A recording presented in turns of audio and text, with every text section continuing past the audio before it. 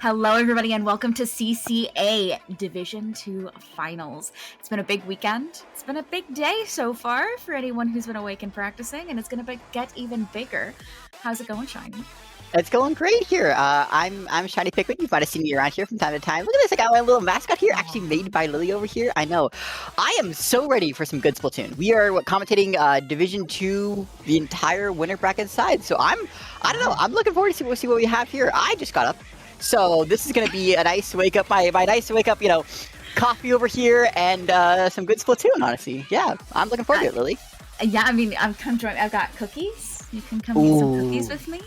You're only like, what, 4,000 miles away from me? We'll figure it out. It's fine. It's fine. Yeah. We'll figure it out. But we're going to be getting right into things pretty quickly here. We're going to be watching Crab and Go versus Husky Splatsville Knights of Violet specifically. So that's the University of Houston versus the University of Washington. And I'm going to guess that's Washington State, not Washington, D.C.? You would be correct about that. And on top of that, we're going to be hopping into Splat Zone's Hagglefish Market, a nice final destination, a nice standard to see within the competitive scene here. On the side of Crab and Go, we have an anchorless with both a Dread and Nautilus, and Husky, we have a tent. We are not seeing a single pencil, nor do we see a cooler in this lobby here, Lily. That's honestly kind of insane to see. Yeah. Nope. I mean, pencil, okay, pencil's been kind of, you know, hit and miss lately with some E-Leader coming back into play, but to see not any coolers in the lobby is a little wacky and wild. Yeah, no, the Husky over here, especially Sauce on the side here, I love how they're dragging attention. I love the idea of playing sides in this map here, and I believe already off the bat here, we can see why Team Husky over here managed to get this opening was a wipeout. You see how they played the sides and then use that tension to break to the middle, and I love this speed. They are already in their base, not even 30, well, just about 30 seconds into the game here, with another pick to stagger Crab and Go. Now, I will say I'm not entirely sure how I feel about all four members being up, so no one's out there watching for these kind of funny flanks. That said, if you have an Inkzuka to take out the funny flanks, who even needs to watch? Yeah. Okay, the weapon to watch right now is that Dread Ringer on the side of Crab and Go. This is their way to break in. We need to set up that Dread to give them a safe in. With strikes coming out here, yep, there they are. One declared for the Dread. Dread walks down on a plat here and sends the slider on zone, but misses the zone here, Lily. Misses the zone, gets caught up by that Tenebrella, unfortunately does go down. That's 3 down on the side of Husky, though. It looks like while everyone was caught up with that Tenebrella, some other action was going on, and we do see that zone flip. Yeah, indeed. That was some nice use of, like, well, yes, it was, you know, maybe not the play that they wanted. It's the play that they got anyways here. As the camera pans over, we see the Zuka coming out from the Tenebrella here, getting a massive pick and taking the sides again. That's 2 down again on Crab and Go. And once again, Lily, with that hammer on the zone, it flips back to Husky Splatsville Knights Violet. Now, we're going to see just as quick a take of this plat as we did before. Oh, it looks like a little bit of stall out. Unfortunately, they weren't able to quite get up that ramp as quickly as they wanted to. But I feel like if they had just powered through it, like they saw the threats and backed up, if they had seen the threats and moved forward, we might have been able to see them actually take that plat anyway. Yeah, I have to agree. And also, I just want to point out here real quick here, as the strikes come out here from Crab and Go, I love how Sauce and the Viper here is playing. You can see them just barely off screen. They're doing all they can to stick to the side. And look at them. Them alone. Sauce is actually peeling 2 whole players to them without really putting their life at risk at all. And just because of that now, Crab and Go was separated. And here we have the Mini just coming back here to take the zone as, you know, literally as they want here. With a nice collapse, yeah, the zone flips back. Yep. Yeah, I mean, they're doing a pretty good job there. Just like in and out, the flow, I would say, is impeccable this game from Husky. Crab and Go has these kind of explosive plays where it's kind of all or nothing. And it kind of works out for them because it seems like they're very adaptable. But it's the flow, the consistent move forward and back from Husky that I think is really putting them in an advantage in this game. It really helps to have like 3 high mobility weapons of Mini and Wiper and Brush on top of that. Sauce, you're on fire today! That was a wonderful hammer double there with a little tactical nuke on top right. And just like that, I think things are not looking too good for Crab and Go. I mean, 15 ticks on the clock. We do have 1 player down on Husky, but I don't think we can even get to zone in time to uncap it. We do see some strikes coming out, are going to put some sauce on that zone, but not quite enough to uncap when they're still being painted over. You know, I gotta say here, at the very end, as the camera panned away from their plat, I do believe I have literally never seen an individual deeper in one's base than that Tenebrella. I mean, when you have your portable wall, you can kind of just do whatever you want. They were literally kissing the spawn wall. It's kind of like, how deep can you go without being in Zipcast? And I do believe that is the single deepest play I've seen. But yes, Lily, that was a wonderful, demanding opening, and honestly, like, match entirely here from Husky Spotsville Knights Violet. How do I simplify that name? Can I even simplify? I'm just gonna call it Husky. You know what? Husky works just fine here. Yeah. One thing that I like here, Lily, is they did a very, very good job of, again, being that little, how do I call it here? Like that kernel of popcorn in their teeth here. Specifically, both the, actually, all the players have that potential to just be that little annoying piece, right? Sauce on the hammer, avocado over here on the Tenebrella, Sakura on the brush, just always getting as deep as possible, not quite spearheading the push all the time. And then, of course, here, the mini, just being able to put down a bubble and say, oh, you thought this was safe? Think again. I don't know. They were so amorphous in their movement, and it just, I don't know. Look at this hammer double, by the way. Oh, God, that was just nasty. Beautiful. Oh, I feel like what really helped, like Husky kind of moved in really fast. They built a lot of momentum to start off the game, moved in as quickly as possible, took over that plat area, and I want to admire Crab and Go's kind of adjustment to that. Because normally on that map, if someone gets into your base that early and that dominantly, game's kind of over. But to see them recover from that and come back through, it was a lot less one-sided of a first match than I was expecting. And even on top of that, too, they didn't even have to rely on that one Reef Slider push, right? Yeah. Like, we saw it, we both called it there, the camera was watching it the whole time, the Reef Slider didn't, really go to fruition, but then they capped anyways, you know? Like, that was impressive. The amount of times that they actually had somebody in that deep far right of their base, that says GG's to me. If there's a wiper, if there's a slosher over there, it's a game over. And yet they pushed past it like twice here, so it's very, very resilient, And that's one of those things too, like a lot of players who play, or teams who play that Reef Slider, tend to rely on it for that zone cap. But to know that all of the teammates were moving up simultaneously, so even when that didn't go off, the distraction it provided gave them enough momentum and enough carryover to be able to cap the zone and take control. Excellent work. And I think that right there is the word that I kind of want to hone in on, distraction. Yes. That's the name of the game this set. Because both teams are running anchorless comps, they are a lot more amorphous. You'll see a lot more 2v2s on different parts of the maps. You'll see a lot more like people peeling for each other. There is no one person to play around. There's no one person to set up, usually. So everyone can set up for each other. And that's, I think, where the benefit of running anchorless on both sides, pardon me here, comes from. Yeah, I mean, honestly, it's a fairly even matchup because of that, too, which I think really helps. Like, if we were seeing a coolerless versus a cooler comp, everyone knows there's a bit of a disadvantage there for the coolerless comp. So to see two teams running simultaneously kind of the same base strat, gotta love it. Yeah, just no cooler. That's so interesting. And that'll be even more interesting as we go into the next counter pick here, which I believe is Crab and Go's counter pick of Tower Control Inkblot. Who could have seen this coming? Oh boy! Yeah, I was gonna say, we see Hagglefish Zones followed by Inkblot Tower Control. I mean, listen, it's game 2 in Splatoon 3. We're gonna be playing on Inkblot. So I think if I had to guess, all the members of Crab and Go, their favorite ice cream flavor is probably vanilla. They are a big fan of bubblegum, toothpaste specifically. What else can we go on? What else can we guess about? They're drinking the fluoride. They just my favorite shotgunning fluoride. My favorite hot dog is plain. Yeah, they like their ketchup and mustard. Jokes aside, though, I think this will be a very strong comp for them because Tower, as we've seen here traditionally on other Tower Control maps here, Tent kind of struggles. I've talked with a lot of Tent players, and they usually switch to like Stamper or like Zap, even, I mean, honestly, for this mode. If you can play Tenebrella, you can play Range Blaster. That's all I'm saying. Yeah. You're essentially still holding a shotgun. If you're gonna play Range Blast, why not play the S-Blast, though? And if that's the case, why just play S-Blast instead of Tent in the first place? Yeah, I think that gun is a little busted. Listen, some people don't want to play meta. They want to play Tenebrella. Yeah, and those people are wrong. But aside from that, I'm calling Shadow Wind right now. Ooh! Whoa, Lily, what are the adjustments that we're seeing here? Hello, we do see that heavy edit. Whoa, why are you saying it like that? Hello, that's actually the heavy yes, sorry, I added an edit there because I'm so used to seeing the edit, not the spelling. Of course. We're seeing a heavy spelling for the first time in, 3 years?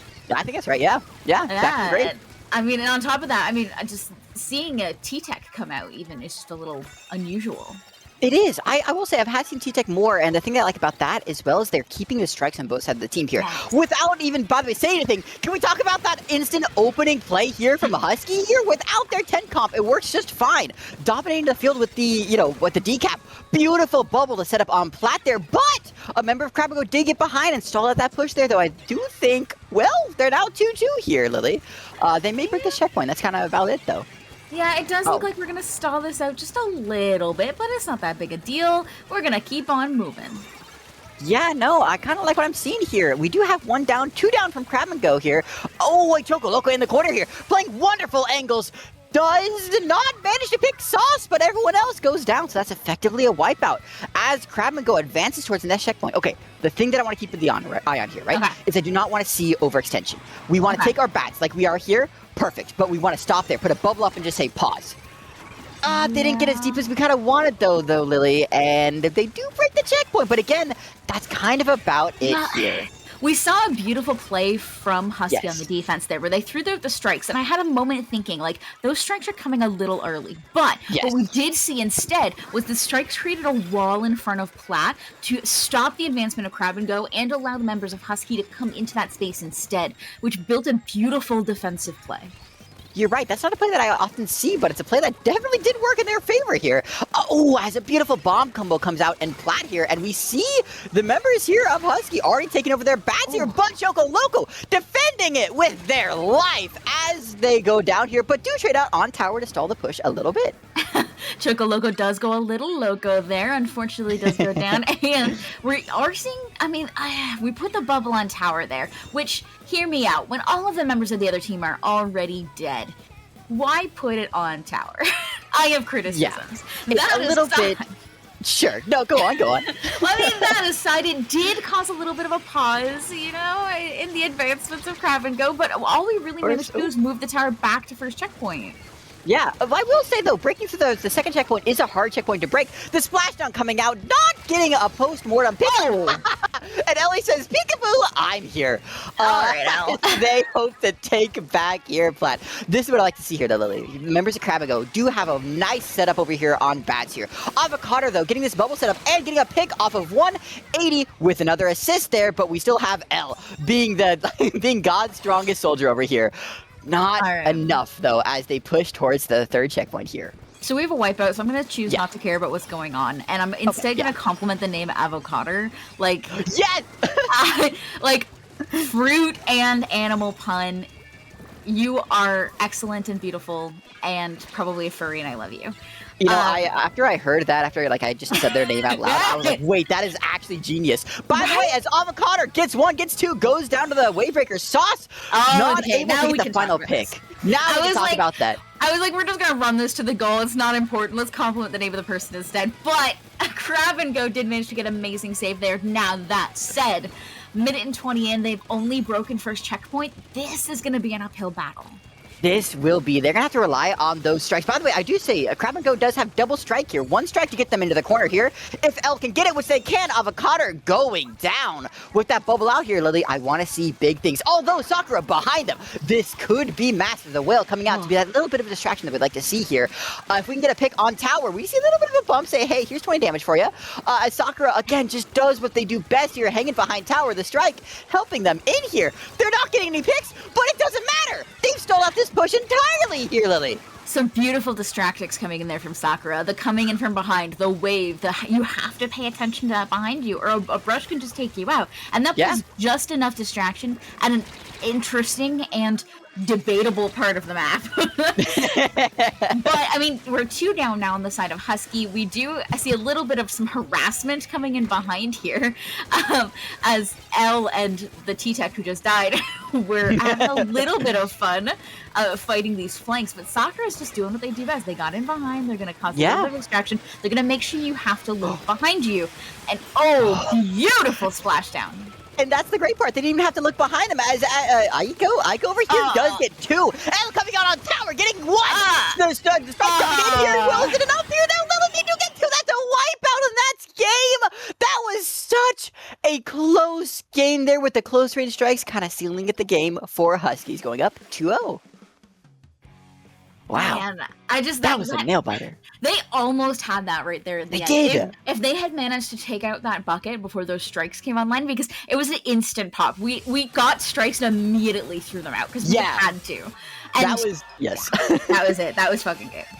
That was the closest I've ever seen strikes pop to a tower and still work out in their favor. Honestly. You know, it's crazy, Lily. I really missed a lot of the things because, you know, can you believe that this game goes so insanely fast when we're trying to track 8 players and talk about them? I know. Every player in this lobby has the potential to clutch, and we've seen it. The Nautilus, like, I didn't even want to listen out. You've seen it. Every single one of these players had their time to shine, and that's crazy. This is good Splatoon. I love it when everybody's responsible for, like, carrying the weight on their team, and boy, oh, there's a little peekaboo from L there. I just love... I don't know. I love that. That just means that we're all nice 8 evenly matched players. Oh my god. Look at this decaf gameplay over here. Yeah, and that stop was just so beautiful. And like Aiko here, especially, like Aiko had several really clutch plays, both on that first defense, here on the offense as well. Aiko coming in and immediately followed up by the deadly L. Like if L had hit that one last slice there, they could have just taken out that bucket and not worried about it. And man, so unlucky. But man, the composure you need to have to be able to hold in that moment and not worry about it is so difficult. Yeah. It is wild. And I will say, we are seeing a nice little difference in our mode here. We're going on to Rainmaker Scorched Gorge. Now, I have a big question for you, Shiny. What you got? Do you think we're going to bring back the 10 umbrella? I look at Scorched Gorge, okay? My mind breaks maps down into certain, things. Zones. And Scorched Gorge, zones, yes, maybe shapes, I guess, if you will. Yes. I see a little, like, L shape going to first checkpoint, has 2 different angles. And then from checkpoint to goal, it's just a big straight line. And I can see just a 10 umbrella, using that straight line, using a vac, using stuff like that. If the members of Husky get going, this is gonna be scary. It sure is. Now, hear me out. Sure. Those straight lines also benefits a little something we saw in the first game called the Reef Slider. That's true. Yes, it does only function in one angle. So, well, I don't know. Yeah. I don't Can you imagine if you could steer it? You actually could at one point. Oh, God. Hot take. Hot take. Steering the Reef Slider. I'm just saying... like fully steer it, like limited steering, kind of like hammer steering, but worse. Sure. I don't know. That'd be cool. Yeah. I think of like Dark Pit's arrow of Smash Bros. Yeah. That's a little bit. Just a little bit of a curve, so you can like pull it real hard, but sure. Well, I don't know. It'll be interesting, right? Because we kind of are talking angles. We do have a flank on this map here that especially a brush will be really good at abusing, or Wiper see that come out again. Like we see the members of Husky here reset to their first comp. Things are going to be going in their favor. I realize now that I have the wrong bracket pulled up on the side here. We're not playing Umami. We see no 10 umbrella out here. That's not the 10 umbrella team. We see Avocado back on their baby. In fact, resetting back to the first comp that we see. Yes. I will say that we don't see the Reef Slider. Yes, no Dread, instead Choco Loco. No, that's L actually, who is on the decav. Which honestly I like a bit more than Resetter on the map here. I do too. Yeah. Especially if you're gonna go up against a 10 umbrella, I'd much rather see that shield. I feel like you're gonna have a better chance of interrupting with that. But I also feel like wow, like hang on. We're all just Lily, hang on. Can I talk about that for a second here? Please do. This was a repeat of game 1. Did you guys notice how the members of Crab & Go all stuck to the center of the map, whereas Husky just said, I'm gonna go right, Soccer was like, I'm gonna go left here, and they got 2 picks, collapsed, and the push started. They are now 40 seconds into the game, as deep as they were in the zones match, pushing it past 18. Well, to 18 rather. That's a strong push, and we're not even a minute in here, Lily. Push to 18 on this map with less than a minute is wild. Yes. Absolutely wild. That's just not really done. Everyone pauses after that first checkpoint because you have to, but like they threw the hammer, they disrupted anyone coming in. The strikes came in late from the opposing team. They just ran with it. And so, okay, hear me out. We get a reset. Okay, I think that was a misplay. Sure. But we're not going to talk about that. What we're going to talk about is Aiko here standing guard against a mini and hoping that they can win this fight when the other team has a hammer and a bubble up against them. Come on, Aiko. Come on, use the splashdown. Come on. With the splashdown, the big block and use the splashdown. It would be funny. Blow up blow up, please, Aiko! Okay, Aiko does not... Okay, that's the cool part. That's the cool part. It's the same way that you see... Oh, there they go. They blow up. Okay. Oh, no! It's more of a threat than anything, and that's what was awesome. Like you said here, a bubble. But, like, want to know what eats bubble for breakfast? The 3 fists in the air. Rather, the 1 kid and the 2 fists in the air will just destroy and pop any bubble in demand. But, Lily, every time I try to talk about anything, we see that the next team will always be one up. Avocado fighting for their life over here against the bubble. That's not going to work too well, and down they go. Wow, L! Oh, that's some divine intervention right there as Crab and Go breaks the checkpoint thanks to Aiko's wonderful Rainmaker carrying. Now, I will say the first time they let it reset. They let it reset back to mid, and they ended up losing any advantage they had and having only 1 player up. Now, this time, the Rainmaker was already in mid, so they could just pick it up and go when they had their 3-player advantage. And they did manage with that first checkpoint. Now we're picking it up to kind of just to hold in this corner and force the hand of Husky, which we did. Husky has come racing forward, gone 2 down. Now we have 2 specials online, which is going to make things a little more difficult. But any points at this point, any ground we can gain is going to be good, and Aiko is still going. I'm in awe. Which team is the 10 umbrella team again? Because that's the way the Crab and Go was pushing like that was just so forceful. Choco Loco holding their ground here. They now go 2 down here on Husky here. They do end up dropping it though, so that will definitely halt the momentum of the push. But we do see a nice little stagger coming out here as Crab and Go remains. Oh, wait, why do they leave? Yeah, well, see, I guess there's the unfortunate part. The unfortunate part wasn't that there was a drop, because of course there was a drop. That was going to happen. The unfortunate part is that we saw 3 players drop for the Rainmaker back to mid and then leave. Excuse me. Lily! Where did everyone go? Everyone went down to L's wonderful toothbrush. That's what happened there. Aiko now holds this left checkpoint here, fighting for their life. Choco Loco goes down, but again, Aiko doing what they do best here. A splash on almost online. They are just giving up the spaces. They're pressured not more than they need to, though, as we just saw them push to 11. I was about to say at the beginning of this game, like, oh, are you sure this wasn't Husky's counter pick? But no, Crab and Go showed them why this is their counter pick, all right. Goodness gracious, yeah, L has been taking out opponents this game as if they were cavities, and it's wild to see them run through this. Now, we do have a 3-down situation. Aiko is on the backhand here with that Nautilus, does have a splashdown. We're probably going to see it popped here in defense. Yeah, just to stall this space out a little bit. We don't want to lose control of this plat if we can avoid it, at least until our teammates arrive. Yeah. Also, I want to point up an earlier fact here. You said taking them out as easy as if they were cavities. Cavities, yeah. Do you realize how difficult it is to remove a cavity? Listen, let my pun sit and be funny. We don't have to worry about the logistics. It was fantastic commentary. I didn't think it was wrong.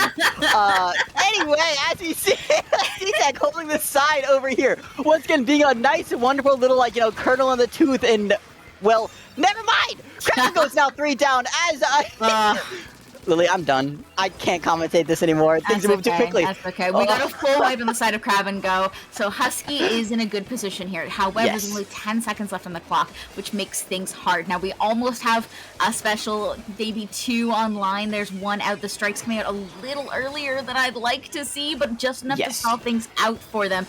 And, man, these bombs are raining in and making it really hard for Crack to move up. And, oh, goodness gracious, 3 down. The splashdown is last. We're going to have to see that come out. Aiko, do not go down. Just to pull things out. Aiko raining ink in from the top, and we just can't move forward. That was a special to watch. I was watching a little number on the top of the screen count up, and the moment I saw that hit 100, I was like, Aiko, please! No, okay, so I almost had a heart attack watching the Rainmaker just immediately laser Aiko. I was like, no, Aiko, you cannot die now. You have splashdown. Okay. Lily, we have some good Splatoon out for us here today, right? Oh my goodness. This is set 1. Like, can y'all chill? We have 2 more sets to do. Yeah, hold on. I'm only half of my coffee here. I gotta pace myself. That was such a good run. Right. No, I don't know, watching that, I'm like, how is this not Husky's counterpick? But Crab and Go, I'm curious. I want to dissect why it was so good. Because it feels like they just got the picks that they needed. Aiko's splashdown was wonderful for clearing space, but it was not by all means a linchpin of the push. How did they push so convincingly after being in mid against a 10 umbrella team? We see the 10 go down there. We see the bubble set of L's bubbles going so deep was so good. Sauce being isolated like that. That was all they needed there. Wonderful parry, not even a parry on the bomb. They said I was going to face take this kind of thing here. I don't know. I feel like man, L going deep there really was the key because And the bubble. well, yes, and the bubble, but like I feel like the members of Husky saw L rushing at them, and a decaf running at you is always a scary experience, no matter what you play. Yeah. So I feel like L going deep there completely cut off one of the players from the rest of the support. A couple of people went down. Everyone immediately was like, "Oh shoot, let's back up," and that just created so much space for the Rainmaker to move forward. And like when that's happening, you can't watch the Rainmaker anymore. You have to watch the decaf. So. Yeah. As I am recorded in my beautiful 2 FPS as we switch over. Listen. Oh, hold on, wait, no, sorry, Lily. They're doing this for me. The members of Husky are after my heart here. This is Barnacle and Dime Splat Zone. I love your 2 FPS. This is incredible. I do want to talk about really quickly Barnacle and Dime without backlines. How play? How play? Decides, Lily. Decide. Look at me. I'm in my PS1 era right now. I'm loving it. On the sides. Well, I mean, it's more so like the amount of pressure that's normally created by those backline players is what makes that map so difficult to play. I feel like without those backline players keeping things in check, the map is kind of a free-for-all. Yeah, and again, that's where I think that it'll definitely be interesting to see because I need those sides to be abused. We saw it at the beginning, and we saw it every match of Huskies opening.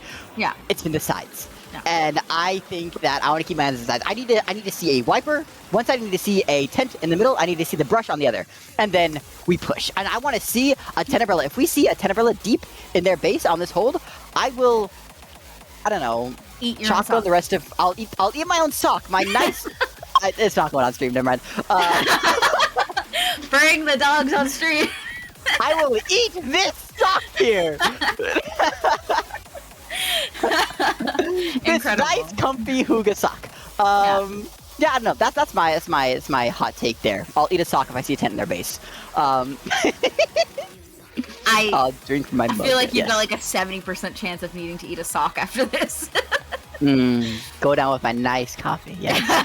No, Lily, what are you expecting to see here? Like you said, no anchors. It'll definitely be a non-traditional way of seeing this map being played. What I would like to see is one of these teams just randomly pull out a rapid, because I feel like neither team has played anything longer range than what Nautilus. I have to the heavy.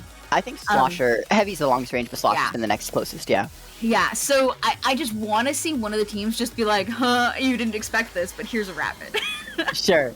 Hold on, I'm gonna, as the match queues up and I return to my wonderful 2 FPS mode, I'm gonna reset my camera. Hilarious. Let's see what we have. We do see the Dreadringer come back in, so it must just be a zones pick. And we do see the Heavy come back out as well, and a Wiper. No decav on this. Ico is over. Well, I don't know. So... we swapped L out, yes. So we swapped L out for the decav. Yeah. As we're seeing here, this opening, there's not enough sides being played here. I talked about it for a long time at the beginning here, but we only see Sakura retreating back on that side there. That being said, Ico here being the last side, being Ico and their wonderful splash. They're about to let it rip. Actually, no, okay, one thing I will say about Ico is they're dead. Never mind! No, go on. Tell me what you're going to say about Ico. I was going to say, I really liked especially how they've been using their splashdown as a bit of like an aura. They're kind of like, go watch me, I dare you, you know? Oh, hey, I can eat... Yes. Oh, I can eat my sock big time, can't I? Oh my goodness, Lily, what are we seeing here? Oh, Lord! Well, you're going to be eating a lot of things today, yes, I will. Including your words. Sakura already up in this distraction position on this top left with the jumps coming in. It's probably the 10 umbrella jumping back in. Sure is. Avocado in that position is very dangerous. And we only have 14 ticks left on this clock. 2 players down. We're going to have to just run for zone. We don't really have a choice here. And that actually is... I think that's just game. I didn't even have time to get my camera set back up here by how quickly and how dominatingly Husky was kind of like, we can go to our counter pick. It's fine. Here, we'll show you how to play the game. And show what they did. Good Lord. That is really all I have to say. That was dominating. That was I don't know. That was dominating. Did you see how fast they moved? The heavy being that nice rapid adjacent range that you were talking about, right? Yeah. Being the longest range thing, really, really punishing all members like into their corner. Like that was all they did. They just slowly said, "Oh, go over here, go over here, go over here." Oh, by the time they had no space left to hold at all. It was incredible. And that's the trick of that map is whoever gets the momentum first usually holds it. And without anything long range to push people out of those positions in, like, say, top right. Yeah, you run into difficulties. Now I will also say I feel like, oh man, I feel like this isn't the best map for a reef slider. Yeah. There's a lot of little bumps and lumps to catch the reef slider so it doesn't make it to its destination. And in terms of things like capping zone, I think especially on that map, it's more important to clear areas than it is to cap zone.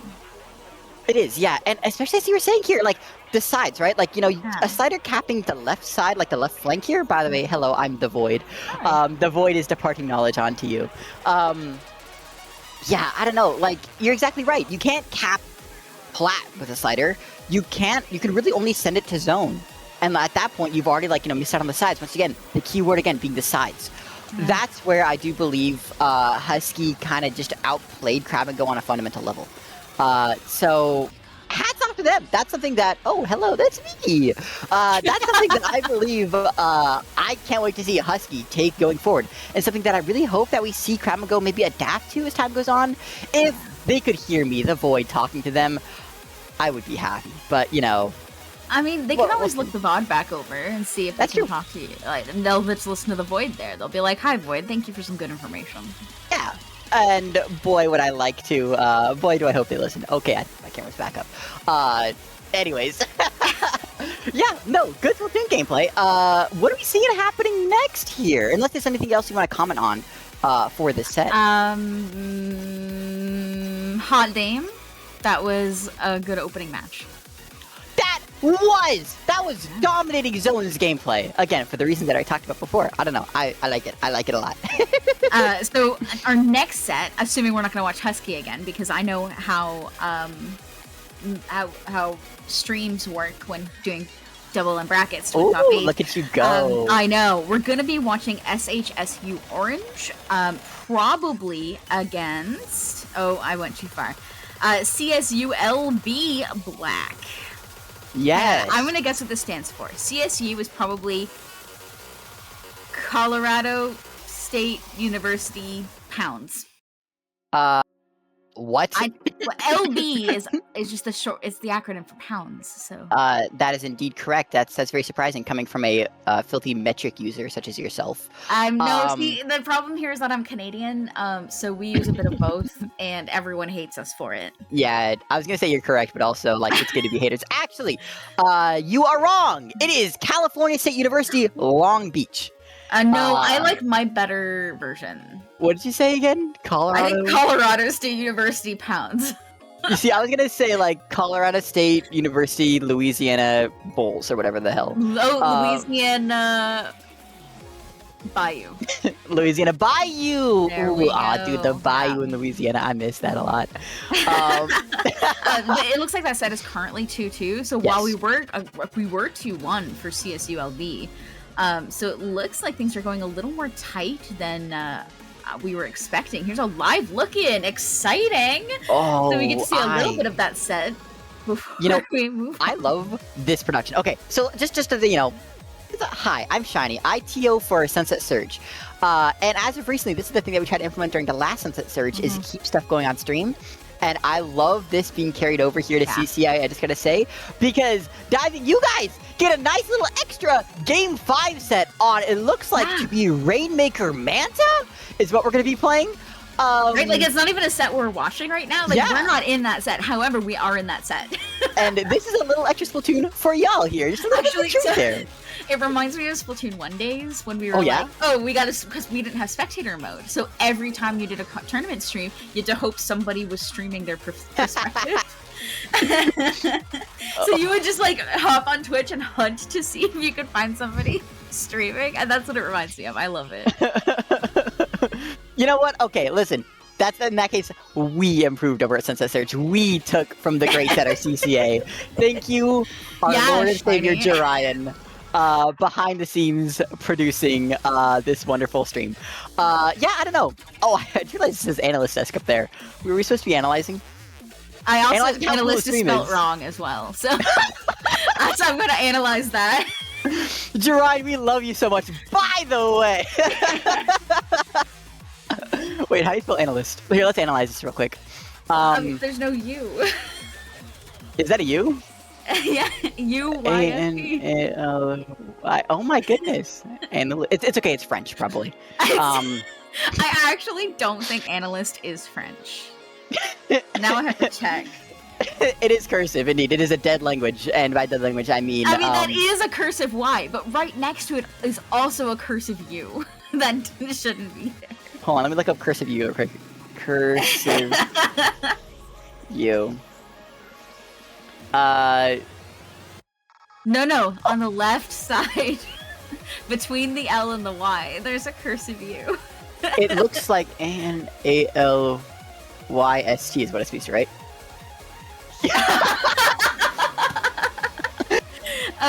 Okay, now I'm looking at the etymology of analyst. Listen, if they wanted a serious pairing here for this, they shouldn't have put us together. Oh, we are going to hop into this game Shoot! 5. Wait, I was right!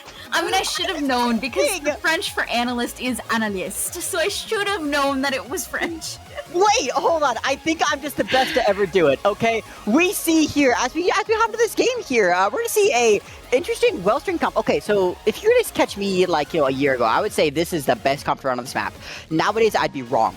But I still love seeing the Wellstring coming out here, especially on this map. It's like, it's information squared. It's like it's peak information here. Interesting jump here, as I do see our members of Coyote. No, this is CSULB, I believe, here on the green side. Wait till someone dies here. I gotta make sure that this is correct here. Yeah, I need some names here. So if this brush could just go die, that would be great. Yeah. Okay. Thanks. Awesome. The Coyotes in green. Coyotes in green, Yeah. I am a little intrigued. I wonder if that brush is like a one-trick brush. Yeah. Because this is not a map you would typically see Octobrush on. Yeah. I don't hate it. It's just abnormal. Sure. Speaking of abnormal, by the way, we have watched this is now our 5th game of Splatoon without a single pencil in sight.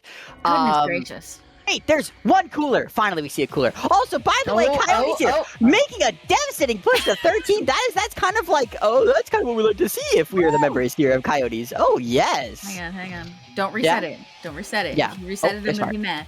Okay, so we've got 3 down. We've just got the heavy up. There's no way the heavy's anywhere near here, but if we run away from that, just go pick it up. Just pick it up. It's fine. Yeah, if you're gonna look at the Rainmaker, you might as well just be touching the fish anyways, right? Right, like if you're gonna sit there and watch it to make sure it's good, you might as well just pick it up. This is words of the void here. Yeah, exactly.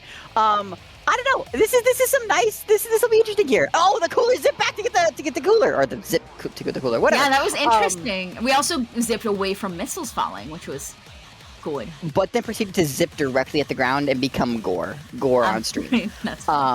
It's. Sorry, the text getting really big there. It just got me. I am really intrigued here. Okay, so we do have. I mean, the 2.5 minute. Excuse me. We threw a bomb, so I just hopped into it. I just wanted to make a little cameo on stream to say, "Hey guys, hey mom, look, I'm on TV." Lily, the thing that I actually want to talk about here, I was trying to find things to say here. Whoa! That's a crazy zip, by the way. That's bought a lot of time. The members here of CSULB here, you may see a brush, you may see a Wellstring, you may see a Neo Sploosh, or Neo Splash. What the hell is that weapon called? Gecko. The Gecko Splash. But seeing all 3 of them together is definitely interesting. It reminds us of a team we used to be on to run a certain comp like this. I don't know what you're talking about. So what really reads to me as interesting on CSULB's team is that we have a lot of short range, and that's kind of it. We have our bow as a kind of long range, Yeah. I wouldn't typically call them long range, more like a I mean, I guess mid-range weapon. Well, it's a mid-range weapon that can play long range, but it's most effective at that mid-range, or the close range. Yeah, whereas opposed to Coyotes, like we have a big range discrepancy between these two teams. And I feel like to take advantage of that, CSULB is going to have to be a lot more aggressive than we're seeing them be. Yes, I agree. These dips are very much a nice way to get in. As we're saying, aggressive here. It's just a heavy edit. Holding the ground, but of course that is still a heavy edit. The Remaker fell off the map. Oh, this is... We did get cooler, so at least there's that. And I feel like the cooler, if we're going to have a big range discrepancy like this, you're going to need that cooler. Because we're going to have to be running at them 24/7 and overwhelming them. So that is going to help them out. Did we fall off the map again, or did someone kill them? I'm gonna pretend someone got them, because I cannot live in a world where someone fell off that jump twice. Also, by the way, the Wellspring's name is Tentinel, and I think that's hilarious. Yes, I did see that. Especially since they're not playing 10. Oh lord, this is definitely a comedy of errors here, unfortunately. I feel like especially the brush, we need to be moving a lot more. We need to be painting a lot more for that brush to move and enable them, and we need to be moving a lot more than we are. We're kind of just like trying to wait and bait, and that's just not going to work with these long range weapons because they don't need to move up. Yeah, I really only feel the only time we really see that kind of forward momentum is when they're at Zipcast, and the problem with Zipcast is you go up deep and then you're forced to reset, you know? Yeah. And with the splash going down, that Booyah Bomb pushing people back into mid, and the missiles coming out over here, we need a hero, and a hero is Jason going down Tentinel, having to push up to the side there, but that is a Rainmaker on the island to end all islands. Off again. I think they got murdered that time. I think they got murdered. Okay, yes, the fish is up on the thing. They got murdered. I was gonna say. Listen, I'm having a great time. I'm having a great time, honestly, yeah. It was a little bit more casual commentary than I was expecting, but that was a game 5, and that means that the members of, I do believe that is Coyotes Black, right? Yes. Now hear me out. Hear me out, Shiny. Move on. Yeah, what do you got? It's a little less serious than you were anticipating. However, that was just quarters. We gotta save the good stuff for semis and finals. So yeah, that was the first round of the day here. And with that, by the way, we are going to be moving on to Orange versus Coyotes Black.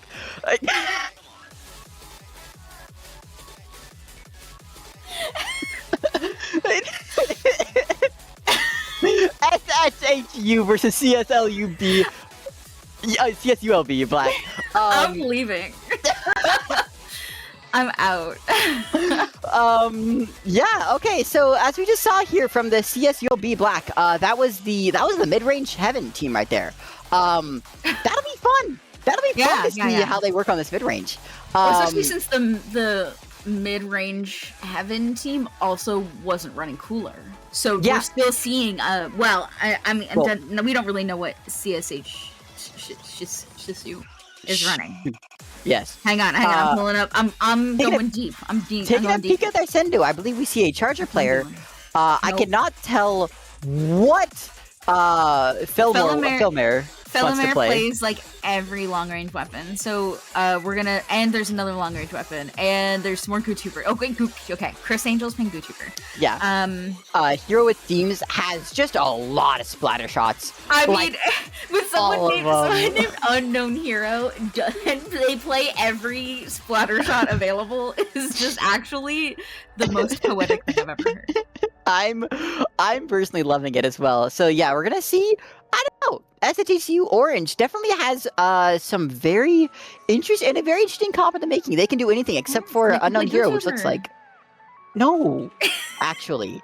If they do, I will eat my other sock. Actually, I forgot to actually show it on break here, but I did actually consume one of my socks already. The sock. Okay. Yeah, I did. To put all fears to rest, and I will be washing it down more with my wonderful piss mug of coffee. Yeah. So we are going to be seeing our first map is Zone's Mako. Yes. Mako. Yeah, this is, I don't know, it's pretty interesting seeing how many like stable Splatoon 2 maps we see in this game. Mm-hmm. Also, I don't know about you guys, like when I watched back through some like Splatoon 2 like footage, I swear Mako seems so much bigger in Splatoon 2 than it does in this game. I found Splatoon 3 actually expanded a lot of them. I don't know if it was intentional. Yeah. I mean, obviously, Manta, like, it literally did expand the map. We've seen it on Street, which just makes it so much more playable. Yeah. But either way, it just feels like more claustrophobic against Splatoon 2. But in this game, I am looking forward to seeing... Lord, what are we seeing here? I don't know. One thing that I found through my experimentation is that Heavy Edit that we already saw from Coyotes Black is pretty damn decent of an anchor on this map. Despite there being a lot of open sight lines and a lot of, like, you think that Pen and Leader are going to be map, which they are. But I will say that, I don't know, Edit is really good at holding the parts of the map that matter the most, right? That mid zone. If you look at that, right, there can be an edit on stack, there can be an edit on mid, there can be an edit behind a little bumper in mid there as well. And if you walk into that edit, as we saw last round, you will die. It launches 60 bullets in the span of 3 seconds, which is nuts, by the way, at a full charge. You know, hey, want to know how many bullets the 52 can launch? Many. Yes, 78. It can launch 78 bullets on a full link tank. The Heavy Edit gets 5 full charges. Each full charge can launch 60 bullets in the span of 3 seconds. Like, just to put in perspective how much that is. It's a lot of damage, and I love that gun. It is a fire hose. You say, go on, walk into me. I dare you. So, I'm excited to see more Heavy Edit gameplay. I used to play it a lot. I don't anymore because Pen's better. But that's all to say. I think that it very much has a purpose, especially in this comp here at Coyotes Black. I mean, that's very fair. That's very fair. I just want to note that Coyotes Black and CSULB were both California State Universities, and oh my god, actually, you're so right. Well, because Coyotes Black is CSU San Bernardino, and I just saw that, and I was like, did we leave some old tech stuff? Like, what happened here? No, they're actually just both from California State University. Which, hear me out. I feel like just go cut their internet. Have you ever thought just to commit a felony? It really helps you when you try to win a tournament. Is cutting the internet a felony? To be fair, that's not mentioned in the terms of service or rules within, CCA. So, and show me in the books where it says it's a law. Come on, David, step up your game. If I didn't speed on my way over there, then I didn't break any laws. We do not condone rule breaking nor felonies here on the CCA channel here. And Lily, I believe I didn't tell them to do it. I said, why didn't they? And I do believe with those words, that's the last time we will ever appear on CCA. So we better enjoy this time while we have it. No. We're entertaining the ones back. Yeah, no. Listen, actually, so we're winning here because we're on SplatoonTourney right now. And Falco would never get rid of me because I supply him with top crisps. Oh yeah, that's true. Oh, give me one of those ketchup potato chips, by the way, the ketchup Lays. Yeah. Those ones. Oh, those are good. Oh, Lily, we're gonna be starting the game soon. Once again, talking about here, this is a counter picks format, right? So that means that the losing team is able to pick the map and mode. And if I'm going to assume you cannot play a mode that's already been played or won on, and you cannot play a map that you've already played or won on. Hopefully to add more diversity into this cast. Yeah, you cannot play a map that you've won on, but if you've lost on that, you can't play a mode that you've won on. If you already lost on, say, Splat Zones, you can pick Splat Zones again as your counter pick. But the moment you win, that map is sealed. The moment that you win on the map or mode, it's sealed. Oh, Lord, I mixed that up a little bit. I hope that made sense there, Lily. Yeah. Yeah.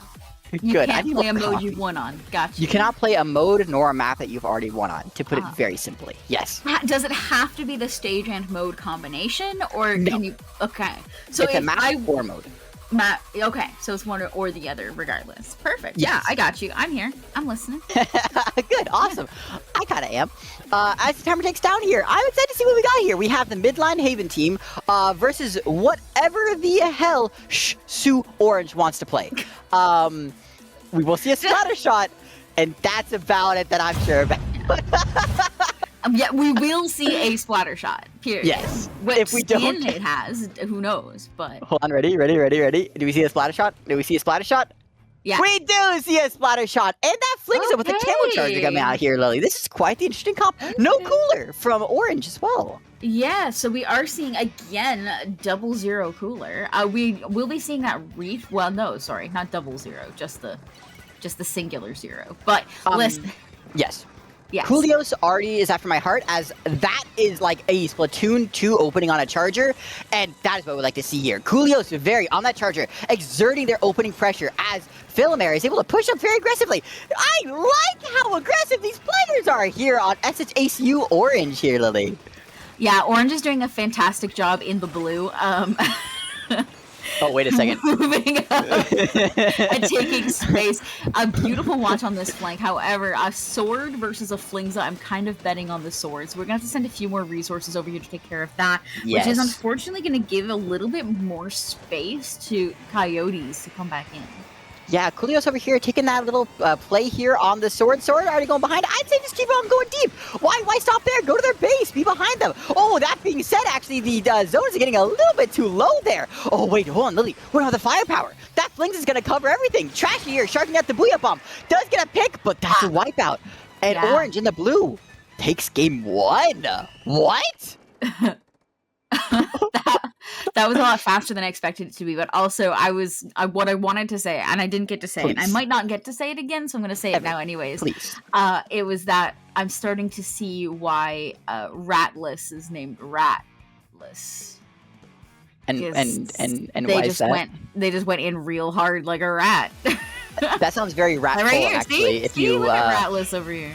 I will say, I do love that angle. That angle being played was awesome, and I think they had the potential. Even if one goes down, they still have potential for this push there. This was potential man to push, but unfortunately, with a Dreadringer and a Flingza, I do not think anything's not hitting that.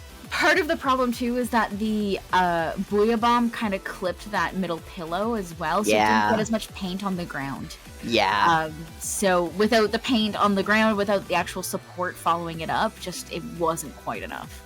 Yeah, this is dangerous. SHSU Orange is, I'm just gonna call them Orange. Orange and the blue. Orange and the blue, yeah. Orange and the blue. This is also the battle of the colors, by the way. We have Coyotes Black versus, Orange. The living embodiment of Orange. I love how aggressive they played. They have so much paint. The Dreadringer, Splatter Shot, and the Flingza just output enormous amounts of paint. Where and chip damage as well, right? The 40, the lowest damage that Flingza can do is 40, which combos with Splatter Shot and what was the other weapon on their team here? Dreadringer as well. I'm gonna get with the 90 Gootuber. here, It was Gootuber. No, it's not. Go on. Yeah, I mean, they did a fantastic job of being able to hold things off. Now, what I'm really interested to see is if the midline Haven does really well on Umami, because Umami Ruins, especially Clams, is one of those maps where if you set up in a long, there's so many different long distance positions you can hold. Sure. And if you set up in those, if you don't have any tools to get rid of those in the form of another long distance weapon, it can get a little rough. Yeah, they can. But this is Umami, right? This was the last map that we saw here was a very nice, very strong map for strong, dominating long range weapons here. As much as I did Gossip edit in the opening here, the Charger did just completely shut them down. Oh, yes. But on Umami, the Charger can control only one half of the map at the time. Get it to top mid, and it's good, but you have to get it there. That's the problem. Whereas with our midline Haven team, they can do anything they want and probably outrange most members of Orange while they do it. So I would say that maybe it's not fully in their favor, but there are different paths I can see where Coyote Black could take it over Orange here. Yeah, I mean, absolutely. And I think it's really going to come down to who can control it better, which is usually what it comes down to. But also, I know, right? Whoever wins the game is the one who wins the game. Did you know that? It's a one-step process. Just be perfect. Just click some heads. Exactly. Go on. What I do want to say is that this is the first time we've seen Clams on stream. That's true. So, man, you know me and how people juggle their clams. This is going to come down. We love juggling our clams here at the CCA. I'm going to be analyzing. I'm going to be analyzing the clam jugglers. Let's see how they juggle their clams. I'm trying to think of a better name. more clams, but I There have isn't none. one. They're just clams. There isn't one. We see that midline heaven come out over here with a Rapid Blaster paintbrush switch. This is kind of what I was expecting. To be surprised. Paintbrush? Oh. I was expecting to not know what I was going to see, Lily, okay? I see. This is quite the adaptation here, and this is the matching midline with midline here, you know? We do have more range here from Coyotes Black, as we do see them split 3-1 there, as two go over top mid, and they push their advantage while being 3 up here. Just walk forward. That's what I'm talking about here, baby. We don't like the Rapid? No, we don't like the Rapid here. Cooler goes out, that's fine. Coolios comes in, that's fine. Philomera on the guy, that's fine. There they go. Everyone, it's fine. The Cooler and thing is online here, and they get stuffed. Well, it looked there like, I mean, they knew other teammates were around them, and it looks like they made the call to move forward without maybe giving enough time for people to realize we were making a call to move forward. Yes. So, unfortunately, we didn't have any support on that. But fortunately, it means the rest of the team still has control. Yeah, I know I talk about tempo sometimes, which is a bit of like a macro concept. But as you saw from the overhead here, the members of Coyote Black kind of like went forward, stop, went forward, stop, went forward, stop. And there was kind of like, should we, And I think that hesitation is what cost them that opening push. And it was what cost them this hold here, honestly, too, as well. So I need them to just know that they're the better players and just walk forward as 4. That's what their team comp does best. And this Booyah Bomb, especially to pop it right here, question mark? No, they're not here. They're going to let this push happen, and they're going to retaliate after this inkjet is over, if I had to guess here. Well, it's also worth noting that, like, pushing forward together as 4 is also going to work really well against Orange in the blue. Yeah. Because Orange has a lot of weapons that overlap in range and position. So they're not going to want to be standing together. So now all of a sudden you have 4 people running at like a maximum of 2 together. You know, it just puts them in a solid advantage. And speaking of walking together, that was 2 balls and some change there, pushing down below 50, activating anybody's LDE if they have it. And as you're actually seeing right here, it's really interesting, seeing both the Rapid and the, well, there goes the Rapid. The Rapid and the Heavy love to take the same positions there. And, well, you know, they kind of did get snuffed out for that, as the Rapid did peel for on their own, and it didn't quite work out here. Booyah Bomb coming to displace the Heavy, going down, Lily, and that's one of the key anchors here from Orange in the blue, as we see Radless take over top mid, and just dunk on them. Look at this. Look at the sword gameplay. Oh my goodness. I like that a lot. But yeah, that thing being that I was just talking about that you also mentioned, like the Heavy and the Rapid are going to want to stand in the same positions. They both have a little bit of mobility, more than a Charger would, and they both have a decent amount of range. But that, unfortunately, on this map puts them in one of, 2 or 3 positions on defense, and they can't overlap. So it becomes difficult, especially when one those options is being pressured. Now you have 2 of them standing on top of each other, and the paintbrush is a little bit of an enigma. Sometimes it wants to stand where the Rapid is, and sometimes it wants to stand where the splatter shot is. So you have a little bit of overlap in those positions to allow for some play off of each other. But you have 2 midlines essentially that are both playing at backline. Lee, and also I just want to be, just to say here too, I'm so happy I'm not in this game, because having to like actually shoot this, like, look at the way that the CDS is moving, by the way. This is a brush with midline range here. Like, I'm so happy I do not have to contest this, because Lord knows I will be hitting half my shots. Booyah Bomb getting 2, and suddenly the basket is open. They have 21 clams to deposit, and that timer, that ticker, ticks down real quick as the cooler goes out. Oh, Lily, things aren't looking too good if you're SHSU Orange. They really are. We have enough clams now to end this match, so all we need is a few to get in. So 2 more clams, we both have them. Yeah, that's just game. That wipeout was devastating.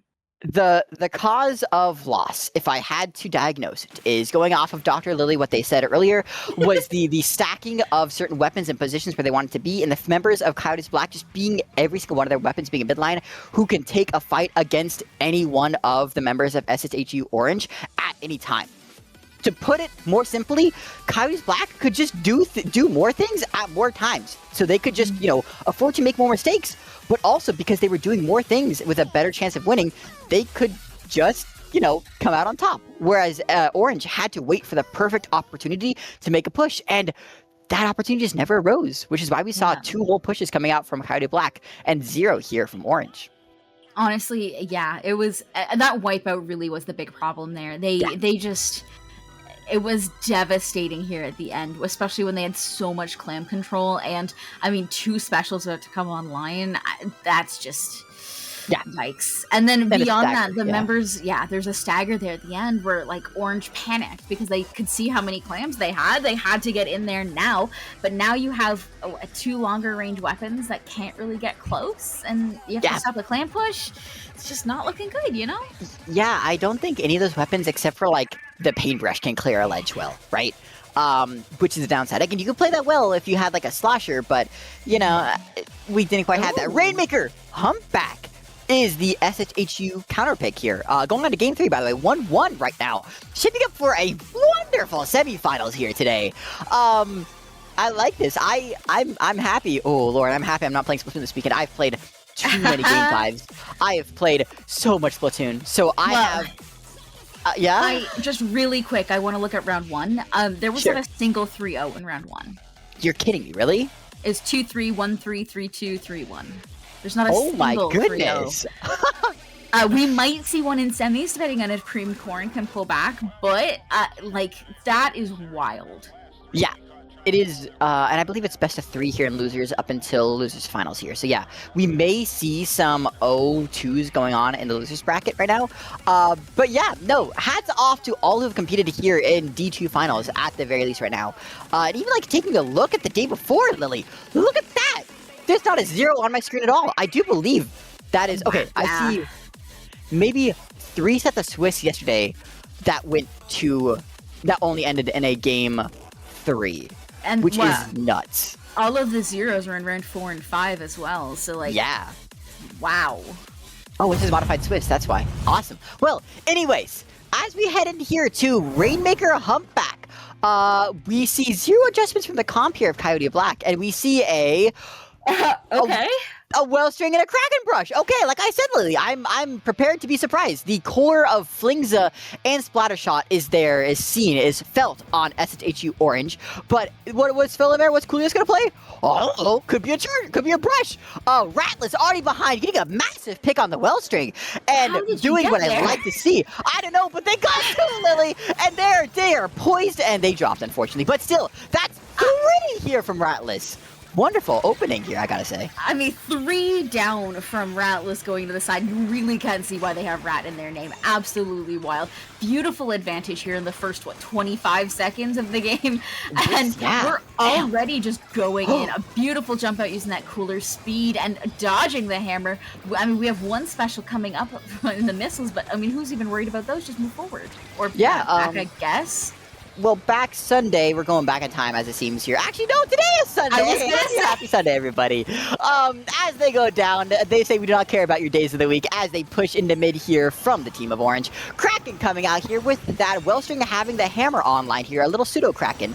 We're not really seeing what a beautiful dodge here from Alex on the CDS, VDS here actually as well.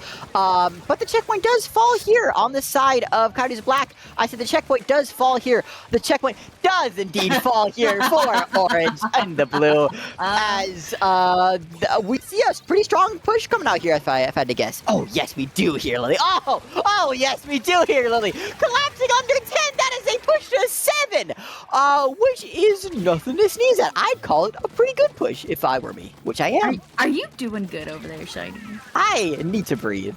I mean, things are getting a little dicey here. Push to 7 is really hard to come back from in Rainmaker. Now, that said, we know Rainmaker isn't over till it's over, and we did manage to get 3 down. So that push should be complete here with Felomare last in the mid area. However, the game's not over yet. We still need to get in behind them and push to 6. Yeah, we do. And that's and let me tell you, that's way easier said than done. You know, this map, especially if Hero says, the Rainmaker will just stay right there, actually. That's fine. Going to win another fight here on the side here. Oh, actually, Brian's takes it out on Big here and does fall to the Trashy, which is just fine here. So, I was going to say here earlier, right? We've played this map. Everyone who's played or, like, known about Splatoon for the last, like, 6 or who's played Splatoon for the last little while, knows about this map mode. Usually you see a push to 30 is like a pretty strong thing to do. Not on this map. Nope, 30 is up in the air. Like usually if you're under 20, that's strong. If you're under 10, that's really strong. Yeah, but, yeah. On this map, like, I wouldn't even consider something, like, safe defensible until it's under 20. Now, Ryan's is gonna have to run here because we have some hammers on the way and we have some swords on the way. They got further than I thought. There they did. was an attempt there. I mean, they did. But, like what we were saying, like, you have to be under 20 to even consider it defensible. Yeah. And that's really just how it is. And to push to 7 now, like, that's getting into the realm of like, difficult. It's gonna have to be probably a 2-prong push where they have to push and then explode it and push again if they can. But it's really difficult to do on this map because of how close the spawn is. It's also funny to think about, like, as much as we're hyping up the difficulty, it's harder to push to, like, 30 on some maps than it is to push to, you know, the goal on this one. So, like, that is to say, this is an incredibly volatile map, exactly as you said here, with 2-prong push. Get the Rainmaker in deep, use the hammer, use the... Well, they don't really have a hammer, do they, here? What's their highest DPS? They have a sword, they have an edit to pop it. Maybe that's the difficulty here, Lily, that I'm seeing here. We don't really have popping power for the side of Coyotes Black. Because we have the edit with high DPS, we have the sword with high DPS, but that's nothing compared to a Kraken, compared to a hammer, compared to a Wellstring. Yeah. Which can instantly... Whoa, Sparky got 2! Hats off to Sparky the Autobomb for getting 2 in mid there. Completely stopping momentum. Yes. What we also see on Orange is a lot of explosive things, a lot of explosive specials, explosive weapons in terms of that, you know, the hammer coming out, the brush, even missiles, really. They have too many things that can just come in and wipe out a bunch of things. That making that 2-prong push is difficult if any of those specials are available. Yeah, no, and I think that, well, specials, I don't want to say specials is the name of the game exactly, right? Because this is Splatoon 3, it's not a Power Armor kind of go type of game. But I don't know, Orange, despite having 2 people on their plat, has a dominating control of mid. And I don't know. I will have to see. There must be a miracle. There needs to be a hero, and not the hero of Orange to make this kind of play happen. You know. Oh, oh no! I was gonna say Rattlers managed to swim in and snag it, but them being in the air while leaping out of some paint in the way put them in the explosion range for that hammer, and that was so unfortunate. If they had been in the ink, they would have avoided it because of the slope, but they couldn't be in the ink because there was the wrong color there. They had to jump. That's wild. You're actually right. Yeah, that's Splatoon's wonderful, I'm gonna say map percent, wonderful, I don't know, hit detection mechanics coming into play there. Because, that's definitely a weird quirk if you've only played the game for longer than one would be willing to admit. As someone who plays a lot of Splat Bombs, I am very familiar with the curves of this map. And that is exactly what happened there. Them being in the air is actually what killed them.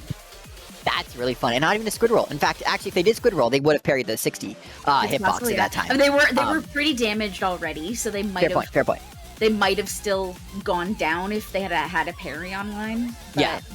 Well, again, the parry does, like, it negates all damage for damage under 100. Right. So, right. Yeah. Because Nintendo said, what if you just couldn't parry most of the hammer and made that 220 hitbox just a tactical nuke? Speaking of hammer, by the way, fun thing about that little push there, that hammer actively pushed the Rainmaker forward, because hammer has a wind box attached to it, along with a damaged hitbox, so that was both the knockback and the wind box pushing the Rainmaker forward on that little part here. Oh, Sparky double. Hilarious. Hilarious. What are your thoughts on this map here, Lily? It makes me nervous every time I see it. Sure, go on. Why is that? Well, okay, so it's one of those maps that snowballs really badly, so it's really, really, really hard to push until you get to second checkpoint. Yeah. And once you get to second checkpoint, it snowballs so fast, it's hard to recover.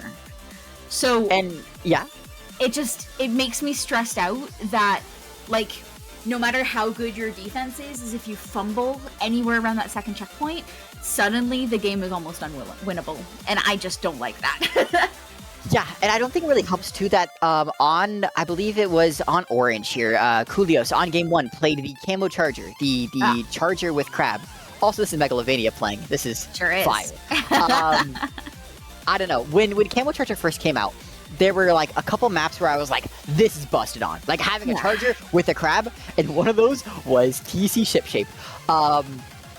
So, I don't know, like, if you get the Charger set up both on, like, first checkpoint and on that little block there in mid, as you push the second checkpoint, things could get really dicey really quick because Crab can reach every possible part of the map where you want to affect, and then your blind spots, that's just one flank away from being covered as well. So, it really is, yeah. Yeah.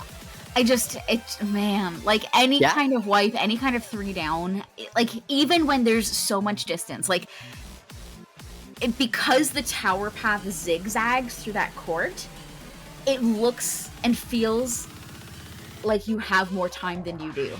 Yeah. Because you're like, there's still so much time on the tower path. Like, I still have so many points. But if they wipe you at second checkpoint, they're in your spawn. Pretty much. Like they don't have to go far to completely lock you out. And it's because of that zigzag. And look at that, as I called it here, we see the Camo Charger return, along with the Booyah Bomb Forge, which is a weapon that's been picking up a lot in Japan. And I'm really happy to see here. We see a member, actually, of SHSU Orange already on the crates, hiding behind that little pillow. As they push over here to the side, Sunday says, actually, I'm holding the heavy yet it's Splatling. So you die now. Speaking of going down, by the way, that's now 2 down on Coyotes Black as Unknown Hero pushes up to this top left here. Actually not. Actually, they do, in fact. And with the Zuka coming out, the edit goes down, and Lily, that is a crab up, and well? Why no? America. I can't say anything because people keep exploding. Oh my goodness. I mean, what's tragic there is Felomare was one of the last up, managed to tap that tower and keep moving it forward, and then popped up because of missile. But unfortunately, that put them into the missiles because if they had just stayed on tower, they would have survived, and that makes me so sad. That's what happened. That's what happened then. Hopefully, some redemption coming out here from the first of 2 Booyah bombs.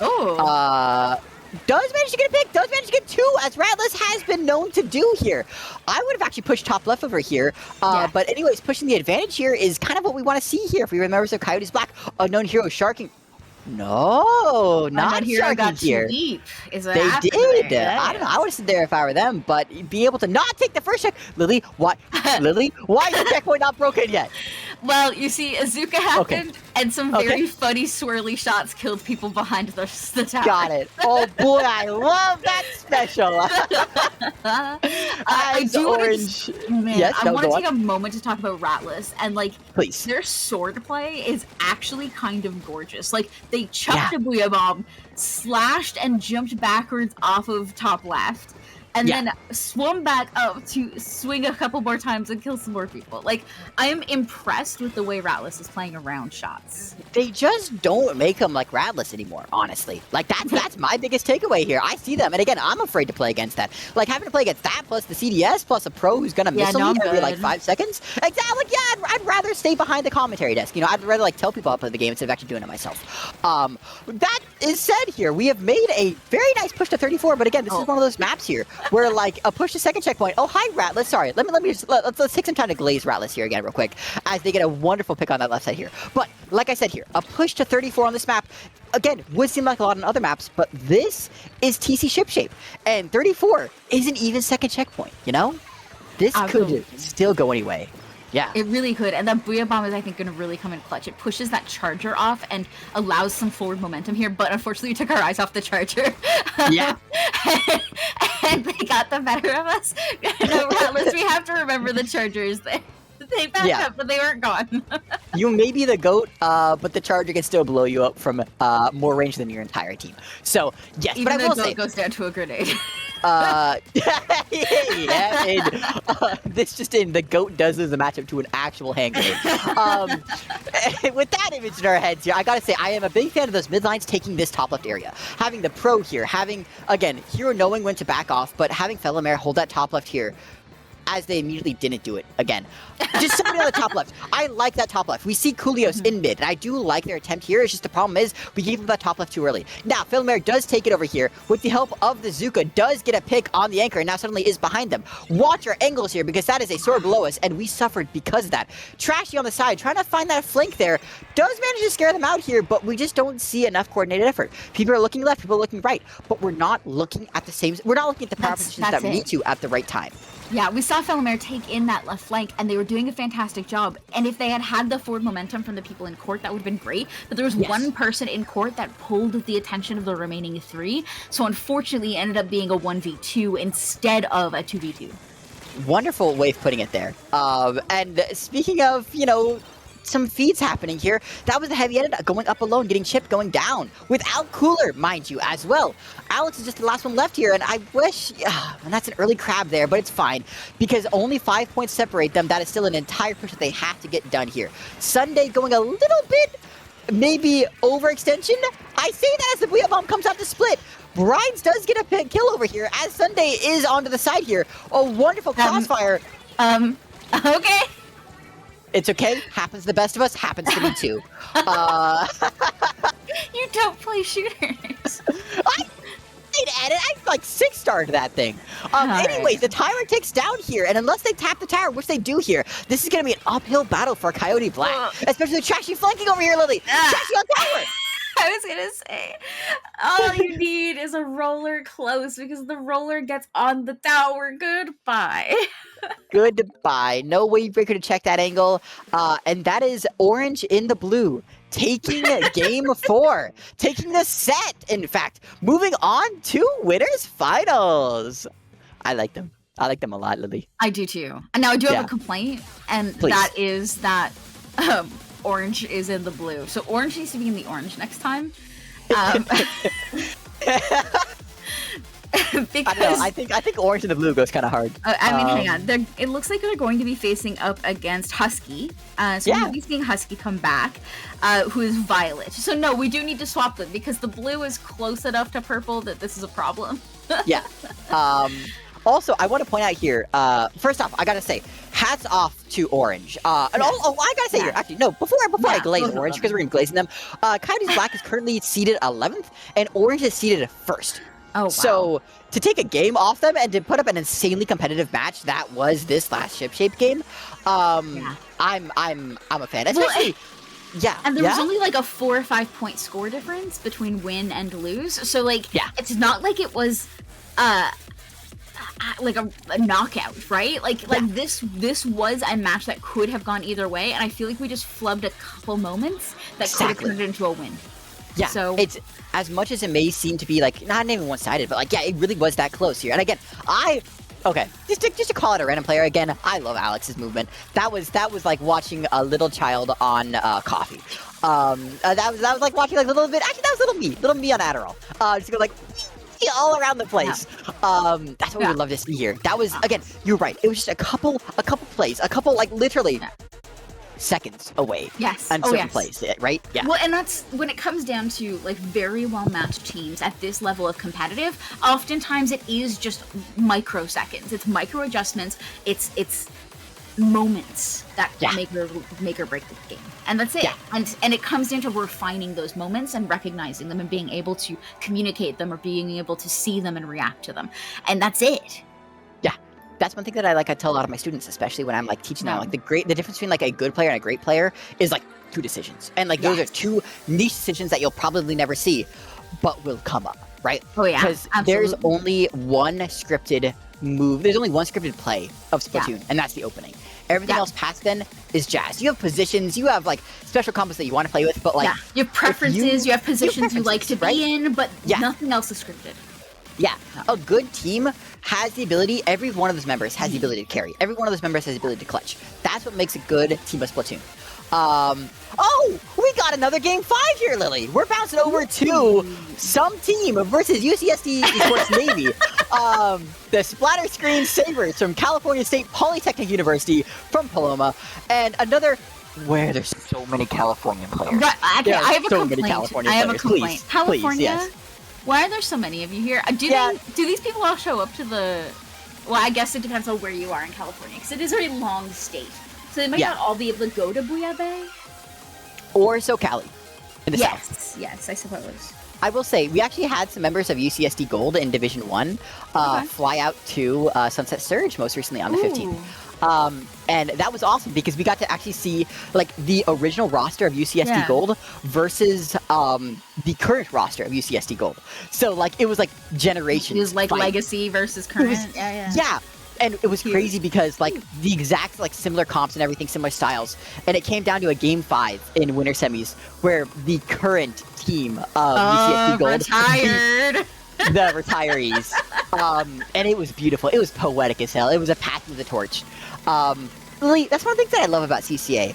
there's stories, there's timelines. You know, you can see that this is the current team, this is the legacy team, and that's a fact of life. And I don't know, that's something that the scene at large doesn't have as much, right? Yeah, even just all these California teams coming together in the same bracket. It's like, who's the best California team? Not even just who's the best Div 2 team. Who's the best team in California? Yeah, who's the best UCSD or like University California State? What, USC? CSU? CSU. Who's the best CSU team? Exactly. Is it Long Beach? Is it Polytech? Is it, I don't know, there's probably like 5 more because California is so big. But you're right. You get to fight, like, it's so fun to like have all these different groups that people belong to, where you're actually able to have even more competition, even more like, you know, oh, you live 2 miles from me, but we're better than you. You know, we can say that, right? Like, trade players. Be like, hey, transfer to our university. Play on our Splatoon. Splatoon team? Listen, I've heard worse excuses. Sure. I've made worse excuses. It's true. So, I want to talk about this set here, actually, because the last set was a bit of a fake. So, fun fact about this one here, actually, if I look at the bracket here properly, we are going to be watching the highest seed of SHSU, SHSU, I think I said that right at all, Orange, in the first seed versus the Husky Splatfield Knights Violet in the 14th seed. The first versus the 14th seed in winners finals right now. Wild. Absolutely wild. Awesome. And I mean, just between that and looking at our day 1 stats from Swiss, just goes to show how close this division actually is. The fact that the 14th seeded team is coming through to face the first seeded team, and that we saw like almost no 3-0s. Just, it is a very close division, and the competition is fierce. And on top of that storyline in the making, right, we've actually seen this matchup before of these two teams in round 2 yesterday, where Orange came out by a game. Orange won 3-2 against the Husky. That's pretty cool. So, you know, food for thought. Husky just 3-0'd their last game, by the way. They said, no, we're going to finals. We're going to finals. We'll see you there. So this is a rematch from an already close game. I'm excited to see how this plays out. What's the map that we're going to be seeing as we go into this here, Lily? We're going to be seeing Mahi Mahi zones. Ooh. A Californian staple, if you follow the land team here. I mean, it is sunny, there's some water, so yeah, I did try. Yeah. I want to drink the Mahi Mahi pool water. As we go on that, we see Coolios on the Firefin charger with those strikes. We see a slider, and we see a lot of paint still from the orange in the orange now that we know and love. Heavy going down early with that charger, if I had to guess. And while we do have a tent on that side here, we're not really seeing a lot of tent pushing forward here from this avocado at all. Coolios already up in mid, as we've kind of just stacked on zone and lost over forward momentum here, Lily. What I would love to see a little more of this game that I didn't necessarily see a ton of in previous games, was Sakura playing off Avocado's tent shield. Like, I feel like an ink brush playing in and out and around that tent shield is just enough chaos. Yeah. I want to see it. Show me. Is it on the side of the map? Is it behind the tent shield? Is there someone in the water? The answer is yes to the last one, apparently. As Kudos is no! How did they charge your cap? Anyways, we have a cap there, Lily, as the timer, the penalty gets reset here for Husky. We do. However, this is putting Husky in a pretty good position. Sure. Okay. I do always get a little nervous when I see like a Tenebrella standing somewhere and then a Reef Slider coming straight at them, because I don't know if you know this, Tenebrella isn't exactly the most fast and mobile weapon available. So it always it scares me a little bit. It's like, oh, my tank with really heavy armor is standing in front of a nuke. Oh, help. Yeah. Let's hope that armor's strong enough. Yeah, as we saw there, that slider as well, I wanted to say here, while maybe a little bit too far behind, a wonderful double there to cap the zone here. The Zuka deck does come out. We've seen a lot of nice Zuka play, and also Philomer being able to combo off the 70 of the Reef Slider. Not finding a pick, but still exerting a lot of pressure and control of that left area there, Lily. I'm mostly just getting really mad because I'm watching people survive Zuka shots that I would not survive. It's Whip City! And Whip City. So we do get the cap there. Sauce is gonna get into a slosher fight and win. And I mean, feel like we're in a pretty good position here. We really... Sure. Ooh, ow. Okay, so we could take a mopped handle to the face. But what we really need to see is like a little bit more occupation of these ledges. So we need to see them get a little bit closer because, I mean, they have a few clearing options, but if you can harass that charger, you can create more of a barrier against some of their team play. I'd have to agree. The way that Coolios is positioned right now gives me a little bit on edge because how they're shooting, like they're shooting to paint a lot. I'm seeing a lot of like desperation. Like they would be better off playing pen at this moment or positioning in a place that's more aggressive, right? Yes. So I'm trying to get up on plat here, instantly getting denied because of Coolios's and Trashy's crossfire there. As we see the heavy holding this right side here, a nice position, but Sakura goes down early, Lily. This may not be what we'd like to see, but the Charger goes down too. Missiles are out. This could be, I don't know. Things are getting nice and even, but it looks like Husky is slowly losing space. What I really want to see is Cursed Kid, the heavy, up where Trashy is now. I want to see them up in this position on an offense. Yes. I want to see them use that right alley because their teammates have every other avenue covered. If they can get up there and force feed everybody else over into a Tenebrella and a bucket, like, the game is set. So I need them to take that advantage position. Yes, I have to agree. Coolios here on the counter-strike saying, no, it's your strikes there. Being able to cancel that wave breaker and hold the side here with Philomere. Slider online, we see the angle. Do we see the angle? We see the angle. Sakura caught the crossfire. As we see the tent go down here, it's just Cursed Kid online, forced to jump out, and Orange in the orange is looking really good right now, Lily. Orange in the orange is looking delicious. There's only 12 ticks left on that clock. Azuka out, and no one's close enough to zone to paint it, so I think that's going to actually be game. That, I love Splatoon. I really do sometimes. And at that moment, we as the audience saw exactly what Philomere saw. And I said, go. And Philomere went. And that was beautiful. I don't know. It's great to see that happen, right? The line was saw by all parties. I feel like that's like a line of scripture. Like, and Shiny said go, and Philomere went. And Philomere went. Oh, boy. So shall it be written. Etc., etc. I feel like Cursed Kid really just needed one of those higher up positions. I feel like they were maybe a little concerned about the charger. But honestly, up in that top right area, you have enough cover to avoid the charger. You can rain some chaos over, and you can force members out of that top right area and into everybody else. So as long as you're keeping up a harassment campaign on the left-hand side with the rest of your teammates, you should be fine. Hey everybody, this is Lily here from CCA. We love... Never mind. Also, I gotta say, that was the single longest... Oh, wait! The slider that... that's one. That's two. Oh, that was gorgeous. I feel like that slider won the game. 100%. Like, while it did not get two, it got two. It got three, right? just because of how it forced the members to play here. Anyway, we've talked about Slider on Barnacle and Dime Clam. Well, Barnacle and Dime. Now we're seeing Barnacle and Dime on Clams. It does play differently from how Zones does, as a lot more of the fights will be taken outside of mid. Ideally, you should never fight in mid on Barnacle. It should be the only fight in mid on opening. But we'll be seeing a lot more fighting on parts of the map, especially in key moments of the game. Yes. And that stack, we are looking to see how can we clear that stack as easily and as consistently as possible. That's the $1 million question in my mind. Yeah. And I mean, I think there are a few weapons here that we've seen already that will excel at that a little more. Like, I feel like our Ink Brush is going to excel. I feel like our Flingza is going to excel. What I'm really curious about is, especially since we're playing Clam Blitz, do we bring back the Charger? Yeah. If it's the Crab Charger, I'd say yes. I feel like they could easily post up and hold a good position. And especially on this map, like how clams spawn, I feel like it gives them a good cover for people running in and out. But it's really going to come down to that Charger holding a good position. Because they played the Rapid, if I'm not mistaken? No, I am mistaken. No, they were on the Brush, is what they switched to on during Clam Blitz, or during Rainmaker. No. So, I don't know. Oh no. My head hurts. What's the name of this Coolios? It's taking like the sendo. It is really just Charger or Brush. So we have a good chance of seeing really either. I'm gonna put my money into seeing the Crab Charger come out.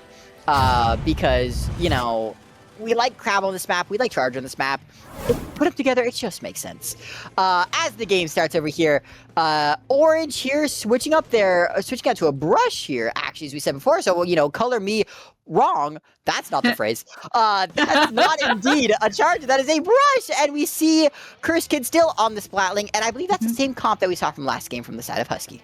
I do believe so. Nothing terribly unusual coming out really on either side. I still feel like Flingza is rare, but not unusual, you know? Does that make sense? Yeah, it does. I mean, that being said, we do see some Flingza in high-level play thanks to Fling King.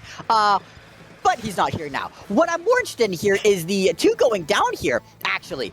We see Husky go up, and they get, you know, two down, and there's an, actually, here come missiles. Oh, good night, Sauce. And I do believe that means that Orange is now in control of the match, as I need to see them go to their...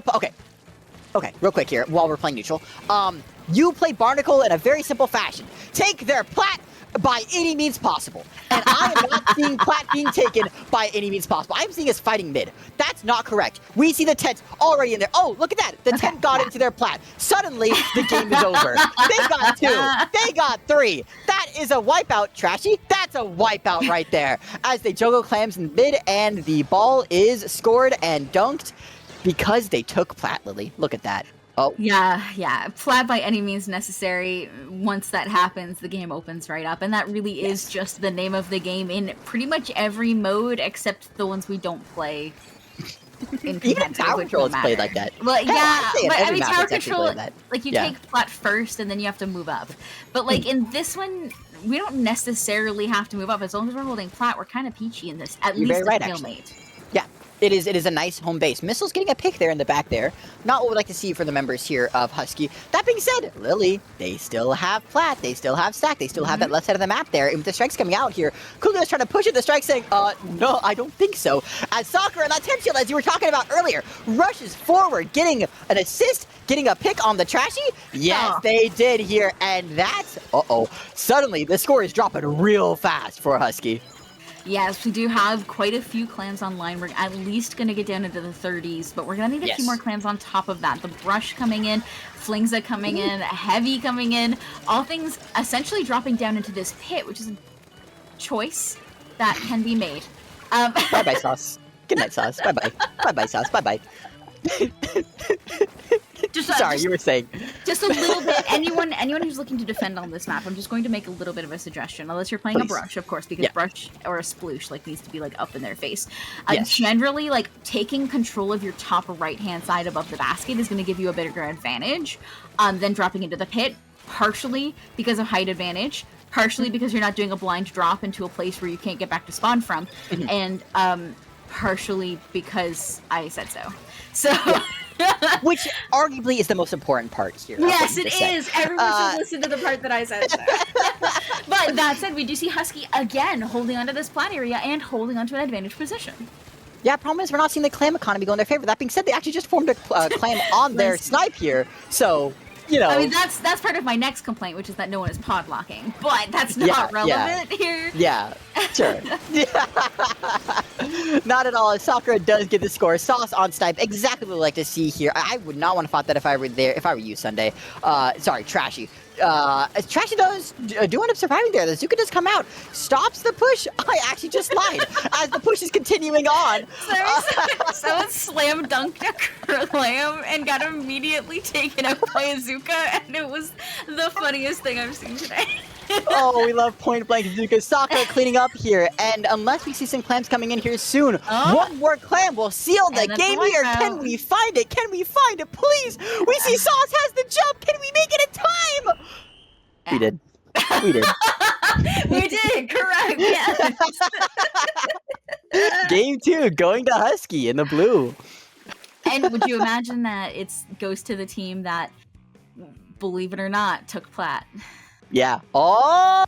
By the way, same thing, because we don't actually play, what's the map that we don't like? It's that one that we don't play. It's Mori Towers Light in this game. What is it called? The spa. What's the spa one? Oh, Brine Water. Thank you. Brine Water. I was gonna say start with the B. Barnacle and Diamond, Brindwater, you play the exact same way. Just take their plat. Just go forward. Do not fight mid. Do not pass go. Do not collect $200. Just walk. And that's what we saw coming up from Husky. And I think that showed their dominance. They knew how to play this map. It was just a difference of map knowledge, in my opinion, here, Lily. It really is. It really is. And I a little bit of execution as well. It just feels like, like Orange had a moment near the beginning where they had advantage and could have taken plat. I think it would have changed the entire momentum of the game. Yes. Yeah. I agree. Well, I mean, definitely momentum, yes, but it would be momentum for that little period, right? Yeah. Because we did see, I believe that was 3 different pushes come out from Husky. Yes. Which is kind of about average for, like, you know, a competitive game of Splatoon, of Clanblitz at least, specifically. Just the difference is that all of the pushes we saw from Orange only got to mid and no further. Yeah. Yeah, that's true. We've seen them play differently, however, on this map here. Oh boy! Oh, she's back. Hey, say hi. Say hi to our old friend. Hey, hey. Rainmaker Humpback is indeed back. Do you not like Humpback? I mean, I'm just not gonna say hi to her. I'm gonna say hi to you. I got hi, really excited for a second that you had like a cat on stream. Or something. I got this one. I mean, that's not a cat. I'm gonna have a cat. Oh, I can't. It'll do. I was gonna show a picture of the cat that I'm gonna go hang out with in a second, but I can't. Anyways, let's talk about Splatoon here, right? We are on our game 3 of this set here. As we've seen in an already very competitive match, I believe the most competitive match that we've seen here, against the seed 14 versus the seed 1. Mind you, I don't know. Whoever did the seeding was wrong. Or maybe they owned this by playing it, so maybe they're wrong. I feel like this seeding was probably done by points during the season. Perhaps. That's probably right. So these guys are wrong. You're seeing frauds on stream right now. They seeded themselves incorrectly. They should have done better. Yeah. But doing better they did, as they are currently in winners finals, guaranteeing, I believe, the loser of this will guarantee themselves 3rd place for this division. That's pretty good.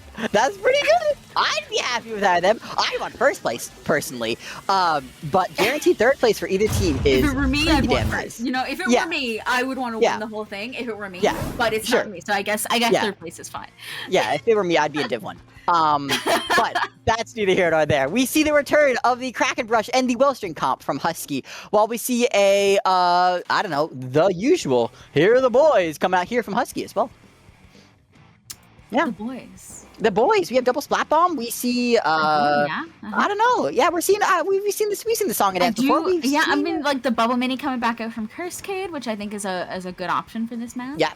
You know. Ooh, yeah. No, I'm liking what I'm seeing. I'm also liking the complete oppression. Oh, that you want to shoot at the guy? Okay. How did we get out of it? You know, we shot the ground 3 times Azuka, but lived. So, you know, I can only say so much about that. The bubble almost online here, Lily, here. I want to see that tent, shoot that tent forward. The tent shot the tent forward, and now we have a bubble online?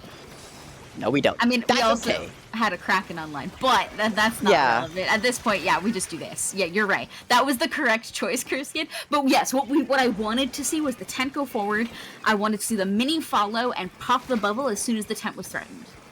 Never seen people score like that. You jumped in a little box forward and got to 36. I have never seen. I played this game for 7 years competitively, and I've never once seen you score to 36 like that. What?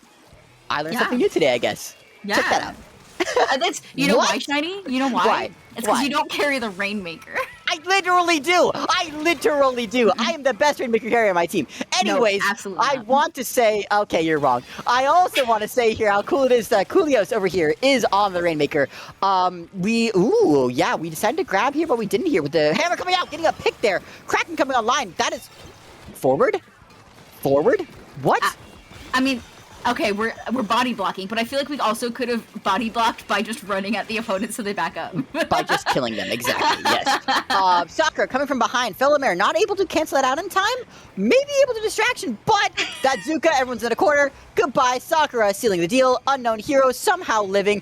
Thank you, and not for long here. Sakura back on the rain. I think as they try to pop here. Well, it's also that this way. Like Sakura's not the best one to pop that Rainmaker. So no. Well, I am loving the look of this flank though. This is what I want to see. I love it. And especially when you're a brush player, just getting in behind. No one knows. They don't know. They don't know. They don't know! They don't know! Unknown hero being the last hero to stand! That is a Zuka to stop the push! But wow! That was a beautiful flank there, Lily. That was gorgeous. Not a single person checked their map. No, they didn't. About that flank. And that is amazing. Yes. We've said it before, though. That's a push under 30. Very respectable. Very good. Oh, yeah. Slasher goes down here, which is also nice. But that's not game-defining by any means. That's not game-winning. Once it goes under 20, like you said it previously, that's when we can start to glaze them. But for now, that was just a pretty good push. Oh. Goodbye, Kraken. Okay. Yeah, got it. A little bit of a Kraken recall. Yeah, that's fine. We got the pop cut the retake. That is no flank. And the lead. Yeah, sorry. Go on. No, you take it away here. No, that is the lead. That's it. That is the lead. Yeah, that's just a fact of life. That is one of the, like I breathe air, I click heads, and that's a lead. Yeah, you breathe air, you click heads, you don't pick up Rainmaker, and wow. And Lily is incorrect. As the Rainmaker goes down, thanks to the trashy. And by the way, getting all alive here, which is very impressive. I'm seeing a little bit of a stalemate. I think that, if you're orange, you're kind of happy right now. That's a pretty decent push. I mean, the more time we can spend wasting resources and time here in mid is just butter on the roll. I don't have a good analogy here. Butter on the roll, exactly. A very common both American and Canadian phrase. Dude, I'm hungry now, man. That sounds good. I could use like a little bit of butter, Anyway, just butter. Rainmaker. We have a bubble online. Yes, beautiful bubble over here, as we saw to take the lead before. Lily, that's not what we want to see here. We want to see forward movement. I don't believe in playing your life on Rainmaker, right? So the problem that we saw there was the bubble was popped a little too close. So at this point, if we're making a push with Rainmaker, we need to push it to either get lead or to survive. One of those two things. And if we're putting a bubble forward, it has to be at the point at which we get lead, or enough that if we jump through bubble, we can get it. So bubble was just popped a little too soon, which made Rainmaker pause, and everyone else paused around them, and then went down. I'm sure that at least the members of Husky there did recognize that downside there, and I'm sure that we will see an adjustment going forward. At least I'd like to hope here. As the bubble is about to come online once again here, we're about to see a second shot of the push. While we are down a friend, a teammate, Sakura going for the flank. We see the battle of the brushes, the fucking as Coolios manages to actually go down as Avocado takes it. Yeah, but so we do get. Oh, okay. Yes. Yeah, I was gonna say we do get the murder there, so we might get overtime, but yes. No.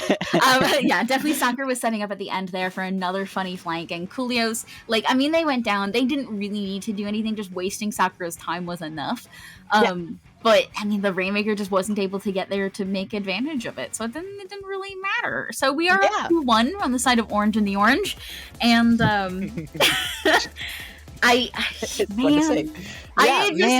It is.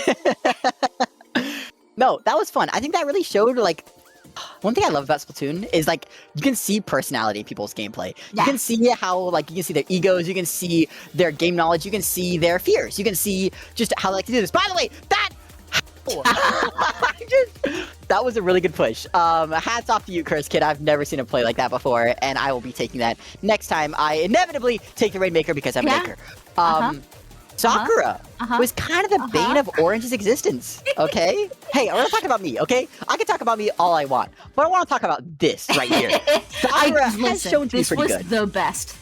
This was just so good. It's too bad that we went right into the shot of a Zuka. There was really nothing we could have done about that, except when Sakura got that flank, we needed everyone to immediately run forward.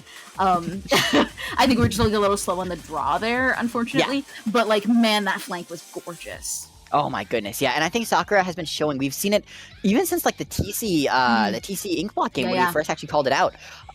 Sakura has been here. They were here when the texts were written, right? They've been doing this since the beginning, and it's really satisfying to see it continue. The dawn of time. There are many constants in life, and Sakura flanking is one of those. Sakura is a constant in life, yes. That's a constant that Orange has to deal with as well. And I hope while they did end up winning the game there, it was really close because of Sakura's. But obviously, all the members of Husky didn't have a lot to play. But Sakura did have the biggest standouts, and I want to see more map checking. I want to see more game awareness. They did catch up at the end. Coolios did call out the flank at the end there, right? Yeah, but I think it's because they actually physically saw Sakura going for it. Like, even like looking at the game stage, I probably wouldn't have expected Sakura to be going on a flank at that moment either. So like that very last one, I probably wouldn't have caught that either. Sure.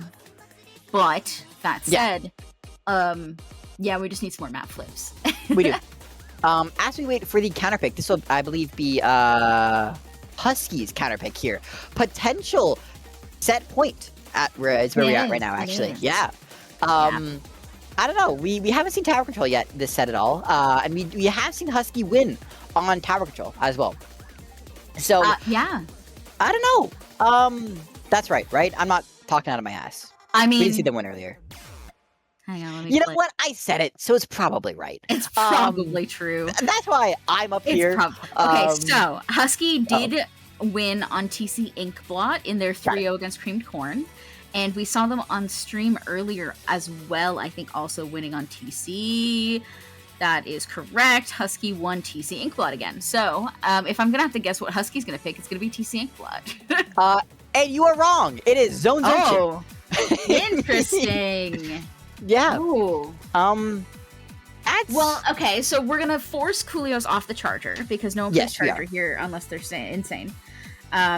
Or so that puts them back on brush. That puts them back on brush. I would say the beacon brush because this is a very strong beacon map. Yeah. We usually see Dapple coming out to have a beacon. Anyways, a beacon weapon would be good. Honestly, I kind of like this if I were Husky. Well, makes sense. It's the counter pick, of course. I like this if I'm Orange as well. Because we have a very flexible team comp as a whole, the Flings still will dominate on this map. By the way, I've played this map and every version of its map in a competitive setting, and to that I can say I actually like this map. Urchin is a very nice addition to this game's roster. I like it. I like it a lot. I think it's uncomfortable on Rainmaker and on Clam specifically.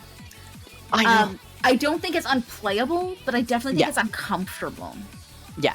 As I've stopped with a beautiful little freeze frame, as you can see on Steam. It is pretty cute. I'm contemplating what you're saying. Okay. Wait, you gotta look down to your left, actually. There you are. Oh, look at that! Okay, now I'm back. Anyway, saying I'm unfrozen. I don't know. I'm a big fan of Virgin.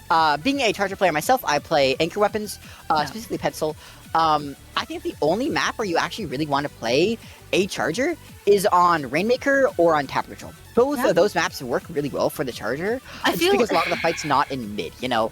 But zones, as we're gonna be playing right now, the fights we're gonna be doing a lot of gaming in mid, right? Yeah, I feel like on TC, on Clamblitz, you could also make an argument for charger because you could post up around that basket. Like a lot of those pillars in and around that main area, you can make an argument for charger. I just feel like zones you can't as much.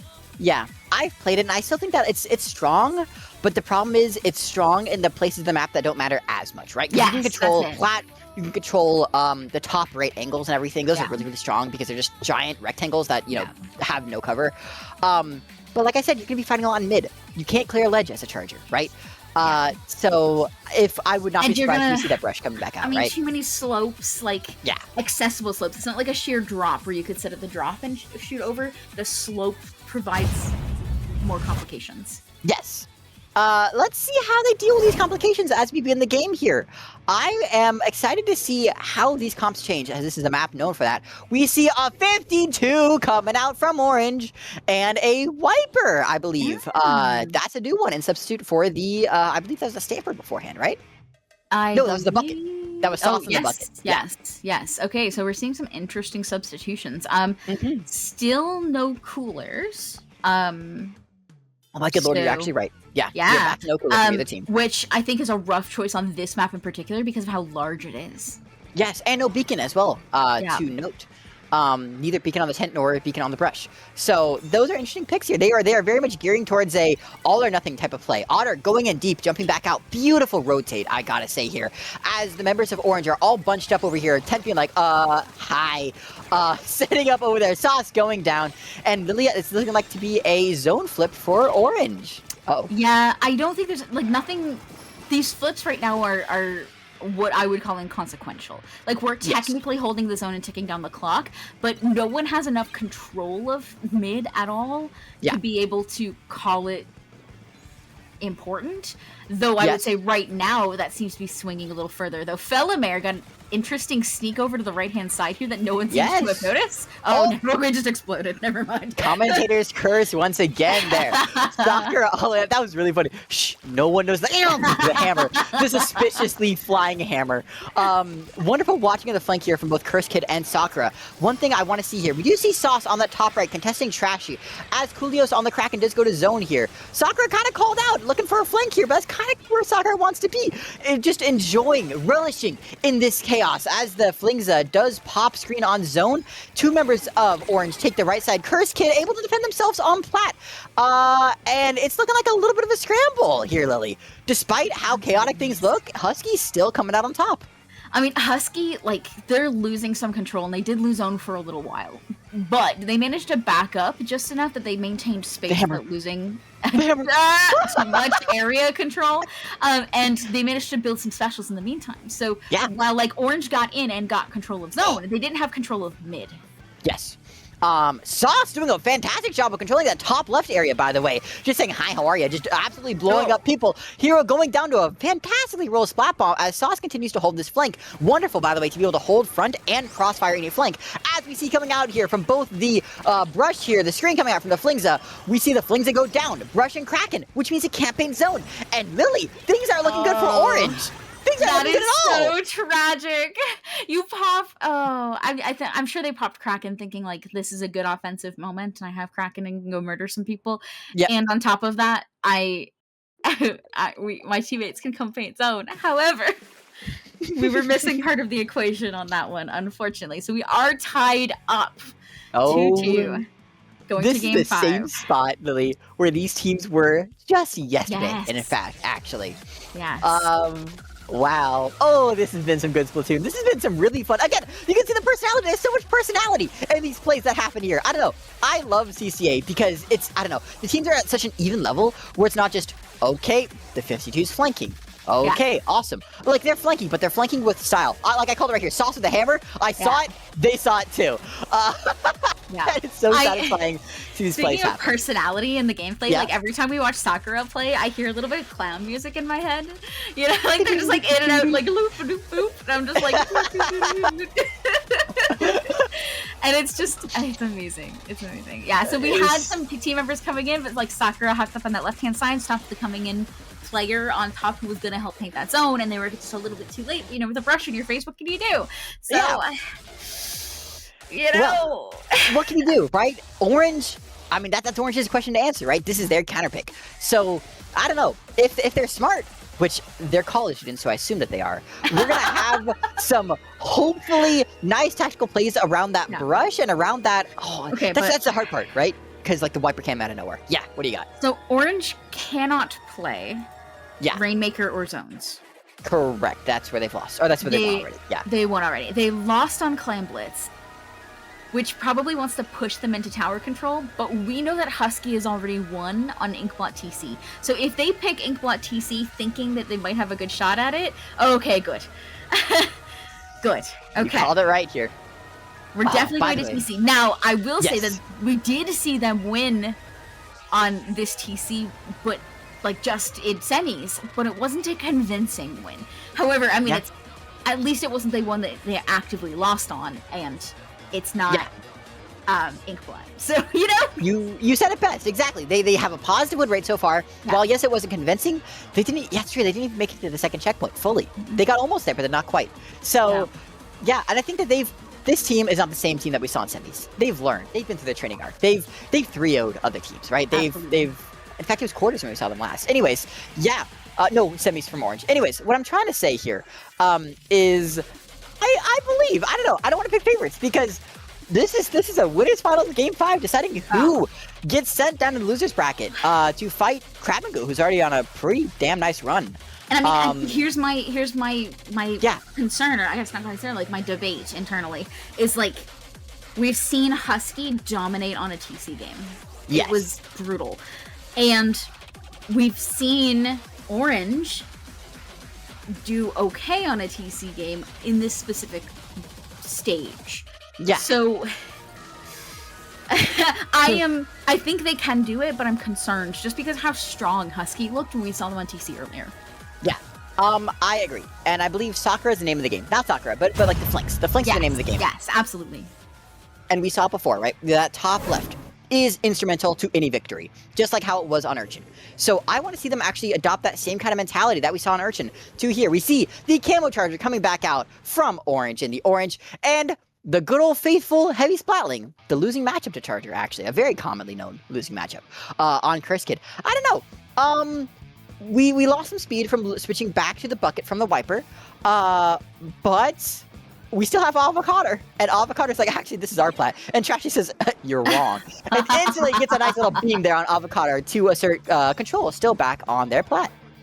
Yeah, it looks like Sauce is trying to get something moving on this and the right-hand side now, you know, like sloshing up there, trying to pressure those people, and it's just not quite working the way they want them to. No. A beautiful play there from Sakura coming in and aiding that Ted Umbrella. That's the kind of play around I want to see from that brush. Yeah, Tent grabs all the attention. Oh, hello, Trashy Mine. Tent grabs all the attention and then brushes, oh, did you forget about me? That was your fault. As they do try to go, oh, nice retreat behind cover here from Coolios. One more shot from the Zuka, careful. Okay, they're fine. Sorry, that guy, I was a little scared there. Yeah. I'm still a little scared. There's a crab shooting a tower, but, you know, Avocado just managed to slide right on in there and get a few picks, and we're nuked. Coolios. I love seeing Coolios back on that Charger. Like yes. I think this is what they needed. They needed Coolios off the brush and back onto the Charger because the amount of pressure exerted, especially when they've spent several games not having to worry about it, is immense. It's this honestly weird kind of mentality mix-up, right? Of like, okay, now we have a Charger, we know how to play around that. Okay, now we have a brush, we know how to play around that. Like, they're easy to play around, but switching them up with such frequency is you have to play around both types of comps very differently, both on offense and on defense here. Sakura, by the way, getting 2 to flip the tower. This is the Sakura that we know and love and that we've seen debut earlier on that TC Inkblot match here, sprinting right ahead onto that top right here, if I'm not mistaken. Yes, yeah, it looks like they're up in the top right, just sharking around and being a nuisance, which we love to see. And Unknown Hero dropping down to that right-hand side. I don't even think they knew Sakura was there. No. So things are getting a little chaotic in that pit area, allowing the rest of the members of Husky to move on up and get into advantage positions. Yeah, I love seeing the crab versus the tent shield, and then the tent popping Zuka and destroy the crab off screen. A nice little, like, you know, oh, no one had to saw that. They rated PG for everyone, you know. Sakura on the top left, exactly where we like to see them. We see them again playing around that tent as we love to see it. Yes. Oh, Lily, they made it to the second checkpoint. They did, and I was watching Chris Kid with that wave breaker. I was like, they need to save this to throw it up top right. They need to save it, and they were holding it, and they finally threw it up there. And I was like, yes, they heard me. They did. Chris Kid getting one pick on the tower, raising through the strikes covering tower. That is gonna be gold. That is gold. That is Violet. That is Husky taking your Game 5, moving on to Grand Finals. They will have a bit of a beat, though, as Losers Bracket isn't too far behind.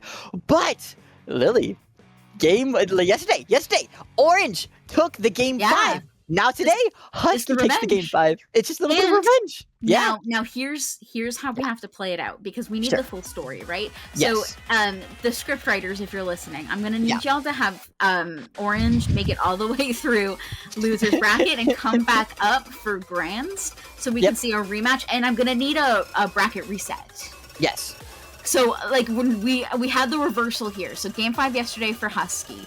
Yes. For Orange. Correct. Game 5 today for Husky. And now we're gonna need Orange to come back with the bracket reset and then have the true final best of 5 at the end. That script's gonna be flames. You know what? I'm actually gonna tune in. I'm gonna keep on watching this. I gotta go to a party, but I'm gonna be that one kid and be like, you know, they don't know that I'm watching the CCA, right? Like, that's gonna be me. I mean, I'm just watching to see if that happens, because I feel like that would just be really silly and fun, and if we lived in a video game or a book, it would be true. So. Yeah, this is cinema. By the way, beautiful pole dancing from Chris Kid right there here. An individual after my own heart. Wonderful objective play. Wow! Yeah. That was a great Splatoon, Lily. Yeah! It sure was. Awesome. It was incredible. From now on. It looks like Yes. we're going to be moving down to losers semis to watch Crab and Go versus CSULB Black. But before we do that, we are going to head off and switch some commentators for you. But before, yes, we are. Just before, Shiny, the people, they can find you. They can find me on Twitter at Shiny Pikmin, at Blue Sky, at shinypikmin.sunsetsurge.inc. Look up Shiny Pikmin, you'll probably see me. I also stream on, I know it's Blue Sky. I also stream on YouTube at Shiny Pikmin and on Twitch at Shiny Pikmin. If you want to see some wonderful Anchor gameplay or DM me, you know, that at right there, that at right over here. Somewhere in this general direction here. If you want coaching tips, if you liked what you heard, if you like what you see, as Lily tries to find their at, where can they find you, Lily? Here. On your mic? Wait, is that like oh yeah. Oh, is that the SNS in the background? That's crazy. Not blue, yeah, I've got some SNSs. Oh, that's Genesis 6. That's the Genesis 6 poster. Yeah. Oh my god. Anyway, yeah. So you can find me at Splatoon Lily. On the internet, probably. And if you want coaching, DM me instead of Shiny, because I'm cool. Okay. Yeah, that's great. Anyways, you're wrong. Thank you all for watching. This has been wonderful. Don't go anywhere. Yes. We still have losers bracket. We still have grand finals. You have to stick around to see who comes to fight Husky in grand. Lily said it, so you have to. And we'll see you soon. Yeah. Bye, y'all.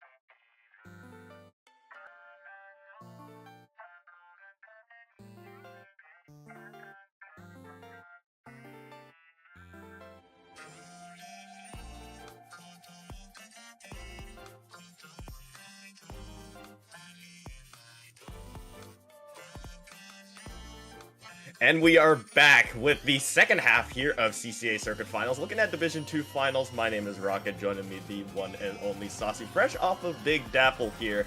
And we're taking a look at two teams in Losers Bracket Semifinals, Crab and Go versus CSULB Black and Sasu. Both these teams have been making their way through Losers Bracket, both being eliminated in Winners Bracket, but both have won their Losers Bracket Round 1 and Round 2 matchups.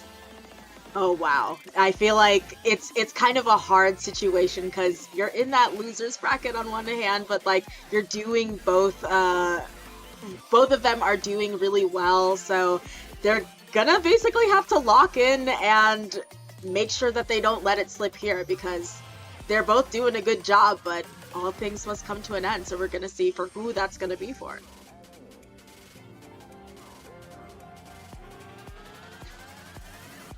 I think.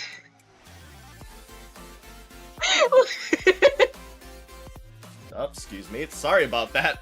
SHSU Orange. Excuse me about being muted there. SHSU Orange is waiting for them in Losers Bracket Finals, whoever the victor of this matchup here in Losers Bracket Semis. But let's just jump into it. A best of 3 here. Let's see what these two teams have in store for us.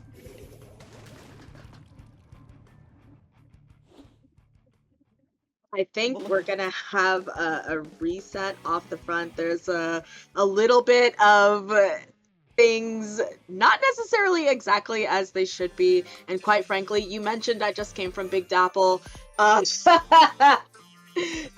resets and people figuring things out, so they're gonna get that sorted, but we're starting off with Robo Ramen Zones. I'd say a classic in comp there, Rockit. Classic for sure. Now, it brings the very, very key element of many zones maps in particular, really controlling those choke points that you get to right before the zones. Of course, if you are on the defending team of the zone, you want to make it up to that elbow position. Just a really hard choke points to really get back if you're able to get that lockout situation, and that's what both these teams are really going to aim for. Redo here with the correct rosters. We'll see what we have in store for us, and a very typical Robo Ramen Zones comp, I would say, from Crab and Go with that signature dread, with Hiko using that to dread. Yeah, absolutely. No surprise there. Those who are familiar with playing on Robo Ramen Zones knows that you can just pop that reef slider and cap the entire thing and be an absolute nuisance. And you see right off the top, the aforementioned dread, or rather not the dread, this is the V-Slosh here, just putting down that paint. Interestingly enough, no picks at least yet, but Cholio Loco is able to get out those strikes, and finally the first pick. And I think a steady control. You're talking about that elbow position. That's exactly where Crab and Go is trying to take.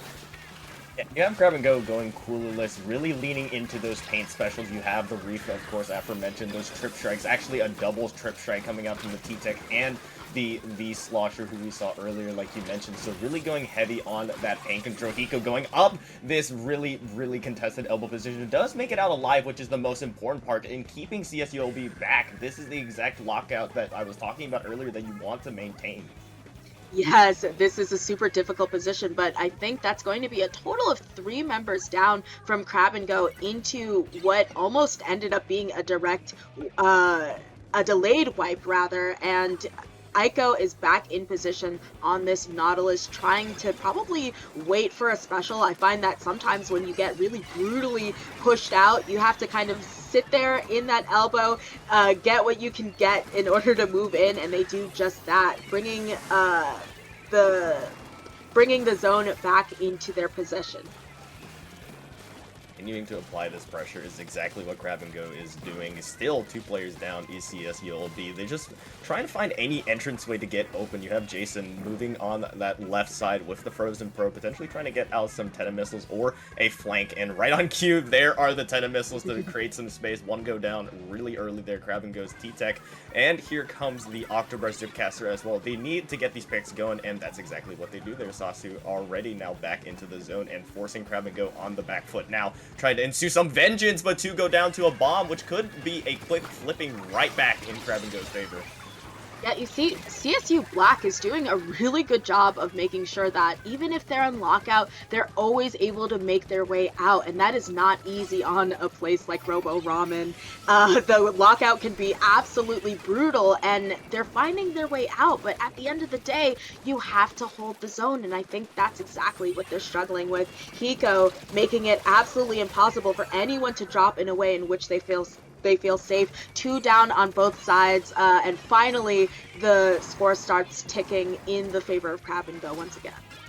As the final ticks go down, CSU will be running out of time to get anything going, as with 2 players falling just really left to the Octobrush and Jason on that left side to get into the zone. It will not be enough paints to secure that one, as from start to finish, Crab and Go really allowed themselves to get into those key positions, never looked back, and constantly keeping CSULB on the back foot, allowing them to get that first game. But of course, it is best of 3, so you still have the response coming from CSULB. Absolutely, and speaking of response, I believe we might be looking at counter picks when we're going into our next one, so I think definitely Crab and Go is going to have to be worried about that. But taking a look at this replay, we're seeing some of the dominance really coming out of Crab and Go. This is the point when there was, I think, a delayed wipe.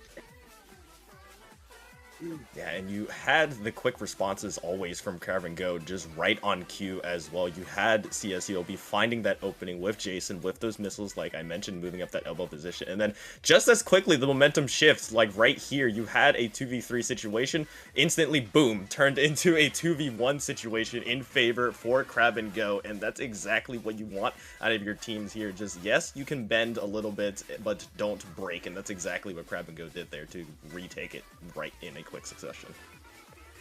Absolutely. I'm curious about what CSU Black is going to come out of this game sort of learning and changing around, because they are the team that had a cooler that was going up a coolerless team, and yet it felt as though a lot of the time they were almost being smothered with the amount of aggression coming out of Crab and Go. So of course it's going to be their counter pick. They're going to decide, and it is coming in right now. We're going to be making our way to Inkblot Tower, so gonna be interesting to see if we have any comp changes happening here.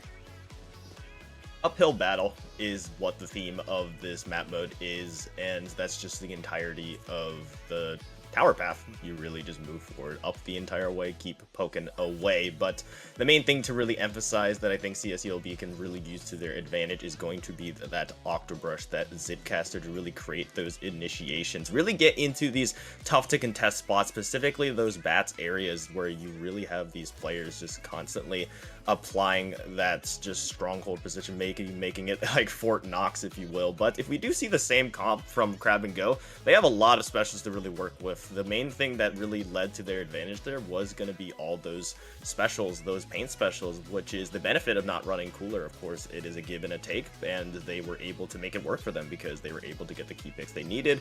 You had the double strikes, and then you also had the other painting specials with that Dread Reef Slider. So if they do stick with that same comp, it will imagine that's going to be a similar story of how they're going to retake those bats. Absolutely. I think that's a really good call on those bats, especially with the brush that we're seeing, because as I like to say, you need to get those rats out of your basement when people are skittering around. If anything, or in the attic, so to speak, because when people are just running about your bats, they're distracting you. They have this high ground on you where they can just drop and make your life absolutely terrible. So I think with the sort of skirmishing that we were seeing out of CSU Black, I think that, you know, that might work out for them, and maybe that's why they picked this as their counter pick, because I think it's a two-pronged story as to how you do well here. Part of it is that skirmish in the bats, and the other part is just aggression and dominance. Well, Long Beach has to get this one back, of course. They are already on set point. Crab and Go, that is. So backs against the wall here. everybody has exploded, so we'll get a quick redo of that one. Of course, we will not have a 1v3 with the Nautilus, but it gives us a little more time to kind of discuss things as it will hopefully end soon. Yep, there you go, Jason, thank you. As we kind of rethink a little things, but yes, we did see just some adjustments here and there, like you mentioned, the skirmishy play style of Long Beach is exactly what they want to thrive with, with Crab and Go being able to kind of smush that. I mean, I believe earlier in the bracket, they were able to get a losers bracket round 1 win over UTK Feeders, which is a team that's, like their name insists, they will go in with all the aggression that they have, and will have, like you mentioned, kind of those rats in your basement. They all are the rats in the basement. So showing that history and having that history to shut down a team like that, and then now leading to this, where you saw they were pretty much able to neutralize the Octobrush, is something that Crab and Go's strengths really lie, and where CSULB Black definitely needs to adapt. Yeah, honestly, I think that's going to be huge because Crab and Go, if anything, you need CSU Long Beach Black to sort of overwhelm Crab and Go because they're not running this cooler. If in theory they can kind of be like, listen, we're outpacing you, because ultimately when we trade, it's not a true trade. You're going to have more downtime than us. So like you say, if they're able to just kind of stick and stay really rock solid in the face of people throwing themselves at them, then they're going to be in a fantastic position going into this map mode, and maybe it's not as devastating of a counter pick as you might think.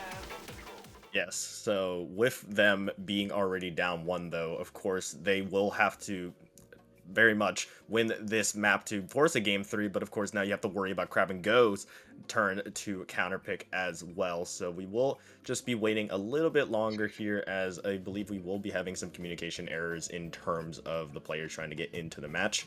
But just to quickly look over a little bit of how maybe other teams are doing. Of course, SHSU, Sam Houston State University, is waiting for the victors of this loser bracket semis matchup.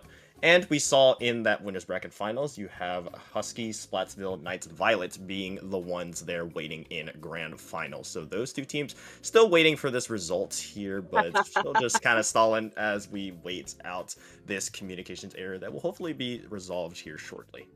Listen, I don't know what is in the Nintendo Air, because I will tell you, as someone who just came from a LAN, I had an issue where I was getting comms errors on LAN. Like, fun. At what point? And I, not just like, oh, communication error, booted straight out of everything, but I was getting specifically like internet errors. Right. While I was getting like, oh, check your internet connection. And I'm like, I'm a handheld player. I literally have an adapter and an Ethernet plugged directly into my Switch. Right. At what point, do I get away from the comms errors? So you can run, but you can't hide from For sure, and it's an issue that just happens in general. I mean, with Super Jump also happening right now as well. I've been watching that as well. There's been several streams looking at CCA and looking at Super Jump. It's just an unavoidable problem that is just throughout. So, a little fading effects, question mark. There we go. We're looking at CCA Splatoon. This is Division 1 here, taking a look at things. You have PSU Blue, of course, you know them, you love them. They really need no introduction against a strong team, USF Gold in South Florida. Looking at losers finals, they're very interesting here, as we just hopefully are continuing to stall as we wait for our matchup to take a live look in. But I mean, you're looking at Division 1, there's a lot of strong teams that actually didn't make the cut.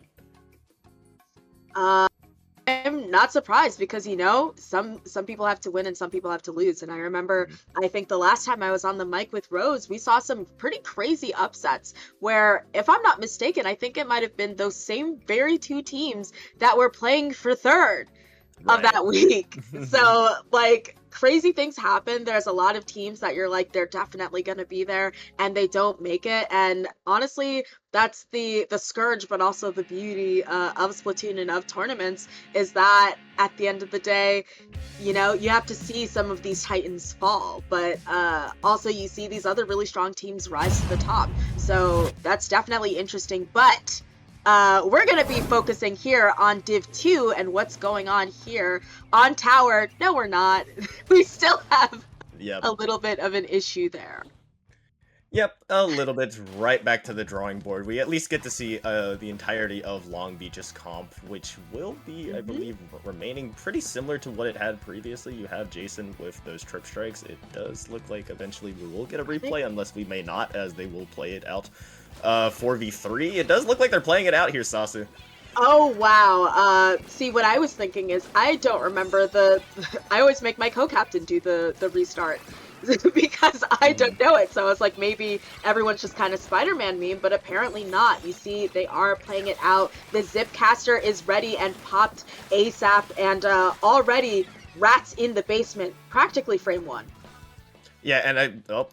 That's to be expected. Yep, I was about to say, I mean, I don't know the specific rule set of maybe there, because there was already a explosion of the lobby, pretty much. I mean, you had, like, what, half of the players missing, and then now here, a little bit smaller explosion. Because whose DC do you count that as, really? Yeah, I'm not exactly sure, because if everybody starts exploding, then who knows, but... We'll get it sorted out here. You probably have somebody just gotta restart.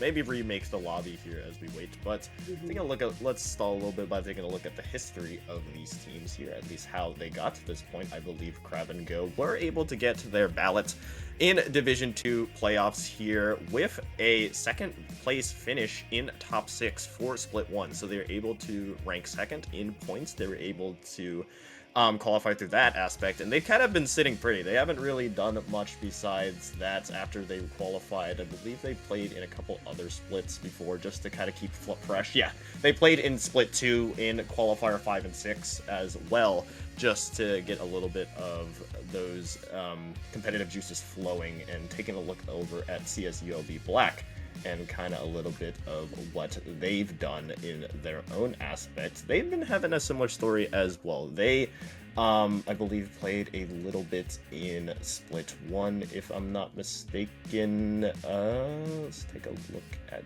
this. It doesn't look like they did. I think they qualified actually in the last chance qualifiers, as I'm not seeing them in either split in the top 2. No. I see them in Split 2. Apologies for that. Top 4. They placed 4th in Division 2 for Split 2. So a little bit of a different story of how they got here. One in Split 1 and one in Split 2, but they meet here regardless.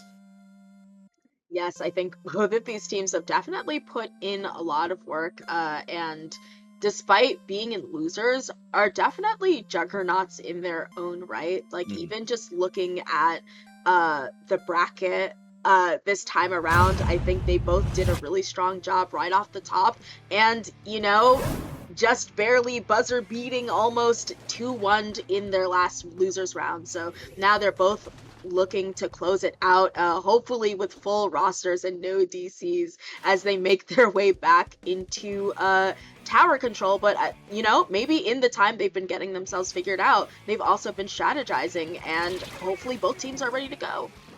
Third time is the charm, Sasu, as we have Crab and Go already off to a blazing hot start. The thing that kind of drew me for a little bit of surprise on that initial loading screen, you saw Long Beach, you had that Zap running Ninja Squid. Not a common combination of things, but hey, to each their own. As we have Crab and Go already continuing that momentum, it doesn't seem like those breaks really stopped them from continuing this momentum, as they're already at the second checkpoint with trip strikes, another set of trip strikes going off.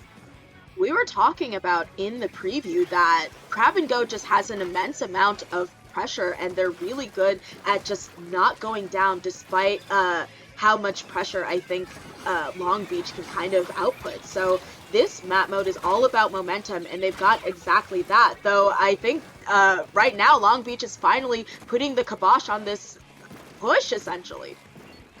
Well, at least half of the University of Houston's name is true. There is no crab, but they are definitely going. And already with 29 with a minute and 10 gone, that is a great blazing hot way to start things, especially on a tower map nonetheless, is where you can really flow and continue to carry that momentum. You have Eli with the decap being the major change for Crab and Go. That bubble is going to provide so much value on top of the double strikes you had. I mean, you see it right there with them slashing down Jason. Just the Octobrush left there for Long Beach to try to contest the tower, but that momentum is going to continue to swing in Crab and Go's favor. Crab and Go is just like a tidal wave right now. You see them just dyeing the entire map in orange as they move up with a vengeance. Here you have this T-Tech just getting this really nasty pick, diving like that, but 3 of their members are down. It's just I go into a wipeout. So Long Beach is able to stop the bleeding finally, as I think Crab and Go is able to eke out just about 8 more points on that push, but we're going to be soon nearing halfway through this. Long Beach hasn't been able to put that many points on the board, so something they're doing isn't necessarily working, and they're going to have to figure out what it is fast. Yes, halfway to go pretty much in this match, and yet again 2 players down for Long Beach. It's seemingly looking like Crab and Go have just never let go of this midway point, and that is the case. They just have never let go of this strong point, and something needs to give for LB Black to get into that area. You have the T-Tech yet again. You saw it earlier, Sasu. You're being the aggressing factor here. You typically think of it as a support painter, but I mean, hey, I can support the enemy. I can support you by just completely eliminating the enemy team as they take that ramp area. You do see them go down pretty early though, so the strike's already being used, yes, but numbers advantage not into their favor. The decap going up, Eli going up again on this bats area with that bubble as well. It's just going to be a nasty thorn in the side of Long Beach. Absolutely. You see 2 of their members going down. You have their anchor here, Intentional, just trying to keep them at bay and stop the wave from coming. They do so, and the fact that they get 3 members down, and you have Cholo Loco still able to get that pick despite retreating here, trying to keep on to mid, but I think going to be displaced by that Wellstring. So far, we're going to see, it feels as though there's been almost a rhythm in that finally Long Beach Black has been able to get rid of them and push up to mid, but then Crab and Go, just in their tidal wave way, goes forward, but looks like that's not necessarily going to be the case this time. A minute is still plenty of time for Long Beach to bring this one back, and 2 players down from both sides with Tentinol still on that tower, spraying down that artillery fire on that Wellstring, but just left to the Octobrush yet again, being snuffed out by Crab and Go. Still a long way to go for Long Beach, however, as they need to get back here, continue this momentum in this mid-control area, but this is a dangerous situation to be in, especially when you take a look at what Crab and Go has. Remember, they still have these double strikes. You have the T-Tech going down pretty early, so at least their strikes will be delayed, but the Bucket is smartly just waiting out the timer. Yeah, absolutely, and you're afforded that when you have the double strikes. You don't really have to worry. We saw a bit of a slash in the camera there from the decap. They do eventually go down, but right now, once again, Crab and Go a little bit on the back foot as they anticipate Long Beach Black coming in. Once again, Cholo Loco getting another pick, and if no one is able to dive them, they are going to GG strike that tower, so they're getting ready. Strikes come out, one could argue a little bit early, but it does exactly what it needs to do. Clears the tower, and they take the second game. We saw Crab and Go somehow continue, well, not somehow, but making that momentum even stronger compared to that first game, which I didn't even know was possible, which was what we saw, how fast they were able to get up that left side in that ramp area. And for basically a good 3.5 minutes, Sasu, I didn't really see any Long Beach member being able to break into that mid-control area. And that's exactly what I was talking about earlier in the preview with Crab and Go being able to shut down these rats, being able to hold firm in their placements, and just getting it to that 17-point mark from the very get-go really dictated the entire game. That's all it takes sometimes. If you win those first fights in the first minute or two, you can just cruise control the rest of the way, and that's exactly what we saw from Crab and Go. Yeah, I think you need a lot of strategy to be able to push forward in tower, especially this mode being completely based off momentum. You have to know when to back up and when to bide your time. And when the other team has a really low number like 17 right off the top, you're not afforded that time to really strategize. You have to be on the tower, and going up against 2 GG strikes and these strong players with strong mechanics, sometimes that's just how it's going to be. You end up with a 2-0. Yep, so GG to CSULB Black. As we move things along here. Now, looking at losers bracket finals, it's a Texas Bowl. It's a Texas Bowl between 2 Texas colleges. You have Sam Houston State University waiting there with the University of Houston's Crab and Go Division II team. So, hey, you have a little Texas Bowl. I love a little hometown matchup from my home state of Texas, so this one really excites me, at least in that aspect here. Of course, Sam Houston State University has been on Stream Affairs several times already before we got on. They have been on a tear themselves, but of course, losing a close 5-game set against who is waiting for them in Grand Finals, Husky Splatsville. So this winner of this match will determine who will go up against that team, as Sam Houston is looking for the run back. Yeah, I'm sure both of these teams are wanting to get into these grand finals. They've had to go on losers runs, deal with being in the losers bracket. Their back is up against the wall, and now, like, you don't want to go out in that 3rd place position. You want to get into grand finals, of course, get that gold. You'll get the silver if that's what's in your mind. But listen, I know both of these teams are jonesing for the opportunity to get into those finals. Yeah, mostly, and also playing for the pride in your college as well. I always love a little bit of just how teams are able to just rally together and really use the motivation of, hey, we're doing it for our college. We want to represent us, and that's exactly what these 2 teams are really going to strive for here as we just wait for the lobby to kind of set up a little bit. But back to your point of what you mentioned about both these teams now being backs against the wall, and that is especially true for Crab and Go. Mentioned it earlier in that previous set, but from start to finish, they have been backs against the walls all the way from round 1 all the way here to losers bracket finals. All they had to do was lose 1 set and they're out, but constantly, time and time again, they showed up when it matters most against UTK Feeders, against Coyote Black, and then CSULB Black, and then now here against Crab and Go. Meanwhile, of course, Sam Houston lost a little bit of that momentum in finals and now meet themselves here in losers bracket finals. So you could see a Cinderella run for Crab and Go, who has for sure the momentum on their backs versus a strong, formidable Sam Houston State University team that has a very interesting comp. If I remember correctly, they ran a Flingza and Octobrush combination and a little bit of Tent as well, and I think to some follow it around, I believe a Shot/Gal, which is a very unusual comp to say the least.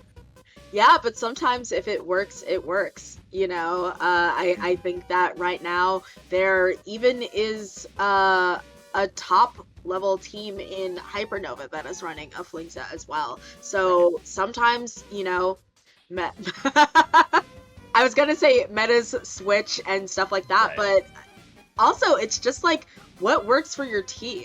I feel like every team has this one comp that is just really funky and weird, but you're like, listen, it works for us. And speaking of which, speaking of work, both of these teams gonna have to put in a lot of work because we're heading to Barnacle and Dime zones. And if this doesn't take work to get back into mid, I don't know what does.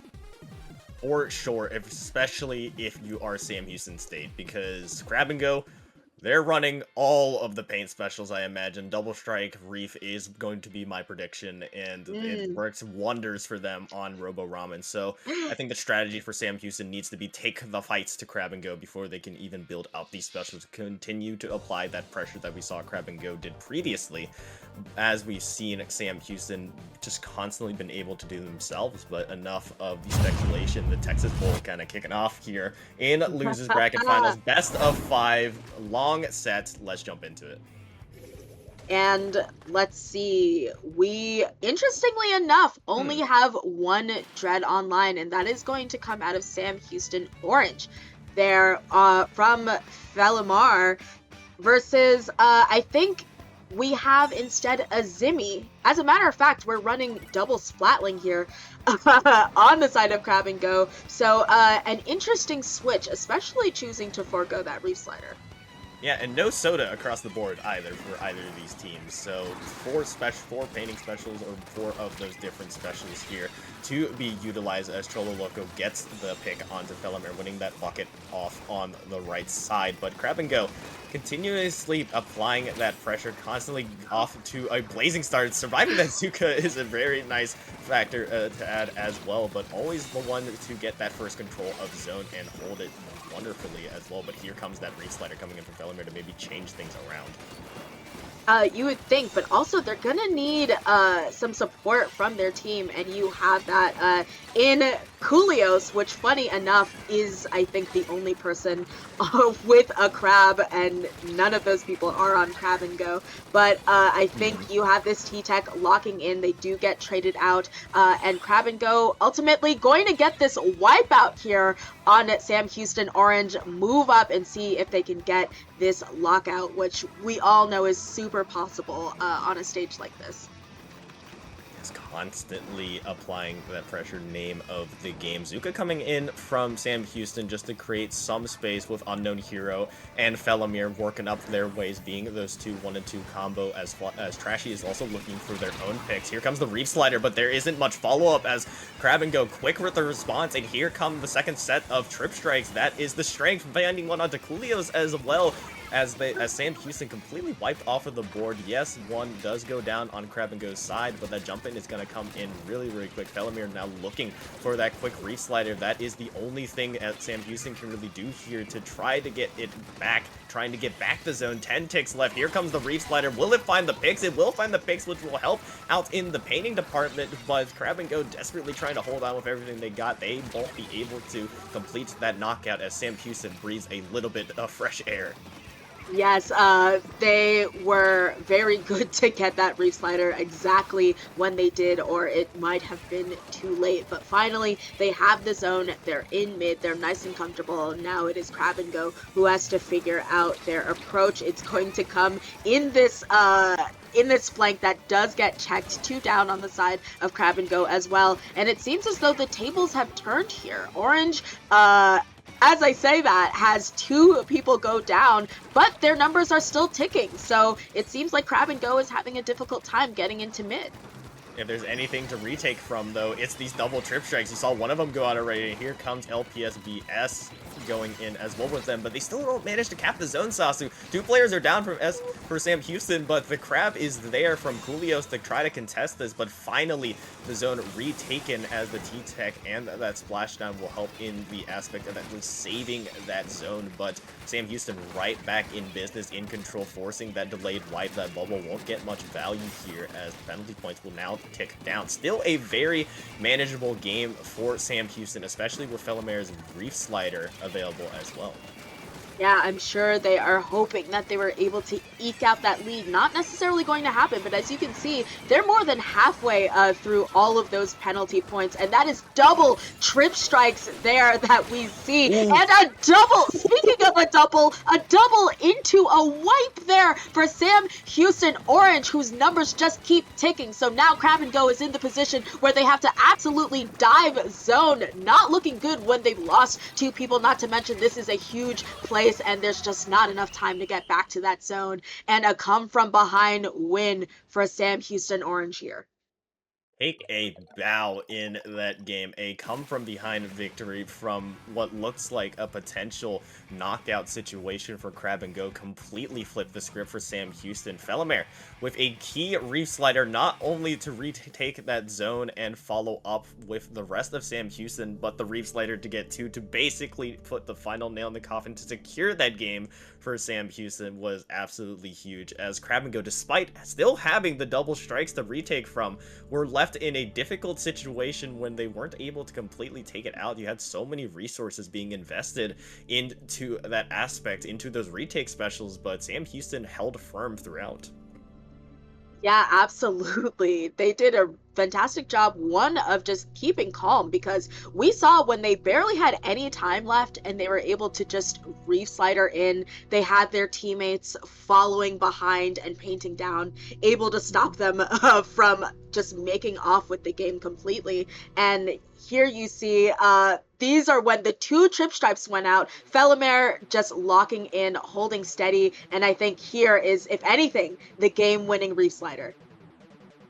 Being in the right place at the right time, and more importantly, just being able to cancel out just the win condition of Crab and Go. You do have them returning to TC, as we saw their strengths on TC Crab and Go's, that is, of how fast they're able to get off to that blazing fire start. I do envision that Ellie will go back, or Eli, excuse me, will go back to that decavitator to bring a little bit more of that aggressive aspect with the double strikes and the bubble.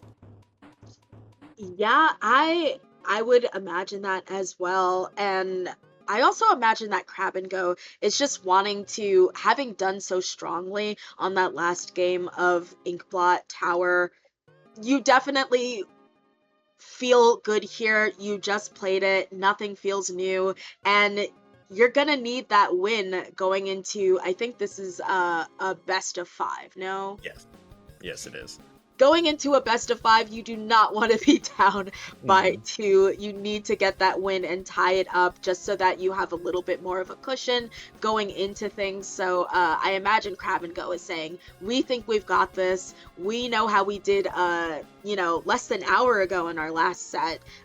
This is going to be an easy W under our belts that could make us feel safer going into that 3rd game.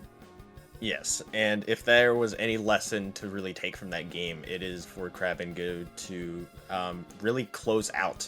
I mean, you had them set up really wonderfully to just coast the rest of the way, and then eventually Sam Houston got a little bit of momentum back, and then a little bit more, and then a little bit more, and they never gave it back at all, which is exactly the opposite of what we've seen Crab and Go really do with teams. They've really been able to finish off them well, but Sam Houston is not like every other team so far, and they evidently showed that with how fast they were able to come back from that. So Crab and Go really need to beware, even if they are able to do what they signaturely do, which is to continue that momentum. That's all Splatoon 3 is, really. It's a game of momentum. It's a game of a tug and war. Absolutely. And what has more momentum, what plays off more momentum than Tower?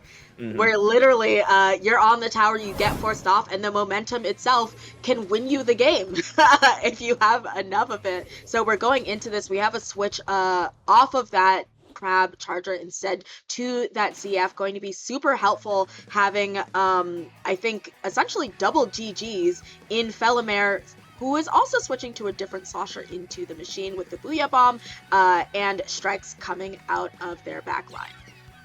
Go sticking with what we expect here with those double strikes, but they go 3 players down pretty early. They could get knocked out here. That is a complete wipeout. I mean, excuse me, as it is Sam Houston that is the one with the early aggression. Unknown Hero with the Zuka as well to constantly apply this pressure. Felomare just lurking in this left side. Booyah Bomb to utilize as well, and the strikes. So like you mentioned before, the game of momentum, tower control is exactly where you can get it from. A nice kill onto Aiko there, another one potentially onto the tower as desperation strikes are thrown from Crab and Go just to try to do anything to slow down this momentum that Sam Houston has been able to build. Yes, and right now they're in a bit of a weird situation. Of course, they dodged those missiles, but it almost feels like, I don't know, like this positioning is weird, hence I think that jump out, but finally, Sam Houston Orange has just about been eradicated from the base. They are all back exactly, in theory, where they belong, and Aiko just holding to that tower, as well as, I believe, a splashdown in case anybody tries to pressure them and take the tower from them. And now, once again, we've got rats in the basement taking those bats, and you definitely do not want to decav, especially one that might be able to get its bubble, and now won't, in your bat. So well done there from Sam Houston Orange. Ooh, that's a lot of it. Yeah, you had Crab and Go with the key pick on to Trashy that flings that could really shut down any advance onto the Bats area, but with them going down there, you had Crab and Go continuously moving forward. Eli trying to get something going, but on that left side, but they go down. You have Felomir yet again with another Booyah Bomb waiting on this elbow position, and they will choose to utilize it, as well as Hirozuka, which does find one on that right side. Coolios going down in the backfield, as well as you have IBS just being that aggressive T-Tech we saw in that previous set as well, but we've kind of slowed down the pace a little bit here as both teams have now figured out each other a little bit, feeling each other's weaknesses, but at this midway point, it's still pretty dead even.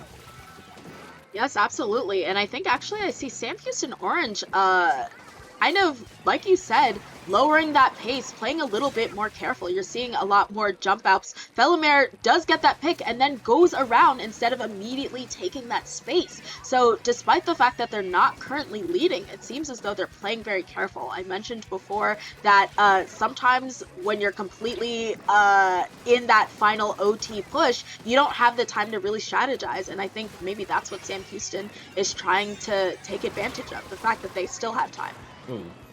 You have to keep your eyes on Trashy as well on that Flingza roller, that Ninja Squid Flingza roller. It is dealt out with Coolios left in a very difficult position in this backfield. Is taken out with that charger being used. Here is LPS as well with these strip strikes, kicking things off for Crab and Go's push already on this Bats area as well, trying to find the finishing picks onto Unknown Hero, but Unknown Hero themselves making that play, getting a 2 for, and unfortunately falling off into the water, but it is okay. They did their job at the very least to slow down that momentum. Yeah, absolutely. And I think Crab and Go really cheekily trying to get more points. Not quite gonna happen. They move back from the trip strikes, and now soon we're going to be coming up on just a minute left, and yet it's felt very deadlocked. None of these teams really maybe just having some fights in bats, getting warded off, going back to mid, kind of rinse and repeat, and maybe that's why their scores are so close to each other. But here you have a triple, and Crab and Go once again advancing forward as they get the picks that they need in those bats areas. But, you know, ultimately, they're still up. There's still 48 seconds left, and we're going to see if this is going to result in a knockout or a come from behind win once again. Does have a splashdown to utilize, not able to get it off in time as 3 players of Crab and Go do go down here, but the 4th, you have just slowly but surely getting those more points and all the way down to the 6-point mark. 26 seconds left on the clock here, and this is exactly what we saw previously in that set, where you don't want to be down in tower control on this map against a team like Crab and Go that have the 2 GG specials. So Sam Houston needs to take the fight to them. They need to get these players out, prevents them from farming those specials as we take our final moment in regulation. Overtime is waiting. L finds 2 picks, actually, and right on cue, the strikes, and they wipe out to boot as well, as Crab and Go punch right back here as we're basically reset to best of 3 now, Sasu, as it is 1 game apiece. Yeah, Crab and Go played this exactly how they needed to, really. They were sort of harassing with all of those strikes, and then also just being incredibly offensive. There are times where they could have played a little bit more careful. In fact, that's what I saw out of Sam Houston Orange, and instead they decided to just go, like it says in their name, and I think it paid off for them. That's why they were able to get that monster push at the end and put Sam Houston Orange in a position where they couldn't just be calm. You see a bit of an overextension there from Unknown Hero, and I think if they had the time, if they were playing a bit more careful, that may have not necessarily happened.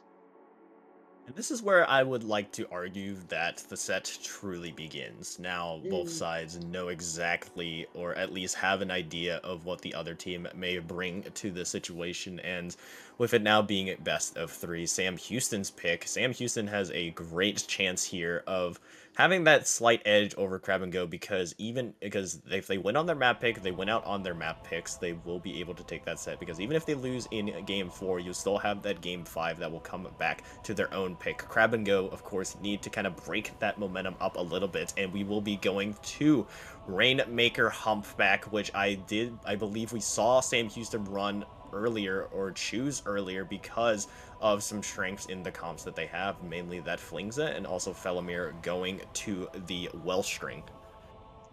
Oh yes, that is object damage out the wazoo, if anything. I'm sure Crab and Go's gonna see the comp and say, we don't pop, let me just... They don't even have an opening cooler, Right. I guess, to defer to. They're just like, let's just take a pace back so we don't explode, and that's going to be that. But going to be super excited to see this. I feel like, Rockit, you tend to see some really strong games on Rainmaker, Humpback, and you called it. We do have that Wellstring online, and no switches out of Crab and Go this time around. Yeah, and Coolios going to the Octobrush here because of the map pick. This is what we were hinting at earlier of what a comp that they can run, and it's all aggression. And looking at Crab and Go, it's kind of a double-edged sword picking this map against a team like Crab and Go, because there's a lot of strengths to the comps that Crab and Go has been picking as well, mainly that decap and the double strikes, and splashdown value is just amplified here. And Crab and Go already with that early 4-down wipeout situation onto Sam Houston, looking to do what they do best and take the fight immediately to them. I'm mainly surprised that they're able to kind of hold off that opening object damage like you were mentioning here, as you see all these players so far up aggressively, mainly LPS as well, managing to get chased by Hero. 2 players down though for Crab and Go, but all they see is green grass. That's all they see. Wow, what a push, down to 33 with just a minute elapsing. That's going to be huge, especially like you mentioned, the fact that they have all that object damage, they can pop exactly when they want, and put a lot of harassment down in this brush and this bow. But I think Sam Houston Orange just going to opt to let that reset, especially because Felomir has their hammer ready. But they are the only one down. They defend themselves a little bit, but they're waiting for the rest of their team, and they are the only one up to try and stop that Rainmaker from just walking, because despite all of this, they got quite a few points the last time they tried to walk. And Felomir with 3 players down on the side of Crab and Go. Now is the opportunity for Sam Houston to get back into mid at the very least. Slowly but surely, though, they are making their way forward, as it does give an opportunity for Crab and Go to really rally the troops. Here comes Azuka coming out from Hero, but they are taken out before they can use it. 2 players down on the side of Sam Houston. What looks like a good shot to get back into mid is completely shut down yet again by a wipeout here for Crab and Go's favor, as this momentum slowly but surely moving up. Trip strikes available as well from this bucket. Hero just trying to stay alive on this left side, but now just trying to find anything to slow down this momentum that Crab and Go is potentially building here, as here come the strikes, and that splashdown is waiting as well. Yeah, absolutely. You have the missiles coming out, a Kraken, a hammer I feel like I saw in there. They threw everything and the kitchen sink at them. They said, absolutely not, you are not coming up here, and that is exactly why they got this wipeout. They have successfully cleaned them out of that entire section. They're making a pass at that elbow position, but Crab and Go is there and waiting for them. Ultimately, they do get this check, an immediate pop, and now they're going to make their run at possibly eking out these points. The decap is still up. They do go down, and finally, the signature strikes out of Crab and Go get them a wipeout while they're at it. That is the 3rd wipeout for Crab and Go, and constantly at every moment, they've just been able to shut down Sam Houston through every second of the way here. 1:50 left. The nature of Rainmaker Humpback, though, is anything can happen. All it takes is a wipeout in favor of Sam Houston to make it a different story, as there isn't a checkpoint to stand in the way of either team here, Sasu, so these fights are gonna be even more crucial here. A 1-for-1 trade against Trashy will be had on that right side. 2 players down in total for Crab and Go. And like I mentioned, there's the wipeout! There's the wipeout in Sam Houston's favor, and they will be able to almost take the lead. A quick pick, though, from Cholo Loco is absolutely huge here to save that potential lead flip. I thought I was about to write the script right there. That was a close one, but sometimes, listen, this is a really strong weapon to have on this map, particularly because you can just do that. But we were talking about that object damage, and that is exactly what came in clutch for them. They're able to pop that and explode several members on the other team and ultimately get that lead. They're still running it down to a 12, just snagging that lead. once again, we have another wipeout happening here. So immediately we are down to 42 seconds left in this set, and things have become dire all of a sudden. So we have this flanking rush coming out and an unfortunate bomb death, and everything is just pandemonium in these last 30 seconds. Just absolute chaos, and that's exactly what Humpback is. Felomir getting a nice 2 as well, and another wipeout in favor of Sam Houston, who will choose to play it safe, which is the correct move here. Humpback Pump Track, I love ya. This is 10 seconds left here in the match. Will there be any players for Crab and Go to try to contest that? You have the decap on that left side. They are quickly dealt with, however, as that will just about do it in that map. Sam Houston survive a thriller to come back from behind, finally getting that wipeout they needed, and were able to take advantage of it fully. Now 2-1 in the sets, and I can only describe that as just a signature Humpback Rain map in pure chaotic fashion. I believe we saw 5 wipeouts in the span of 1 minute. Listen, I told you that it's just extreme wild.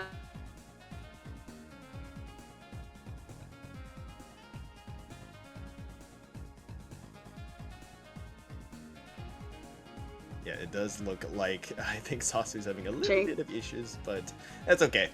Taking a look, but like you were kind of, I'm assuming you were hinting at, that's just the nature of Humpback Pump Track, just pure chaotic factor. I mean, you saw Crab and Go off pretty early to be able to create that momentum of their own 3 back-to-back-to-back wipeouts, and then being followed up with Sam Houston finally finding that momentum, and they still only had a minute and a half to do it, but in those key moments, they were able to find it to bring it back. As we see here on your screen right there, 3 players down, and that wipeout finally from Sam Houston provided them a little bit of momentum to get back into the mid area, able to get that checkpoint and later lead on to this unrelenting momentum that you had later on. But with the object damage coming out from Felomir, they weren't able to get that early pop to start things off in the game, but eventually, when time mattered most, they sat near the elbow position, completely shredding it, and then leading the way with the hammer as well to completely move in and give Crab and Go no opportunity to really get anything going, is exactly what Sam Houston needed in that situation. So now, Crab and Go on the back foot. Not only do they need to make sure this map pick matters, they need to really go to the drawing board and pull out to their best map mode pick to really win this one. They have to take one back away from Sam Houston on their map pick as well, which is always a challenging thing to do. But if there's any team to do it, it would be Crab and Go. So that is something to keep an eye on. But of course, they need to even get to that game 5 to begin with. So just waiting for that map pick here and there, as we will see what their choices are going to be. But do envision that it will be something that really heavily leans on that comp that they had with those double strikes and that decaf, because we saw it really flex its muscles on TC, where they're able to take these quick maps, and we will be seeing a return to Robo Ramen. So these are 2 maps that we saw Crab and Go win in that previous set in that losers bracket semifinals previously, and now they're just saying, hey, let's return back to where we already won before. Really recent in their memories. And of course, like we saw previously, I do envision that they will be going with a Dread double strike, as that could be the real key factor here as we will continue to wait. But Dread double strike, that paint control is going to be the true power of Crab and Go, as they just always apply that momentum through those specials. Sam Houston could see a little bit of a bounce back as well with what they run. I would envision it'd be something similar to what we saw in that game 1 with Barnacle and Dime Coolio's most likely returning to that Crab charger, as well, as Crab is a really good special here.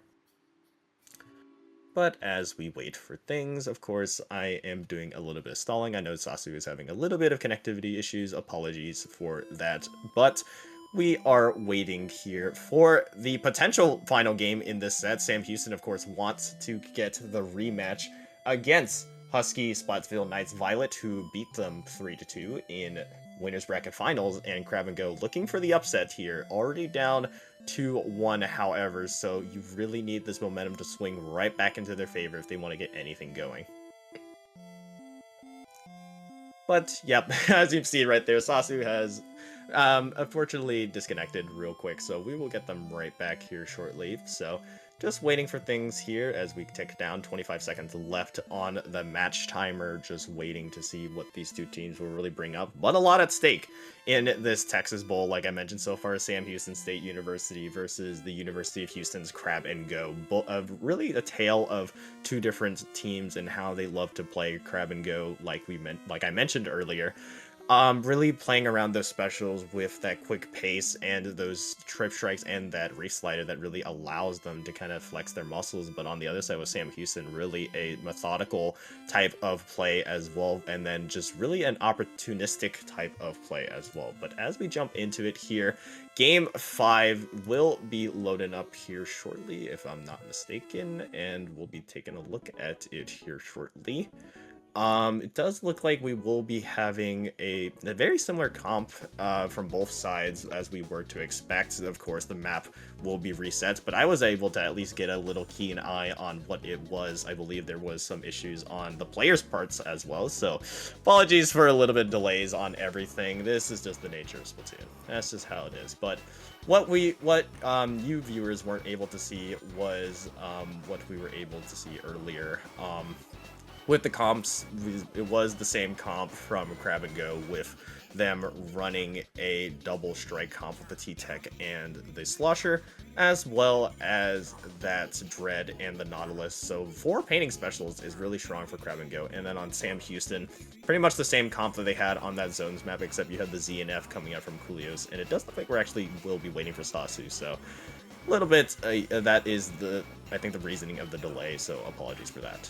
But yeah, we'll just be having a little podcast, I guess, with me here for a little bit, as we just are waiting on things. But speaking of which, how are you doing, chat? Hope y'all are doing well on this fine Sunday evening, as it seems as my lighting is very much not being in my favor, as we do see my entire room has completely turned to pitch black. I will be fixing that here shortly, so I guess that could be the time to do so right now, I would say, Dorian, yeah, as we wait for things. But now, while I fix that, we'll be looking in at CCA, as I believe that is a 2-1 lead now in favor of Las Creaturas over PSU Blue, which is a very interesting turn of events, because PSU Blue, a very strong team in their own right, just got the 3-0 victory over USF Gold, who we were taking a live look in earlier, with them sweeping USF Gold, PSU Blue 3-0 over that. But now, with them being down in grand finals here, it is back against the walls for PSU Blue, who have been a strong contender throughout the entirety of this. But we'll leave you with this live look in as we prepare things in the background.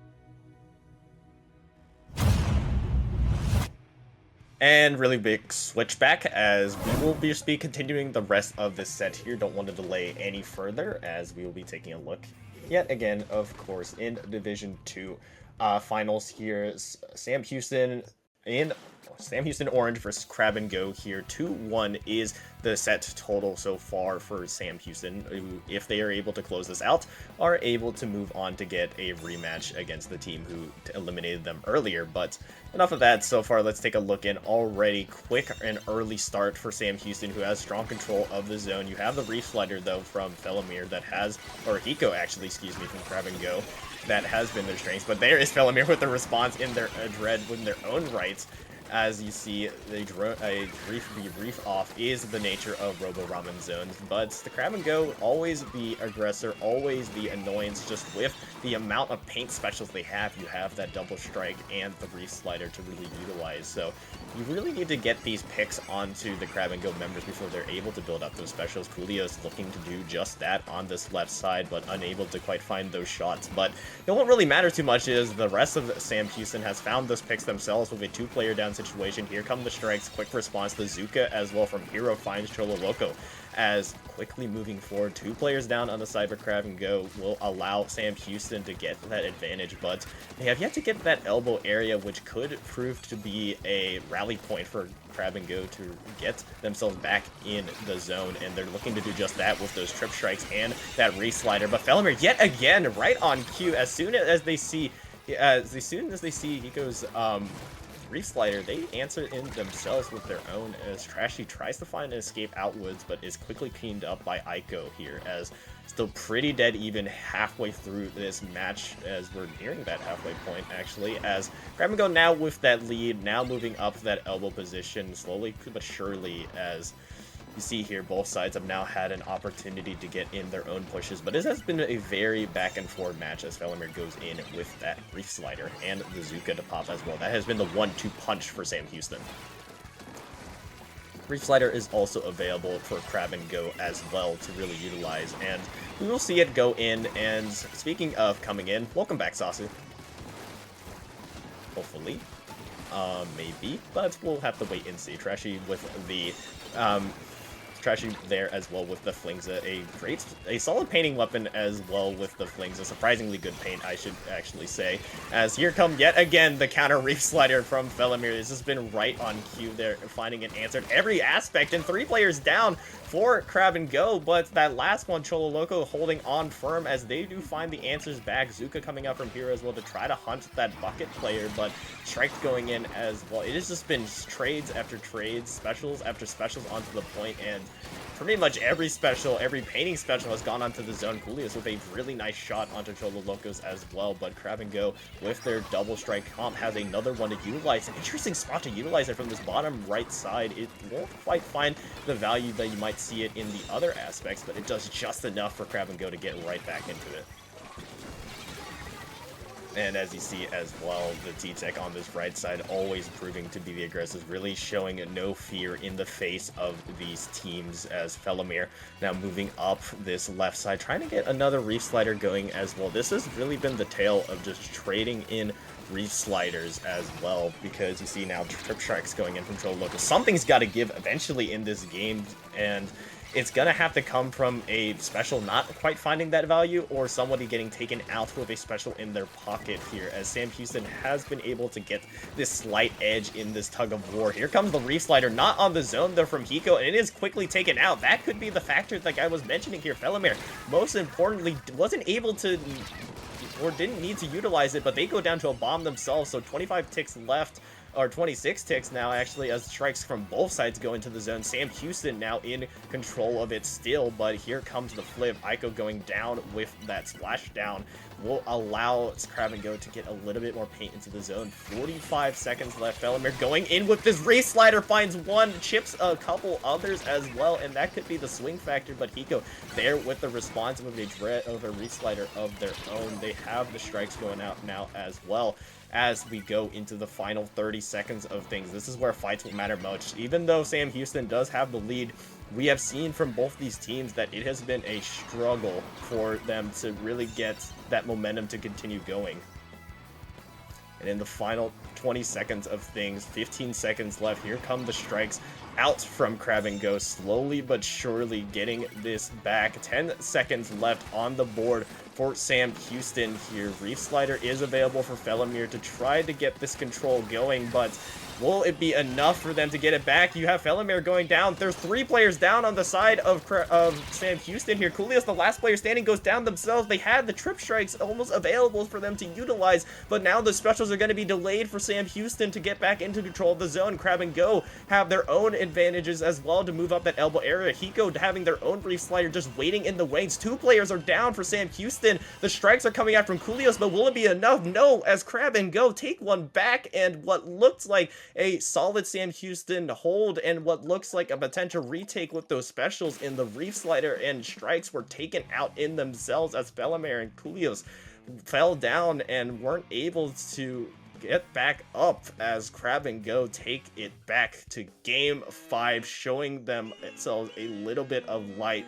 and showing Sam Houston that, hey, we are here for the long game, and it now will be all up to them in game 5 here. Sam Houston's pick. What a back and forward.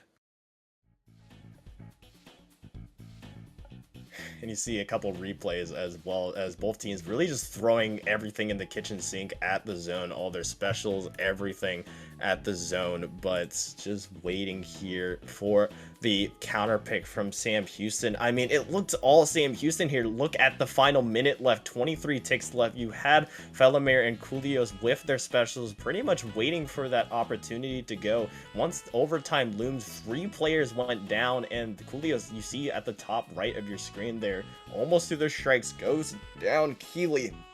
So some more points were able to be scored for for Crab and Go, excuse me, as you saw, just they were able to get the key picks onto those players when it mattered most. I said earlier in the game it would come down to potentially a player or 2 dying with a key special to flip the zone, and in this case it was Sam Houston. Those players just unable to stay alive, and that's just much credit to Crab and Go's relentless offense, relentless pressure that they were able to portray. So now, Sam Houston, you do have the advantage here with being able to choose the map mode, and it will be Mahi Mahi Zones as our last map in this set. Now, I compare this as a very chaotic map, similar to Humpback Pump Track, but take the chaotic nature of what Humpback Pump Track had and take a little bit of the special spam that you had on Robo Ramen and merge them together.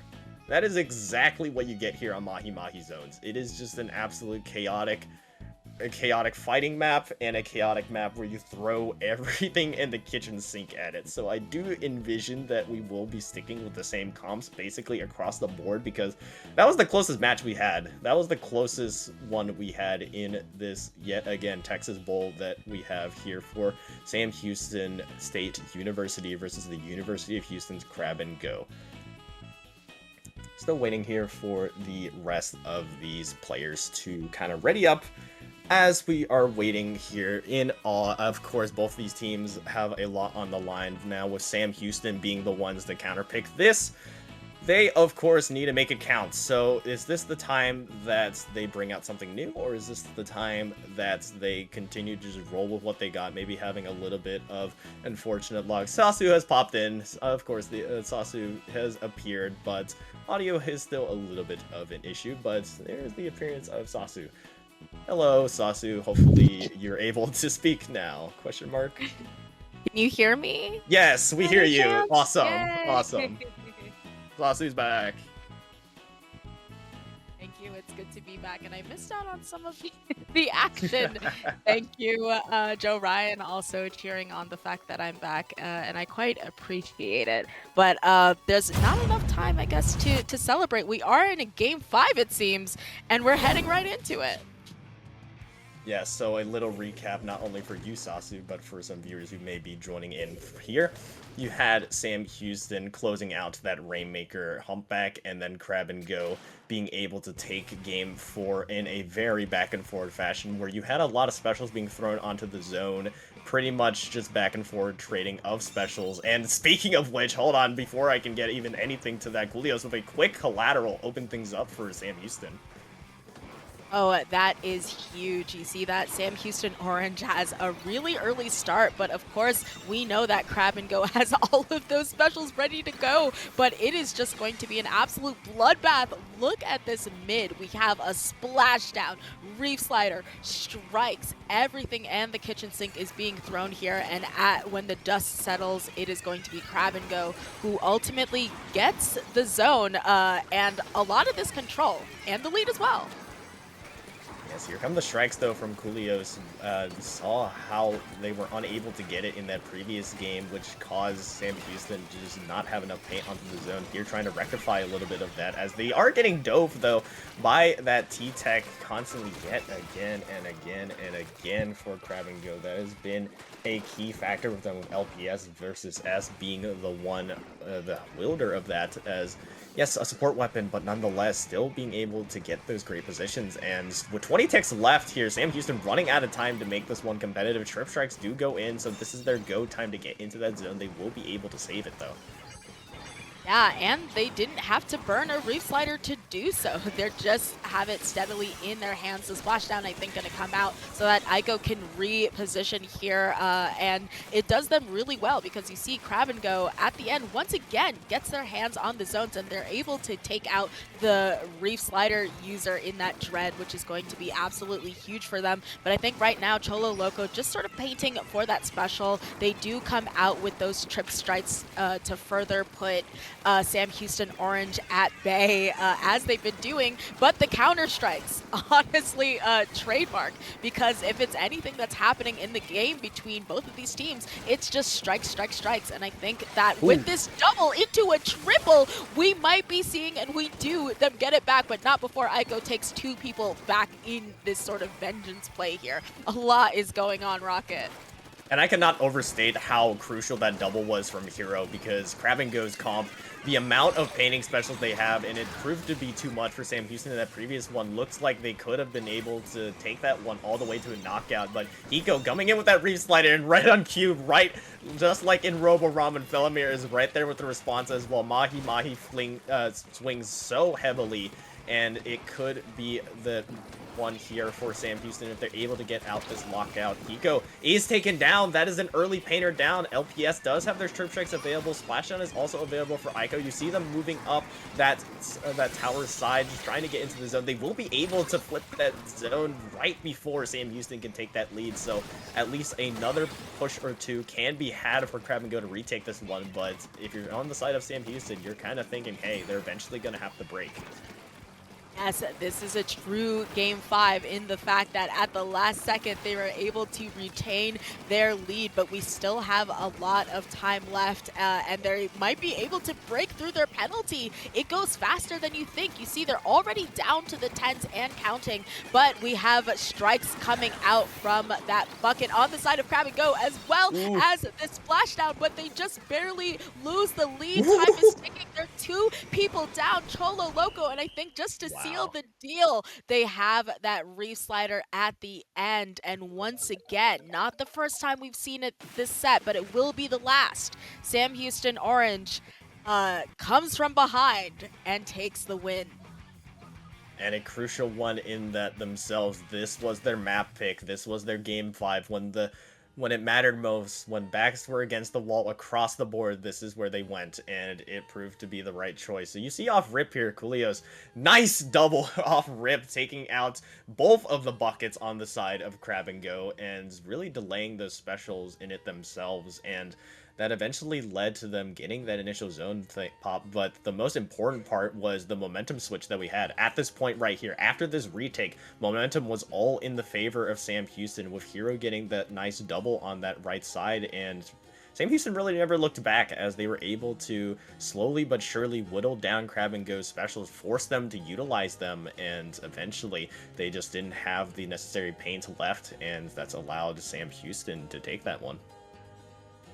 Yeah, and you know, it's crazy that they in particular didn't have enough paint. You see all of this Orange here versus Grab and Go, if anything, is a team that we've been pointing out is just chock full of it. They've got the Nautilus, they have those painting specials, like literally every single special that they have online paints to the point where they decided to forsake having a cooler. So the fact that they essentially ran out of paint and ran out of time, certainly not what I had on my bingo card. Right, but I mean, Sam Houston was able to really bleed those coffers dry, but with that victory, a 3-2 fashion, they earned themselves another dance with the team that knocked them down here in losers bracket to begin with. And like Jordan said, we'll be taking a momentary break because Jordan will have to go, so we'll be having a streamer swap. But massive shout out for Jorian for the duration of this tournament for streaming. So shout out to your streamers, shout out Jorian. But me and Sasu will be back for grand finals here, a rematch, like I mentioned, of winners bracket finals. So we'll be right back.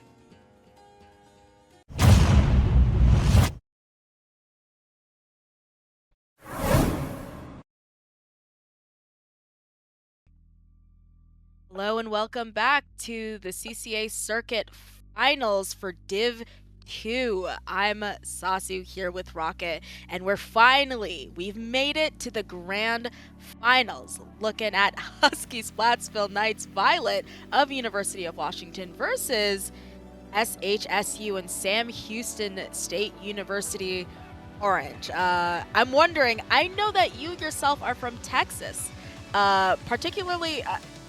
I don't know if you're from the Houston area, but are we going to see some bias on the mic here, Rockit? No, you won't really see it from me. I mean, I'm not particularly from the Houston area, but I always will support a Texas team nonetheless. But I will leave my biases aside here because Husky Splatsville Knights Violets deserve some credit in their own aspect. Of course, a lot of things to talk about. First and foremost, they've already beaten this team, Sam Houston State University, 3-2. Secondly, they are the 14th seed, and they were not expected to be anywhere in this part of it, but that's not to any discredit, that's much to their credit, actually, of how well they've played throughout this entire bracket so far. A little bit of history of how they managed to get here. They actually squeaked by in split number 1, being the 6th team to qualify in that split, so barely being able to even squeak their way here in the first place. But they are by no means squeaking by in this bracket at all, as they've been on a tear. Yeah, absolutely. I mean, they've made their way completely through winners, and they've just been sitting there, standing by while they waited to see their opponents this entire time. Taking a look at the rosters we have in front of us, of course, there's Avocado, Barry, Brave Sauce, Cursed Kid, and Sakura. A few with no weapons listed, being a little bit of a mystery here, and of course Sam Houston State University,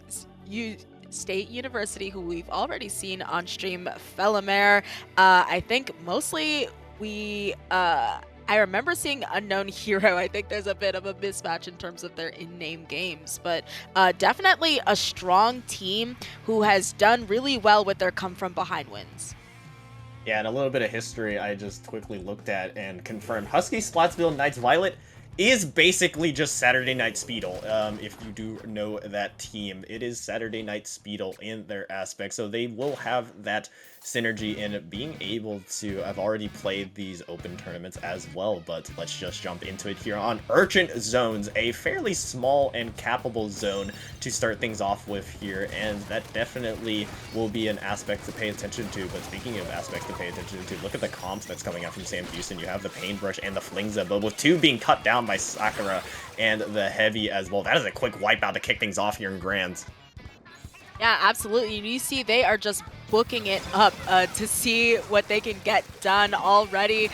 You have Sauce here, a name after my own heart, getting a wipeout with a triple on this hammer. They are moving forward at the speed of light, and that is absolutely not what you want to see if you're a Sam Houston Orange. We are barely past a minute, and the amount of times that they've just been pushed back is phenomenal.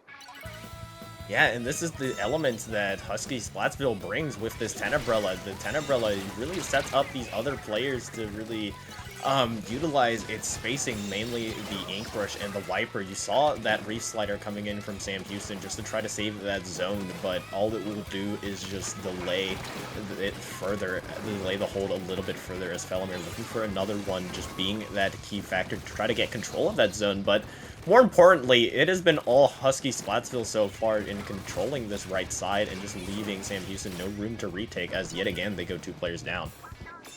Yeah, but you know, at the end of the day, even though the Reef Slider is just kind of delaying how Husky Splatsville is doing, I think it's really important because we've seen that sometimes all they need is the time, and Coolios has this really strong double here on that Paintbrush, all but one member going down, but they are missiled and they are being hunted down. They have a really fantastic jump out, quite frankly. They could have gone down in numerous amounts of ways, and now, like we've seen in other games, it feels like it's Sam Houston that is in the position to really move forward and take it all. Sakura goes down in a very centered and very pointed, I might add, Reef Slider that just goes pretty much after them. So with all that work, I think they're closing in on this lead swap if they really lock in. And that's been the specialty of Sam Houston. We saw it twice in the previous set. Sam Houston has had a lot of come-from-behind victories, just 7 ticks away from this lead, and slowly but surely they will be able to take that lead now. Do or die time for Huskies to move in, but 2 players go down pretty early. Just Sauce with the hammer, and the double from the Zuka could be the thing that opens the door, but the paint needs to be there quickly, and it needs to come soon, but there isn't enough. The Tenebrella and the Wiper are unable to provide enough paint into the zone, as despite there being an opportunity to do so with that nice double Zuka. Sam Houston, yet again, it happened once, it happened twice, and to kick it off here in Grand Finals, it happened a 3rd time, a come-from-behind victory. Listen, we'd love to see a 3-peat. Sam Houston Orange just says, listen, like, you might be counting them out. You might say, wow, we're looking at a really dominant game here, but I think they love the showmanship. Right. They love the come from behind win. They say, listen, you think you know it all, just give us a sec. And I think that's why they really have that Reef Slider, because they know that if they're able to stay alive and in the game, they might be able to take all of it. I mean, exactly, Sasu. I mean, you saw 2 times, 2 wipeouts off rip in favor of the Husky Splatsville's Knights, and then immediately right afterwards, Sam Houston said, all right, sat up in their chair, and then just never looked back after they were able to get that initial control of zone. And yet again, really a show of momentum where Sam Houston, all they need is 1 crack in the wall that the other team has built up, and that crack eventually showed, and they took full advantage of it and really broke through. And that's exactly why Sam Houston is such a scary team. You can never count them out. And moving things along here, we're looking at a Clams now. It feels forever in which we've seen a Clams match, at least me and you, Sasu, here. We're looking at Clams Museum to be our game 2, which is the counter pick coming out from the Huskies. Yeah, definitely going to be very refreshing to see this sort of classic map mode in the form of Clams. I feel like it's just been a whole lot of tower and zones, if anything. And honestly, I think Clams really shows the coordination of a team ultimately. When you see that a lot in a Rainmaker, sometimes you just eke out the points, but you have to know where your teammates are. You have to be managing your clam economy. So I think ultimately, sometimes a lot of these map modes come down to aggression, but really we're going to be taking a look at coordination here. Yes, that still rings true. Believe we are getting word that it's going to be a different map. Still same mode though in Clams, so you will see that similar coordination. I think we might be moving to Barnacle Clams if match chat is to be believed, but I do love the choice of Clams in general coming out from the Huskies just because of the comp that they had. Remember, they are running that Tenebrella with the Wiper and Brush to be the flanks, so that coordination, if it is gonna be as good as the Husky Splatsville Knights Violet have been of the University of Washington has shown in the previous matches they've played, it's something to be feared and something that Sam Houston really needs to bring their A game to. Yeah, absolutely. But also, I might get a kind of like boo popcorn like tomato, like what are you talking about? But I also know that we saw that paintbrush, right? And Right. I think that even though paintbrush certainly does not play in the same way that other brushes do, it's not necessarily as fast. I think you always do have to watch for a brush when you're playing clams. Like, it's really good for getting its picks, but I will say, especially as someone who just came out of Big Dapple and seeing some play on LAN that I wasn't expecting to see. I remember we came out of a game and I went, oh, that brush. And it was a paintbrush who was just running around with power clams. So we're going to be taking a look to see, and no repeat on that paintbrush, but of course we do have a brush nonetheless active with those whales. So we'll see how that manifests in this game. Yes, that is Sakura on that brush there, and taking a look at what Sam Houston is running. Coolios has been the flex player of Sam Houston. You've seen them sometimes on Chargers. You saw them get that nice double previously, and then now you saw them on that paintbrush. But right back to the Charger here with the ZNF1 for those strikes and early snipe that you saw here, as this is usually the typical early phase of Clam Blitz. Both teams really trying to build up their specials, trying to find those clams to build up your economy. Missiles will be hit on all members of the Splatsville's Knights, as one player goes down early. That Brella is quickly dealt with, and Sam Houston are in business being the first aggressors. Absolutely. They took that flat area. They were meaning business, but it seems as though they've conceded a lot of space since their one teammate went down. We have a trade here out of that heavy and that zap. That is going to be huge for them, because I think they may have just denied the other team a cooler. So Coolios is going to send out those tri-strikes, ward them off by a little bit of time while the rest of their teammates come out. And here's Felomir with the flank that is ultimately going to fail down to a bomb. So even though we saw an early, a very rare early first strike there out of Sam Houston Orange, it seems like Husky Splatsville's in position to score. And this is exactly where Avocado's 10 Umbrella is going to be the most dangerous in these key elements. But Commentator's Curse, they go down pretty early. Sakura gets the trade, though, taking out Felomir. And here is the first score on the board for the Husky Splatsville Knights, managing to get a couple more clams on the board. But Sakura here doesn't really have much in their pocket, just trying to provide a little bit of a distraction, but they go down. Strikes will be utilized, but there isn't any follow-up. So there is the quick bounce back for Sam Houston, who have gone back to getting that plat, and you still kind of leave that push just thinking there could have been a little bit more to be had, as now it could be a very easy lead switch once Sam Houston gets back into mid. Yeah, absolutely. And now they have an extra power clam to do it. So certainly there is that worry there. We have a jump out from the tent back into mid, while Trashy no doubt just tries to vertical flick and get some of that space. But you see Husky Splatsville is now in the position where they are throwing absolutely everything they have at SHSU Orange here, and they're going for yet another score to correct that error of not quite getting that many points on the board. Top left, they go down, the strikes come out, and I think with two of their members down, they may not be able to retrieve that ball and get it in, unfortunately.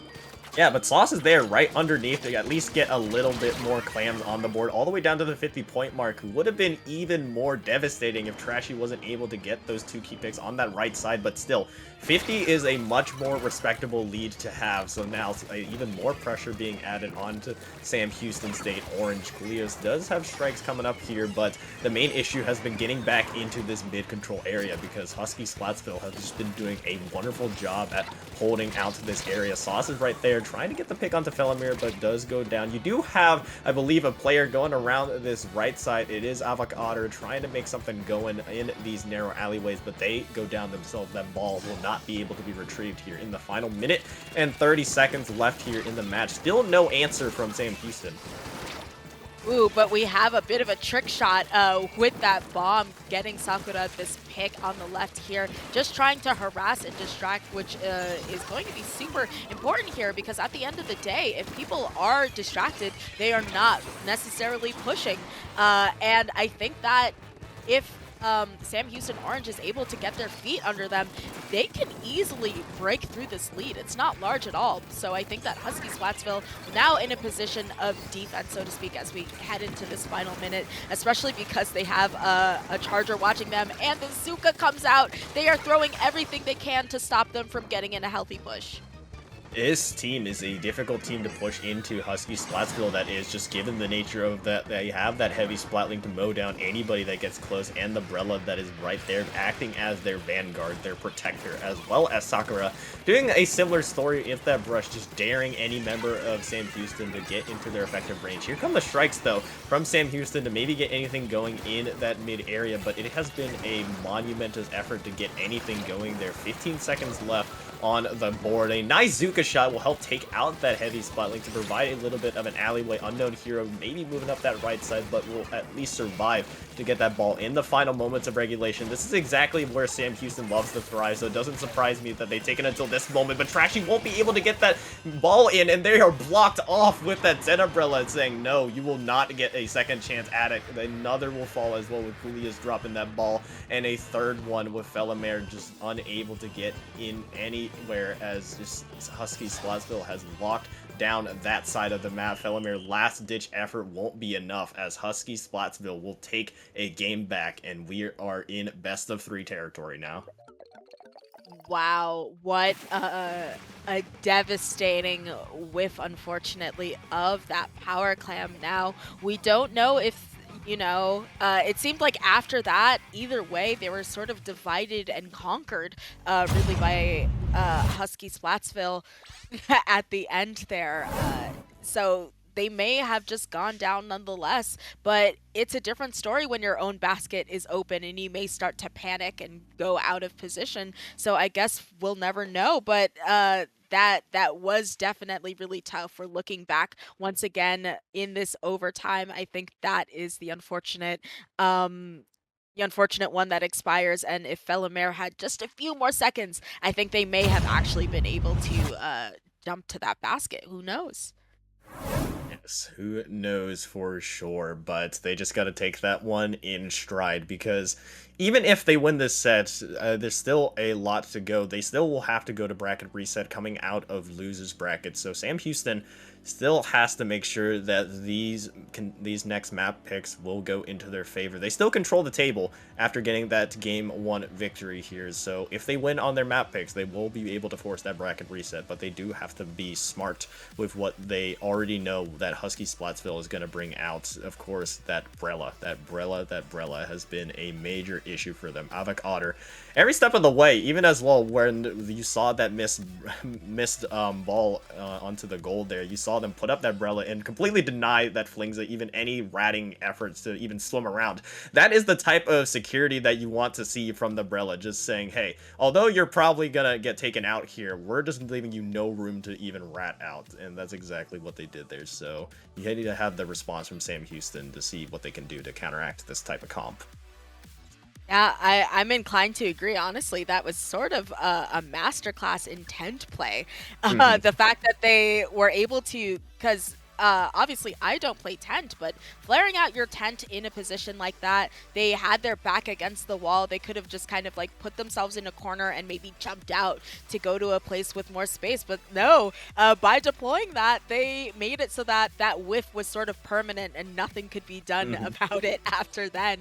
So a game-winning tent deployment that we saw there, and now, like you said, Sam Houston Orange has the pick in their pocket. We're gonna, I think, take a look at that here. And once again, we will be heading to Humpback Pump Track Holiday Inn here on Rainmaker.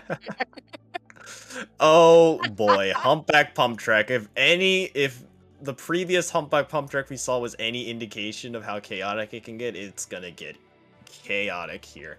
Not only because of what we know Sam Houston can do, Felomare, of course, probably going back to that Wellstring, and if I remember the comp correctly, it was a Wellstring Octobrush, plus that Flingza as well being the aggressors for Sam Houston, but as always, double-edged sword when you pick a comp with this, because what does Humpback Pump Track provide? These narrow alleyways. What is really good at pushing narrow alleyways, a 10 umbrella.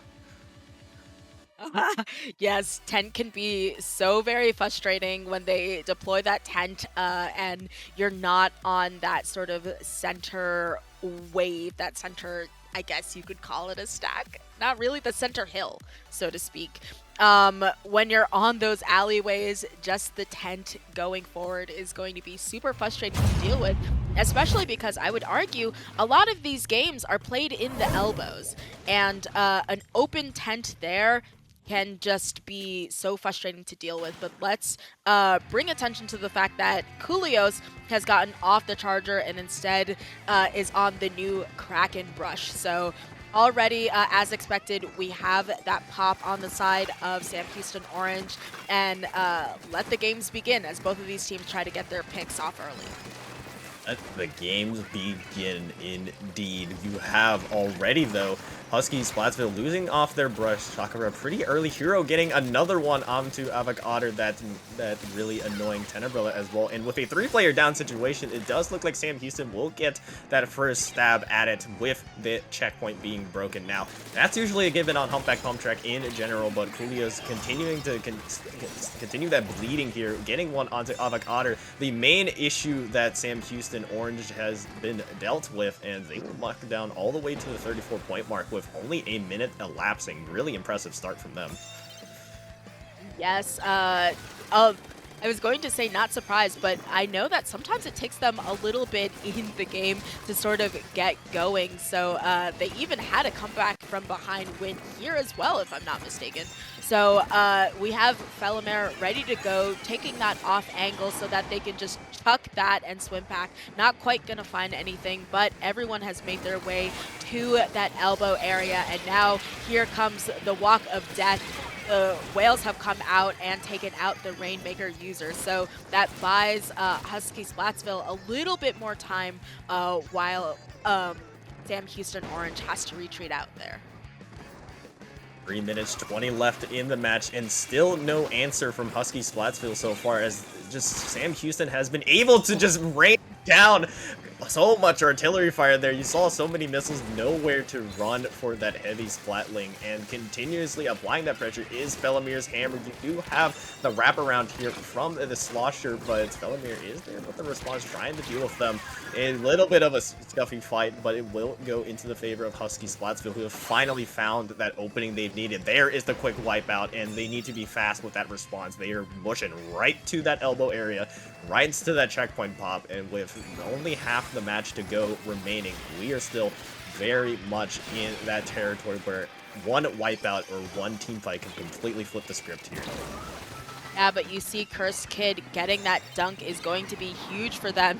But you see a really well-placed Zuka going to stop them from even trying to run it for points as they then have Felomare posted up, just chipping away so no one feels safe getting it there. They do eventually pick up with the whales sort of as this supplement there. They do a great job of going past that bomb and ultimately snag that lead just over halfway through the match. So now it's sort of the same old song where Sam Houston is looking to get that lead. Unfortunately, they have their Rainmaker carrier ahead of everyone else, but with that 3-1 numbers, this might be the one. Be the one for sure. You do have to worry about this 10 umbrella though from Avocado, but that Kraken is hitting true from Coolios, hitting 2, finding the multiple picks, but they will also be able to grab that Rainmaker pop, but a quick response is there from Husky Splatsville despite those 2 down situations that you have still holding firm. Trashy finds 2 in themselves before they're taken out, but minute and 15 left, a masterfully well done job from Husky Splatsville to hold down that elbow position, and you gotta think something's gotta give eventually from either side. All it takes sometimes is just one push, one play, and when this final moment, in this final minute, that's where it's all gonna come down to. Felomir does have a hammer to utilize here as Sam Houston looking for a second effort. Yeah, ultimately, whichever team wins this is going to set themselves up for set point. So it's going to be super huge for you to get this. And with 3 members down on orange, I think this may be a really difficult position because a lot of teams will take this and simply stall when they have the lead. Yep. So you have them moving to that bottom right corner. They are up against a really strong team in Sam Houston Orange. They decide to simply get the pick and pick it up. Sakura hoping to get this sneaky pick on the right, but it seems as though they've been discovered, so they're just still holding on to that window on the right. Perhaps they're going to go for the flank, but right now it is do or die. Felomir is making a break for it. The strikes come out. Unfortunately, they go down, and I think they got the lead out of that. Yes, they did. A wipeout will be had by Husky Splatsville, but time is not on their side, and neither is the lead. Sam Houston have a great opportunity here to shut it down. One final push from Husky Splatsville on Humpback Pump Track. The most chaotic map is not where you want to be, not a favorable spot, but it is definitely doable. Felomir does have a hammer to utilize. Will we see it here find its value? Here comes the Zuka as well. A lot of space being made by Avocado there with that Brella. You have the hammer already being deployed, but Felomir going down in that scrimmage. A little bit under half left to go. Coolio's rushing that Rainmaker, and it will be the end of that aspect. And like I mentioned, all it takes is one opportunity, and Sam Houston time after time deliver on those clutch moments, and they did it here again, eking out Husky Splatsville 2-1 now in the set, and really well done there just to not panic in those clutch moments. It is just crazy how they keep pulling this off. They can't keep getting away with it. I was just thinking that, yeah. Apparently they can, because I think, if I'm not mistaken, this was their counter pick. Yes. Right? So clearly they knew exactly what they were doing, because all they need is the timer not to come out. We even saw on Barnacle and Dime, if they'd had a few more seconds, if they had perhaps not whiffed that shot, they may have been able to take that as well. So just amazing work out of Sam Houston Orange, and they've set themselves up where if they win this next one, we may be looking at a bracket reset. I know you said it half jokingly when you said Sam Houston was probably doing this for showmanship. I fully believe it at this point. I feel like they're just trying to make it, they're trying to really just put on a show, but hey, even if that's not what they're doing, they're definitely doing it right here. I mean, now with them with this lead, if they're able to somehow yet again do it and win it on Husky Splatsville's counter pick, then they will set themselves up really nicely with momentum on their side. And even if they don't, they still control the table here. You still have that game 5 counter picks to really lean in on. So it is still looking very strong for Sam Houston. And like you mentioned, if anything just went a little bit differently on Barnacle and Dime, we could already see a 3-0. But Husky Splatsville still looking strong regardless, despite those minor mistakes that you had that swung those games. And here is the map choice. It is Ship-Shaped Cargo Tower. What a map mode to choose. I would argue one of the least forgiving map modes that you can possibly go to, maybe next to a Barnacle and Dime zones. The sheer pressure of momentum that comes out of Ship-Shaped Tower is immense in my opinion, and this is probably one of the most snowbally tower maps that are tournament legal. I would say as well. So both of these teams are going to have to do well to make sure that they're on that tower, that they keep it, and ultimately break that third checkpoint, because it's very rare you see anyone get to that checkpoint and not just get the knockout. Ship-Shaped Cargo Tower in general is one of those momentum-based modes. We saw it a lot in Inkblot. Me and you both saw Inkblot. And then Inkblot again. So we saw that momentum slip, and it's really predominant here on Ship-Shape as well. But that second or third checkpoint is going to be the key factor here when you're near that elbow position. It does look like we will be sticking fairly similar all across the board. Coolios will be going still with that Kraken Octobrush, as you won't have a true backline here for Sam Houston Orange. So all aggression here, all all systems are a go for them, as you do have Avocado going down pretty early, which will help them move in with that speed that they want to play with. Yeah, absolutely. They tap the tower. I think Sakura trying to see, once again, in true brush behavior, if they could get a sneaky pick. But you see that 3 members are going to go down on the side of Husky Splatsville, which is going to be huge because we were just talking about that momentum. You cannot afford to lose it, especially not early. So you have Coolios propping that Kraken, just trying to harass some of the members, going to get that double and still stay up. And you see already they are headed, I believe, for what looks to be that checkpoint 2. This, if anything, is the hardest one to break through. So if they're somehow able to break through it, I would say it might just be curtains on this game. And then, I mean, they broke through it, so that might ring true here, but Husky Splatsville are there with the quick response, shutting that down immediately, but the quick pace from Sam Houston, we saw it right there immediately after that pick onto Avocado. They continue to move in with that speed, exactly what you want to see out of a backless team that they see here. As the main thing that's now you're kind of thinking of is going to be their worry is really taking care of that heavy splatling. Not really much weapons to kind of deal with it, not really a lot of weapons to kind of get that range. Coolios will find one onto Sauce, hunting down that player, and yet again, despite a quick rebound from Husky Splatsville, Sam Houston back in business in mid, but Avocado is there with the response with the Zuka onto Hero. Absolutely. 2 members down ultimately on Sam Houston Orange. Sakura getting that pick, trying to move forward, but a jump out does happen there. So right now, finally, Husky Splatsville has their hands on the tower 2 minutes in. And I think that, like you mentioned, the win con a little bit to make sure that Cursed Kid goes down, seeing as though they have all that range. And I think that is exactly what these missiles and this Kraken is for.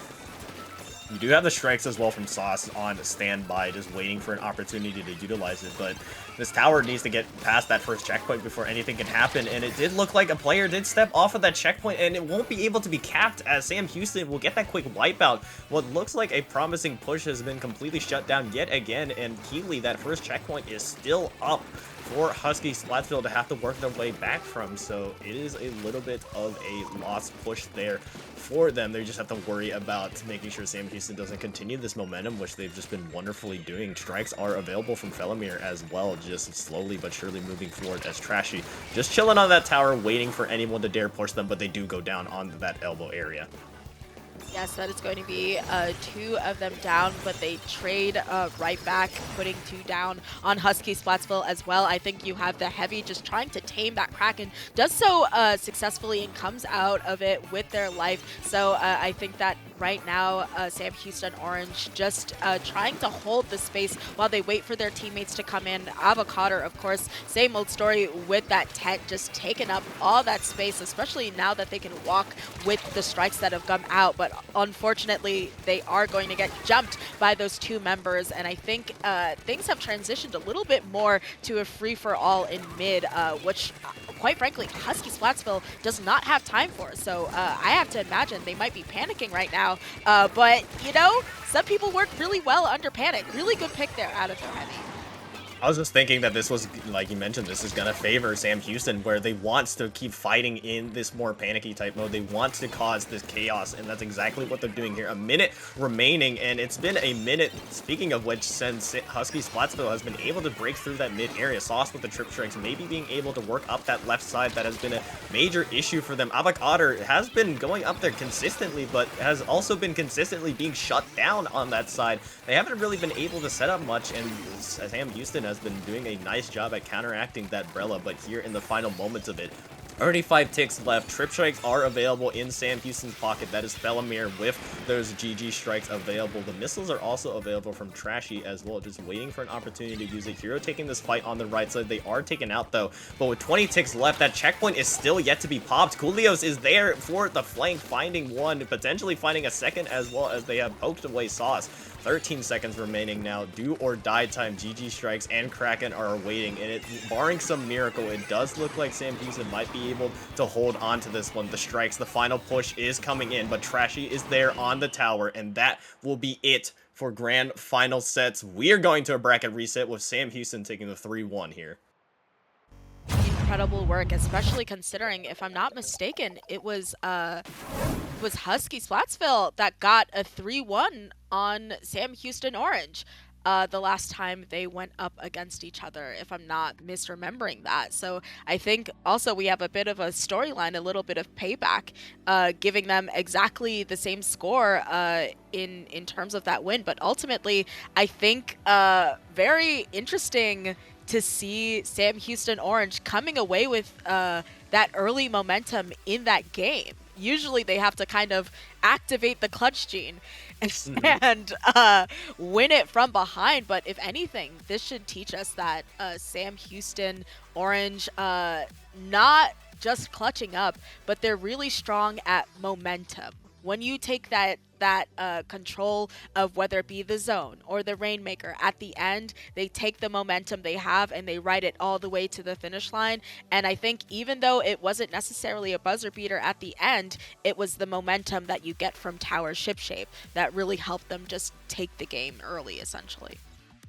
Here's my theory. They heard what I said about trying to be showmen, and they decided to shut me up. They decided, hey, no, we can dominate from the very get-go. They're like, oh, you think that we can only just have to come from behind and we can't start early with this aggression? Oh, bet. And then just immediately went and capped the hardest checkpoint on this map. That is exactly what they did, and now they definitely have that momentum on their back, so it will feel great for them now that they have taken this set over a team that previously knocked them out. Now, here's the true test. You need to finish the job here. Grand Finals, bracket reset, still best of 5 here.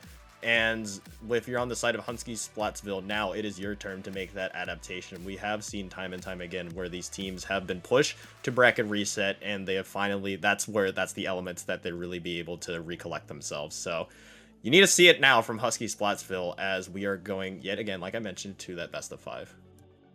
Yeah, absolutely. I've seen it for myself where you see a team, just sort of an underdog team, come from behind and get that bracket reset and everyone is cheering. And then sometimes you go to that bracket reset and you kind of get 3-0'd. It's happened before. So fingers crossed that we have a close game happening there. But we have this bracket reset. Everything is very hype. So we're just going to take a quick break before we go straight into this game. And we'll be right back with the bracket reset of Grand Finals of Div 2.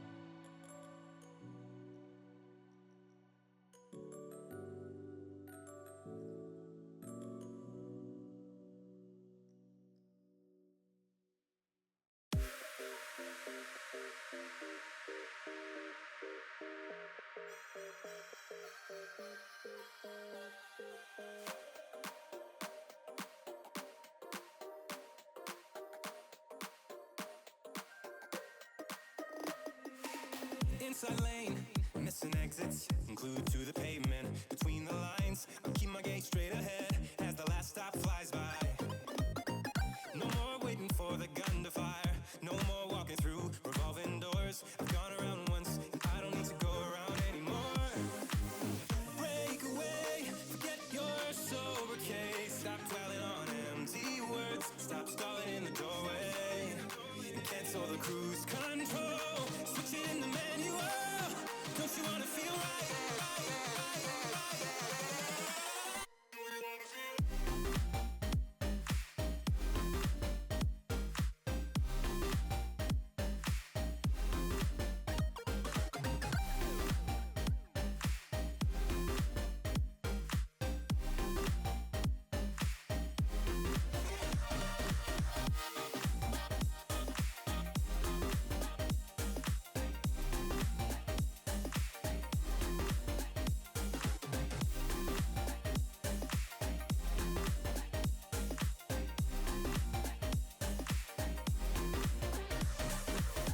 Full steam through the setbacks.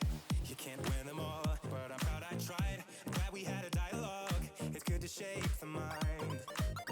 Speeding up the pace, turning up the heat. Where I need to be for the first time.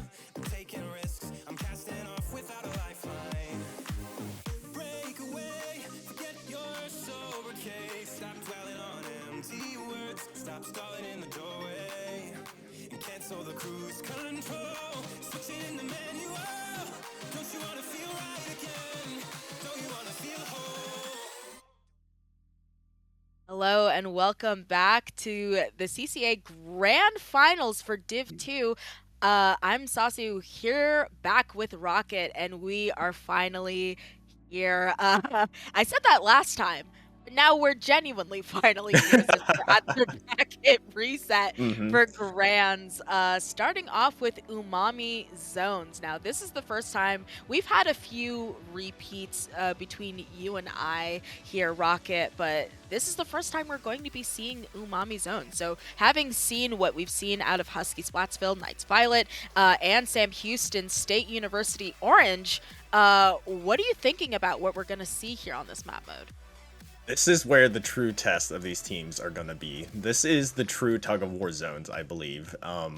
With it being a double zones map, of course, it's going to be very contested between either sides. Really going to have to lean into the strengths of your comps from both sides. And what are the strengths? Well, let's recap it. Well, Husky Splatsville, Knights Violet, University of Washington, they are centered around that 10 umbrella, around Avak Otter, really being able to set themselves up in great positions because of that 10 umbrella and really work their way around it. On the other side, Sam Houston, we saw a little bit of an actual different comp from what they normally ran, where they went all aggression, so it is something different to see and something that Sam Houston has been showing. They have been showing some different comps all across the board, and actually, as a matter of fact, Avak Otter not on the 10 umbrella, and we see them on the decap for once. Now this is interesting, as this is the first time I believe we've seen that.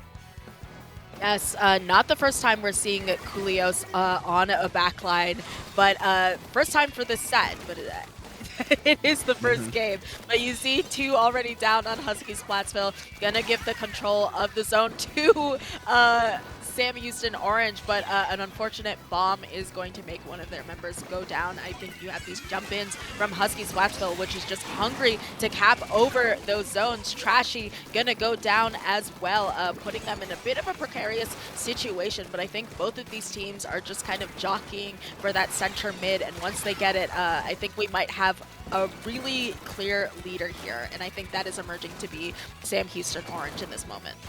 And the thing about Kulios as well, running this Charger, they do have that Crab to utilize as well for that lockout situation. Strikes go in on this elbow position, but will there be any follow-up? At the very least, causing Husky Splatsville to run away, live to fight another day. Bubble is out for Avak Otter to just create that space that has been kind of their key factor, that key element that they want to bring, which is creating space for the rest of their team to move in. Coolios has to back away from this, as you do see the brush rushing them as well. Avok and Sakura on that left side. You see Avok going down pretty early. Sakura left in a difficult situation. You do find 1, 2, 3 fall for Sam Houston, and that will be that zone flip. Really nicely done to flip that zone and prevent what looks like a disastrous outcome, and disastrous opening has now flipped into a more favorable one. Absolutely. Sometimes that distraction is all you need while you wait for your teammates to come in. So those strikes come out. They don't quite take any space or find any perches, unfortunately for them. So Husky Splatsville Knights Violet is just taking their way through their points. Avocado on that bottom left, trying to see what they can get. They ultimately, I believe, go down there. And Felomare on that top mid, just trying to blindly paint that other zone, and they do so. So I think it's super important, seeing as though a lot of those points were coming out from Husky Splatsville. They've given them a 31 penalty now, and I think that is going to help them here in terms of keeping that lead. Still half the game to go. Chris Kidd on the right side with the wave breaker, just trying to see if they can keep that home zone in their control so the rest of the University of Washington can move forward and get anything. But Sam Houston has been doing a nice job at keeping informed, and Coolios has been doing a nice job at getting the key picks when it matters most, taking out that back line for Washington here. And the Husky Splatsville Knights just left on the back foot constantly, time and time again, as penalty points no longer a problem here for Sam Houston. And here comes Coolios' Crab as well to make the situation even more dire.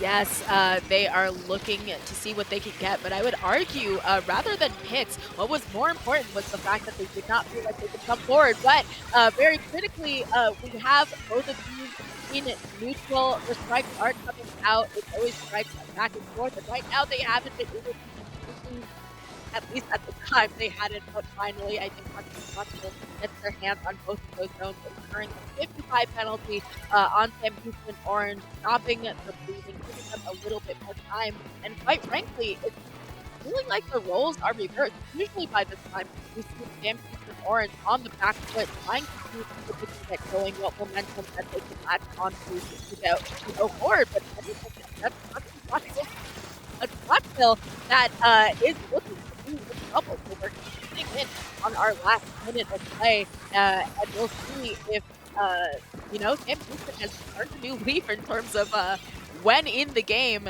they really get their leads. Yeah, if you're on the side of Sam Houston, you want that to be, you don't want that to be true in the aspect of, hey, you don't want Husky Splatsville to crawl right back like you've been doing before, but you have two specials available for Husky Splatsville to really utilize. That bubble and that wave breaker could provide that assist that you need, and Avocado will take that pick onto Unknown Hero, just continuously applying that momentum. 35 seconds left, excuse me, as with a 3-player down situation, Sam Houston are left in a retake scenario. 28 seconds to go here. You know, if you're on the side of Husky Splatsville, just keep delaying them slowly but surely. You do have Sakura going down pretty early. Hero does have Izuka available as well. Will it find that value? Just looking for any picks here, but as time winds down, here come the strikes as well. Crab available from Coolios. 10 seconds left. You want these fights. You need the picks to go into your favor. Strikes now being popped by Husky Splatsville. The numbers are in the favor, though, of Husky Splatsville. Sam Houston left reeling back. Not enough paints will be had onto the zone, and it does look like Husky Splatsville have stolen a little bit of that mojo. Unless Felomare can say anything about it, no, it will not. And just like you mentioned there, Sasu, we saw a little bit of the reversing of the roles. This time, it was Husky Splatsville coming from behind, and now they control the table in terms of the counter picks, being 1-0 in this set so far.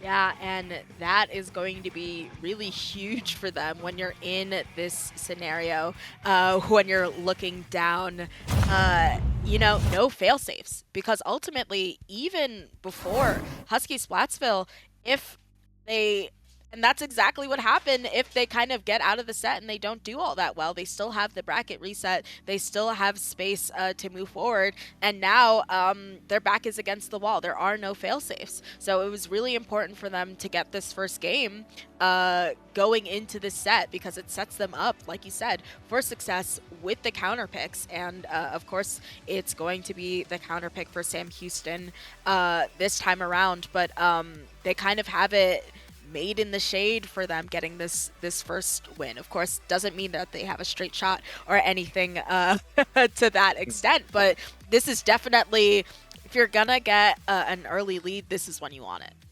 Exactly, and the set isn't entirely over just because of how Husky Splatsville just won that game to now be able to control the counter pick. Sam Houston did win on the University of Washington Husky Splatsville's map pick in that previous in grand finals on Ship-Shaped Cargo Tower. So they have the ability to win on the opponent's counter pick. It's just a matter of, are you now able to show up and do it again? That is now pressure on Sam Houston side, and they're not one to really shy away from pressure. Time and time again, it always seems like they've always been able to bounce back, but this could be a little bit of momentum now for Husky Splatsville to finally get one back and finally get that momentum now swing on their side. So now, the true question, Sam Houston, what do you go with now that we saw Husky Splatsville moving away from that Tenebrella comp?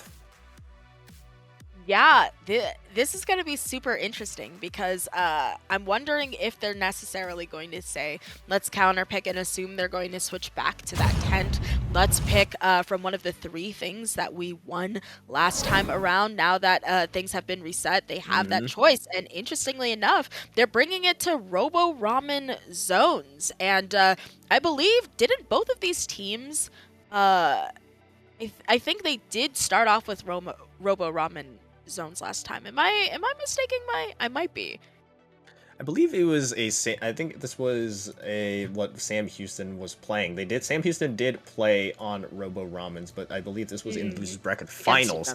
Yes, that they were playing in, and that was where we saw they just unfortunately did not have enough paint because of those unfortunate picks onto Felomir and Coolios, who were running the ZNF and Dread Reef Slider in their own aspect. But Sam Houston has shown that they have the ability to play on this map. Those specials, like I mentioned, with I imagine Coolios on those Trip Strike, ZNF, and Felomir on the Dread are the key backbones to what Sam Houston wants to run, because it's Robo Ramen. You kind of expect to have these paint specials. You expect to have a Dread, Trip Strikes here and there, and I imagine it would be the same for Husky Splatsville. But to your earlier point of, do you now pick the Tenebrella, do you not? I would argue in favor of bringing the Tenebrella here. While yes, the decav is also really nice here, you could see that Tenebrella find a lot more value just because of how narrow that elbow position is. But I wouldn't be surprised entirely if we do see Avocado going to the decav just for the sake of it. Hey, it worked once, and yep, they'll go with it again.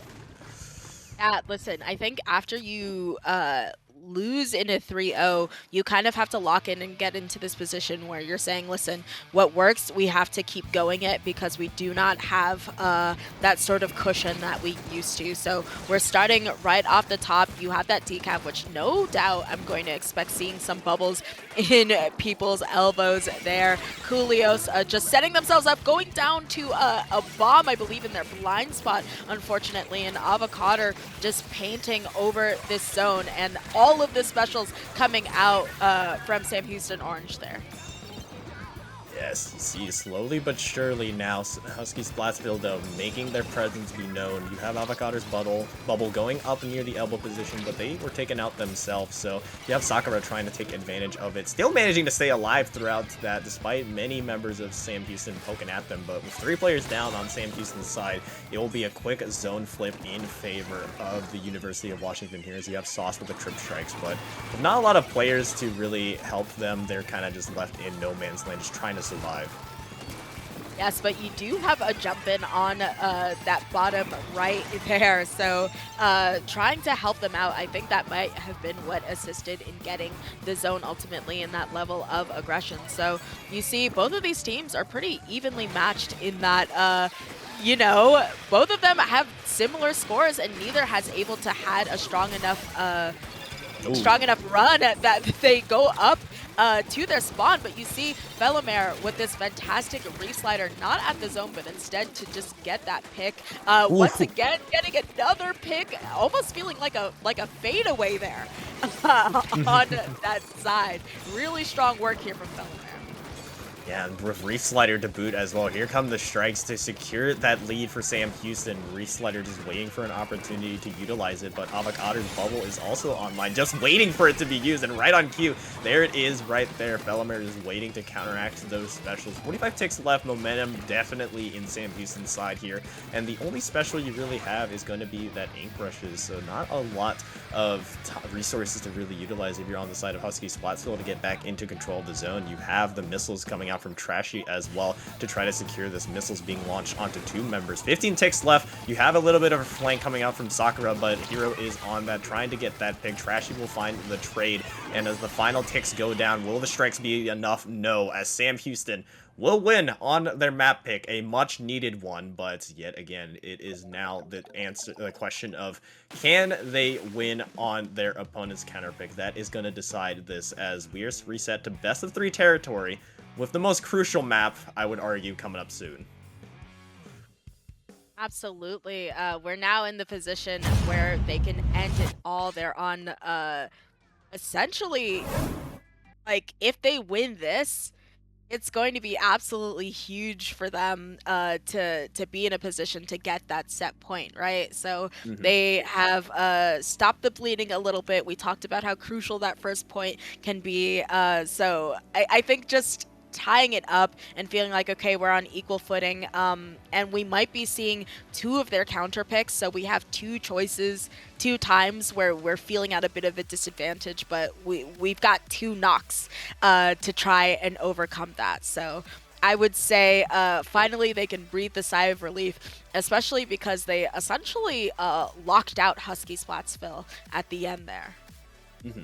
And I would imagine as well, Sam Houston feels good about that win, not only in the aspect of because they desperately needed that one, but they showed that they have the answer to Avocado's switch over to the decav. Ted Felomare, time and time again, not once, but twice, shutting down that bubble right on cue once he saw it going up, immediately canceled out with that Reef Slider. And I just want to just give props to just all the players, but specifically Felomare and Coolios as well, for being adaptable in the changes they've had to their comp. They have been playing a variety of weapons. Felomare has been playing pretty much every bucket. Coolios switching from backline to frontline to backline. It has been able to, that has really been the strength of Sam Houston, being able to be flexible in the type of comps they had, and in turn caused Husky Splatsville to have to be adaptable in their own aspect. They had to change off of that 10 umbrella to go with the decav to finally get that game back. And yet again, this could be the time to where they find that change, as they're still thinking it over here for that next map choice, but it's going to be a really, really important decision for the University of Washington to make.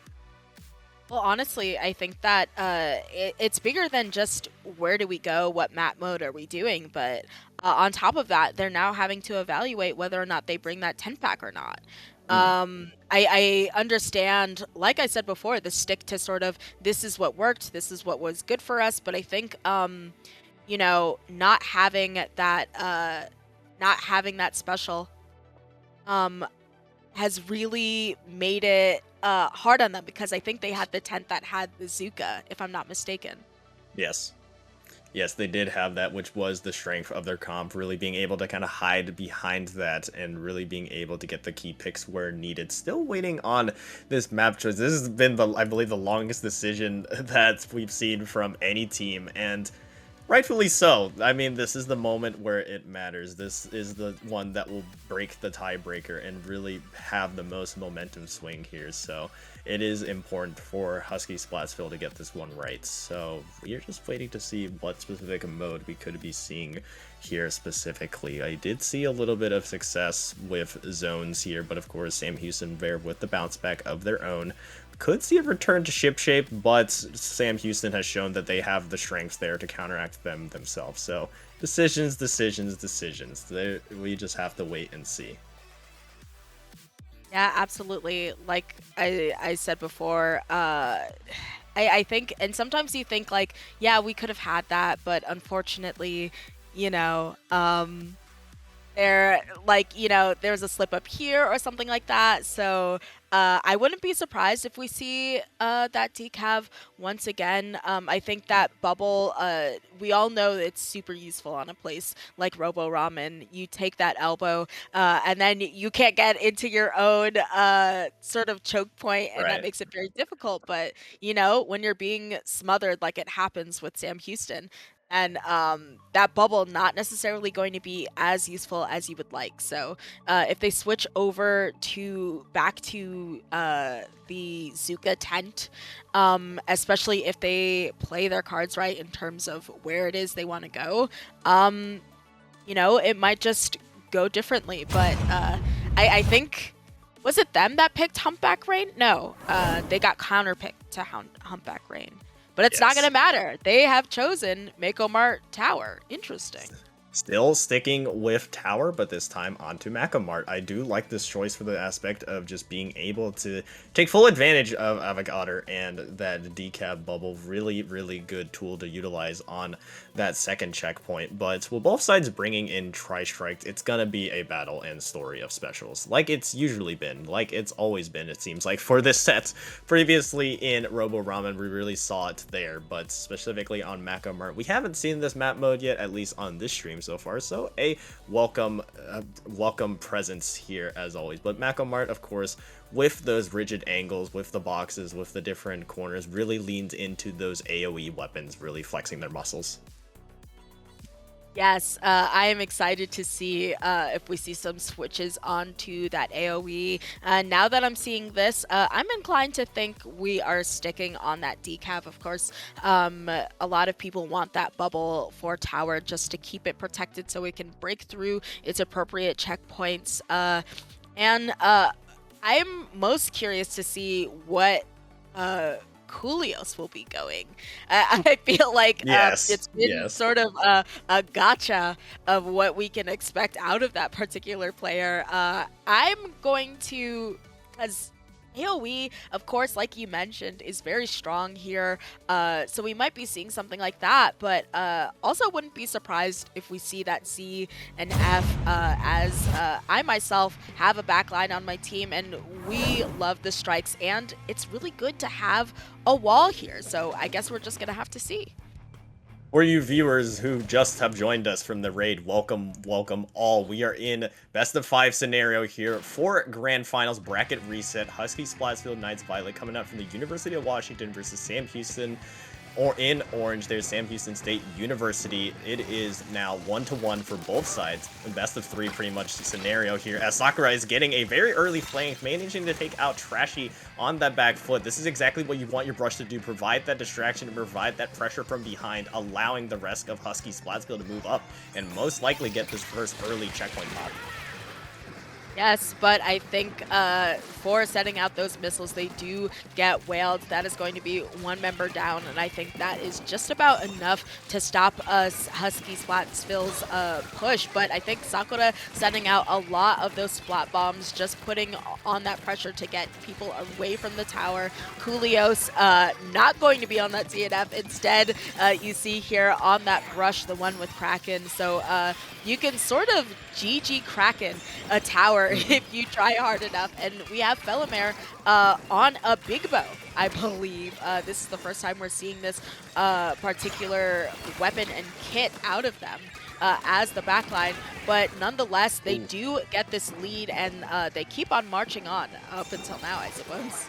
Again, the flexibility of those 2 players to switch from frontline to backline and backline to frontline continues to amaze me, but I do love the choice of Coolios, like you mentioned, going to that Octobrush just because of the fall-off potential that you have on a map such as Macamart, and you see it right there, being able to get the quick trade.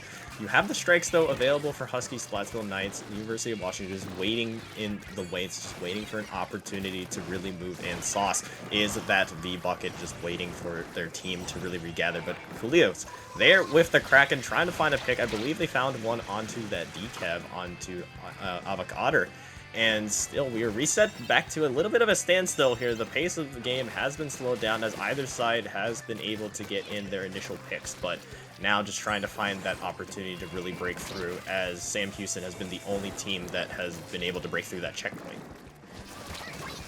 Yes, and we're coming up on halfway through the game, so there's still plenty of time, especially because it seems as though we are now at the point where it's become a bit of a free-for-all. You see 2 members down are on Sam Houston Orange, so I think that Husky Splatsville is now taking the opportunity to finally get on that tower and get some points on the board, possibly take the lead if they play their cards right. But so far, everything is looking quite orange. It seems like you know, they're doing a really strong job in this push, but they're starting to scatter.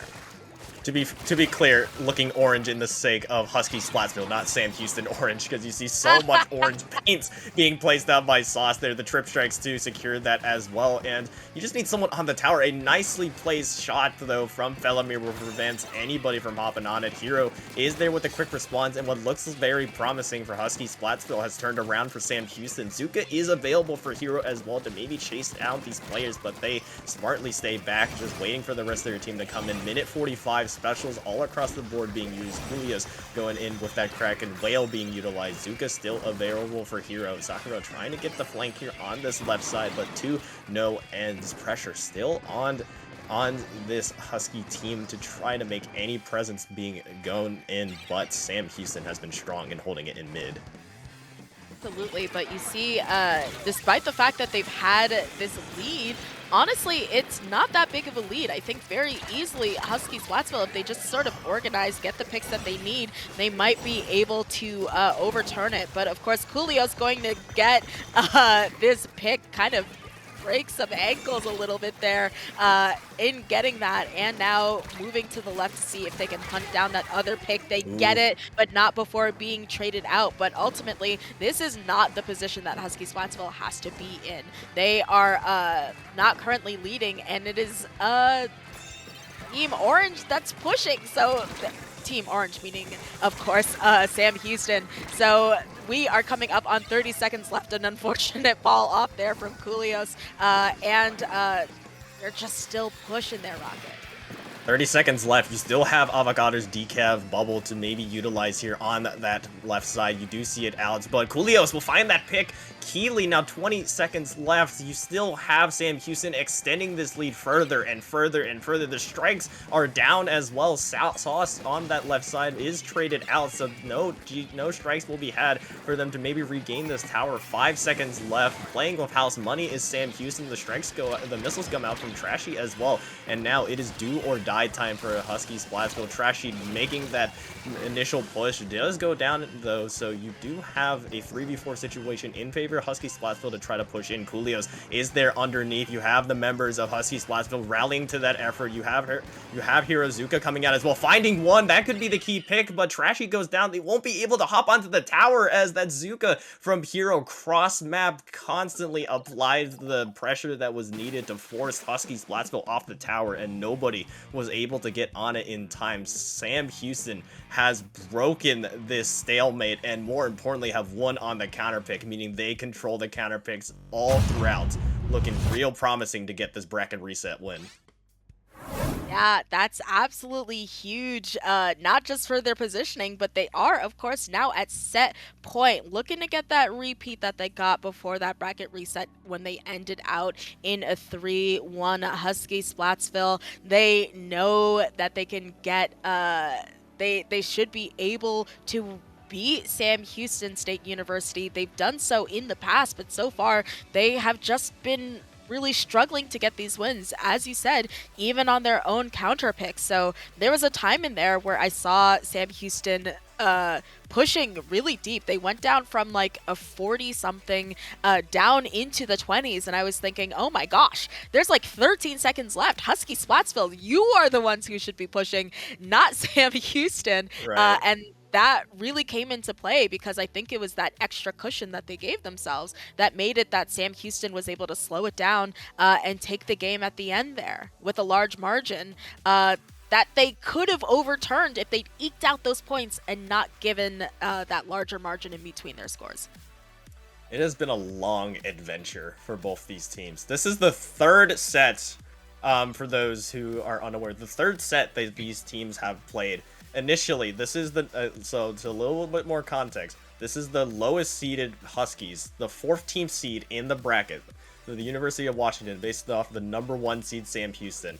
Sam Houston fell in a 3-2 set to the University of Washington in winners finals. Then Sam Houston had to crawl all the way back up to grand finals where they were able to get the 3-1 set victory. And that is where we sit now with Sam Houston on the verge of getting this bracket reset victory. They have had to crawl all the way back here, and this could be the one that they bring back. We are going to Clam Blitz, Barnacle, and Dime being the University of Washington's counterpick here.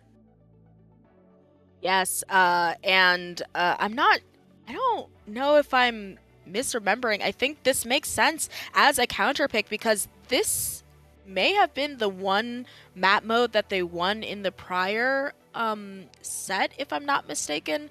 I remember we saw a bit of a whiff at the end there in terms of the power clan, but if you missed it, I think they wouldn't have necessarily won even if they got it in due to the positioning of their teammates. So very wise counterpick coming out of Husky Splatsville.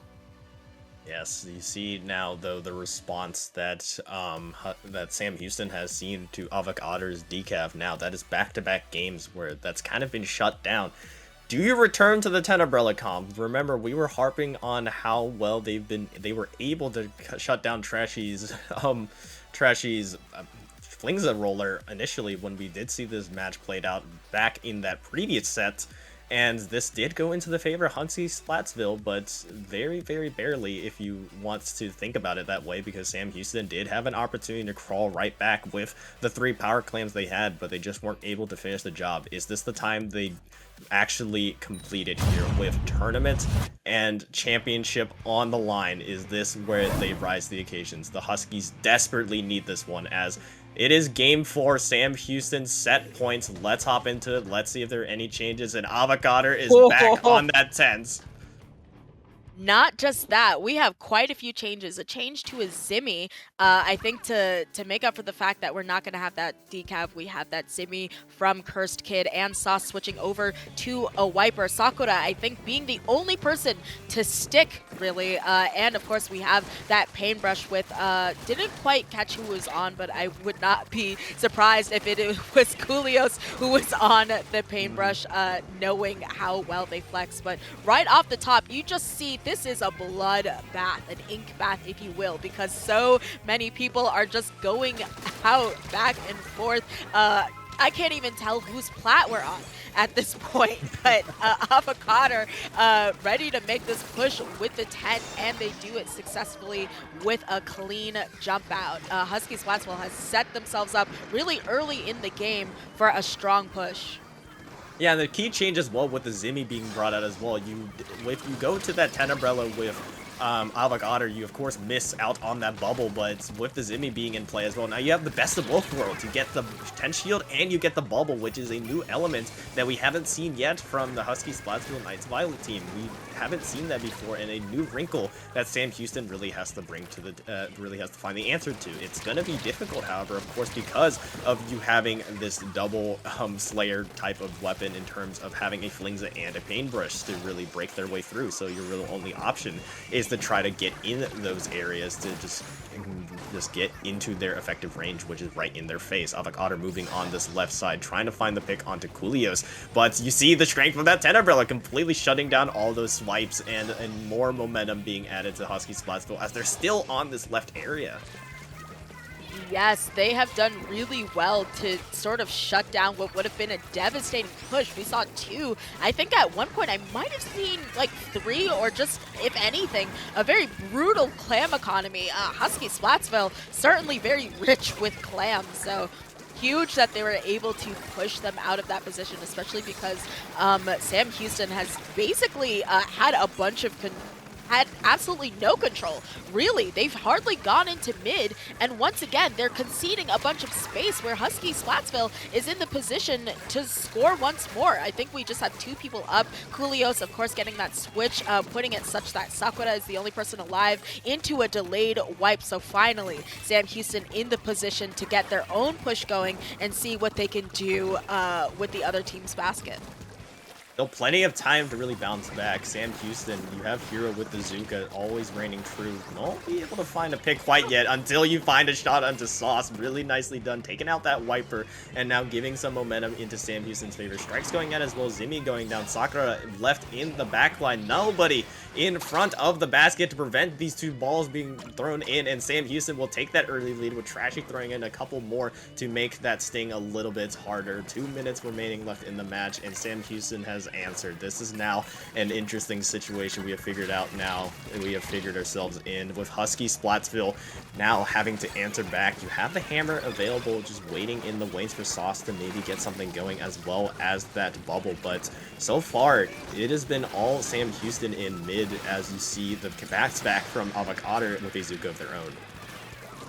Yes, this is truly interesting indeed because we've seen several sides of Sam Houston. We've seen them activate their clutch gene, be sort of in that era, and we've seen them get an early win. But you see, I think that's Cursed Kid just absolutely beaming one of the members of Sam Houston and getting that win. And ultimately, I feel like this isn't necessarily a huge lead. They should be able to take it, especially very easily with maybe like 2 power clams or so. So that hammer is going to come out, try and get that pick, and they get it off of that power clam holder. And this crazy wipeout, it is going to be a lead change, perhaps, and then some. Yeah, you still have the Pity Clam in the background here, Sasu. You have Avocado on the left side with the Zuka providing that jump. Sakura will get it in all the way down to 15. That was absolutely huge to get all 3 of those power clams in. Now extending this lead, making it a lot more comfortable for Husky Splatsville in this match. 20 seconds left, though. You do have to worry about Sam Houston. They really thrive in these moments. You need to prevent them from getting these clams. Sakura will find one before they're taken out themselves.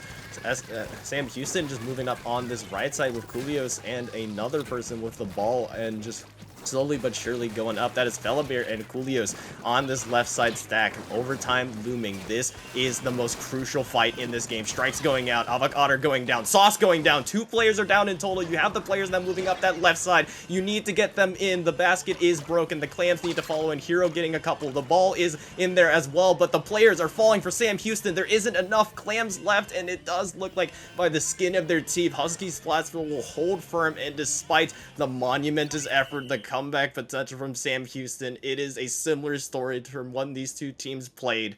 We are going to game 5. My God. Game 5. Give to CCA Grand Finals after a bracket reset. It doesn't get more clutch than this, folks. It is going to be the counter pick on the side of Sam Houston, but this is just so wild. Like you can't make this up. What a game, especially because we know, like you said, Sam Houston, there have been times where they come back from behind, but honestly, this was just a mirror of what happened last time. A really strong counter pick from Husky Splatsville, because once again, we had the space open for them to make the comeback. We had the basket open last time. We had the unfortunate whiffing of that clam, and that's what cost them the game. And this time they just didn't have the people up to put in those very few clams they needed to win. So now it's truly going to be a showdown heading into this final game of the set and bracket.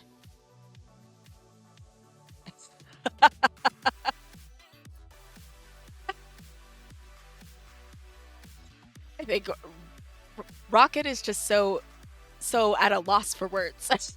Yeah, I'm just puzzled here because just like the amount of things that have happened between these two teams. Like I mentioned, 2 sets have been played already. Now a third one, this one going the distance, 5 minutes, and maybe a little bit more if it goes to overtime, is all that remains in this set. And Sam Houston, I said previously that game 3 was going to be the biggest decider. Now this is the decider, because you now have to make the difficult choice. What map really gets to your strengths? What map do you really have in store here, and what comp do you have to respond to what Husky Splatsville has been able to answer with? Because they have definitely shown that life that was missing in that grand final set. Now pushing it the entirety of the way, what can you pick here? And I just saw it appear on my other monitor, a smile across my mouth. I know you probably can't see it because of my lighting. It is Humpback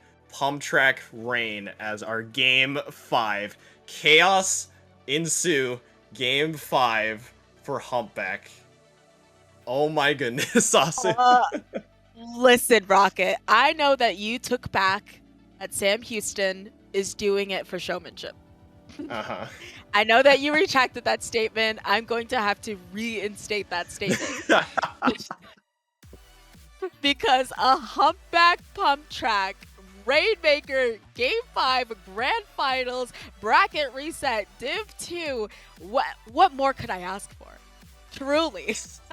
Yes, and to rehash what we could potentially be seeing here, Sam Houston, this is their counter pick. I know what they're about to bring. They're gonna bring Felomir on that well string that is honed true, the hammer that is honed true, and they have been 2-0, I believe, for Humpback Pump Track, so sticking with what's familiar with them, this makes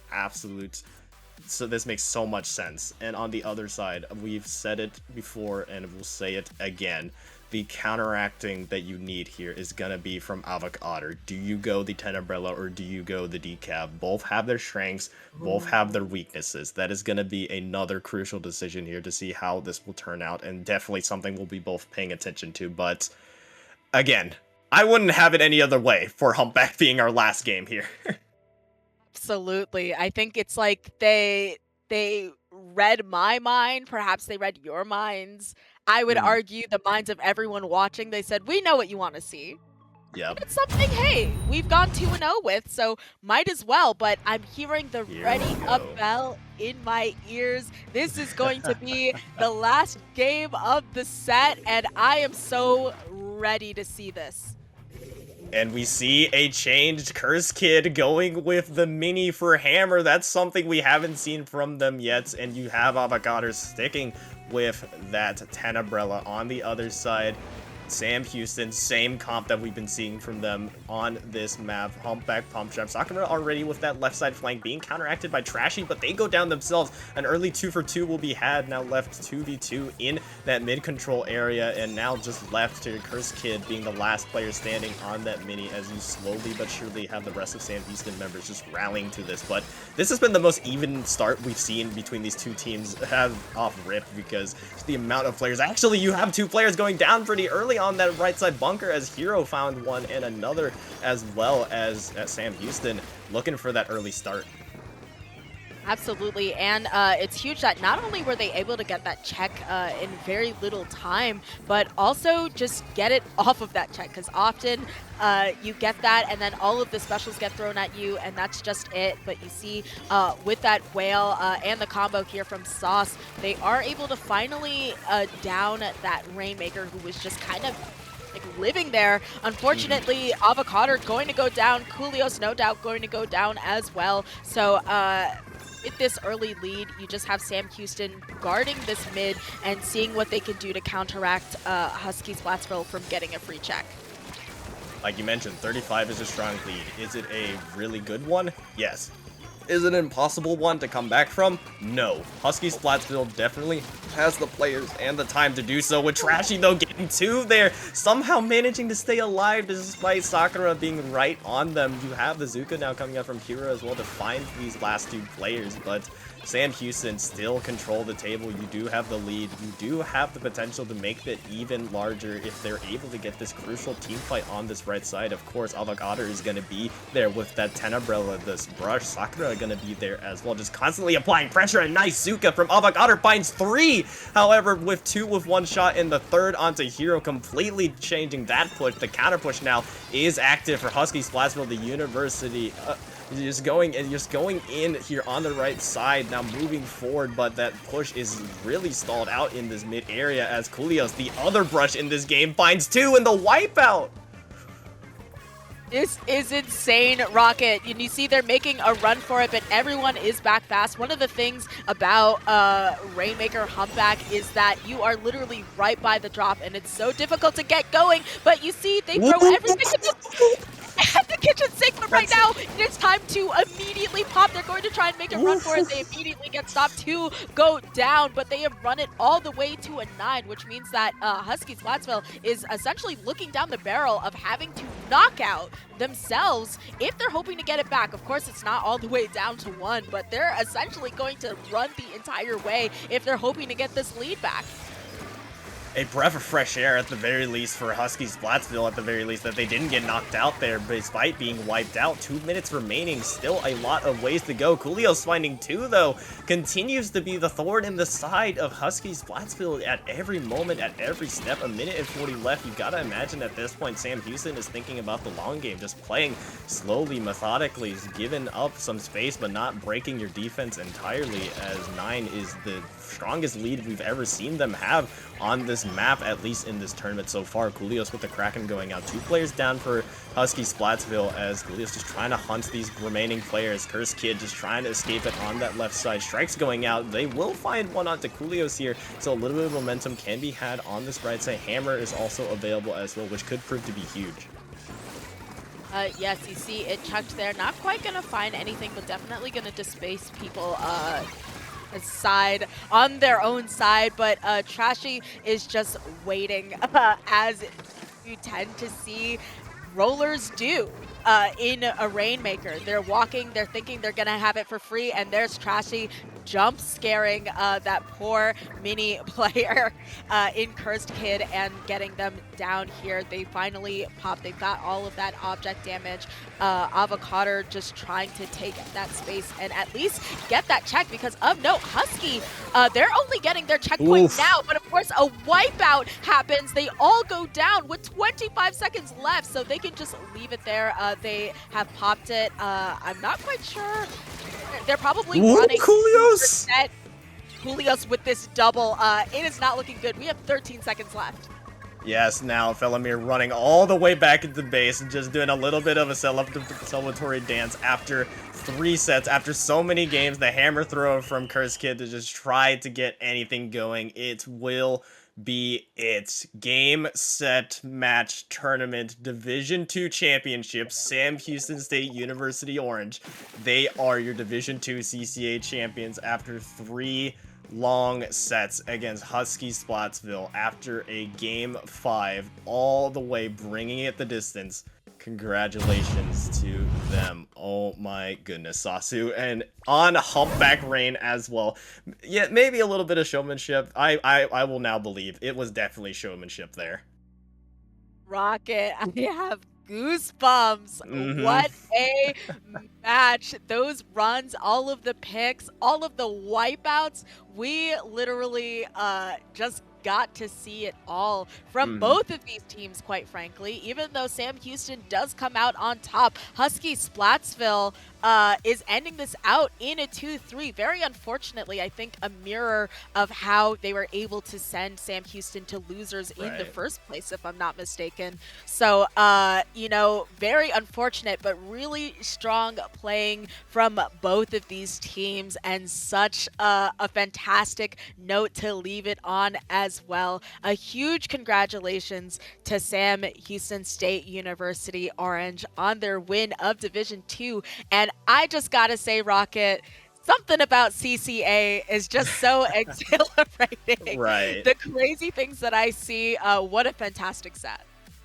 Absolutely. And it seems like a common pattern with me and you that we see things go the distance, and why not? I mean, of course, why not? It was a wonderful set to see, and Sam Houston take a bow, University of Washington take a bow. You were valiant competitors, but GG's regardless. But with that being said, we do have our conclusion of this stream. Sasu, it has been a long road. Where can the people find you?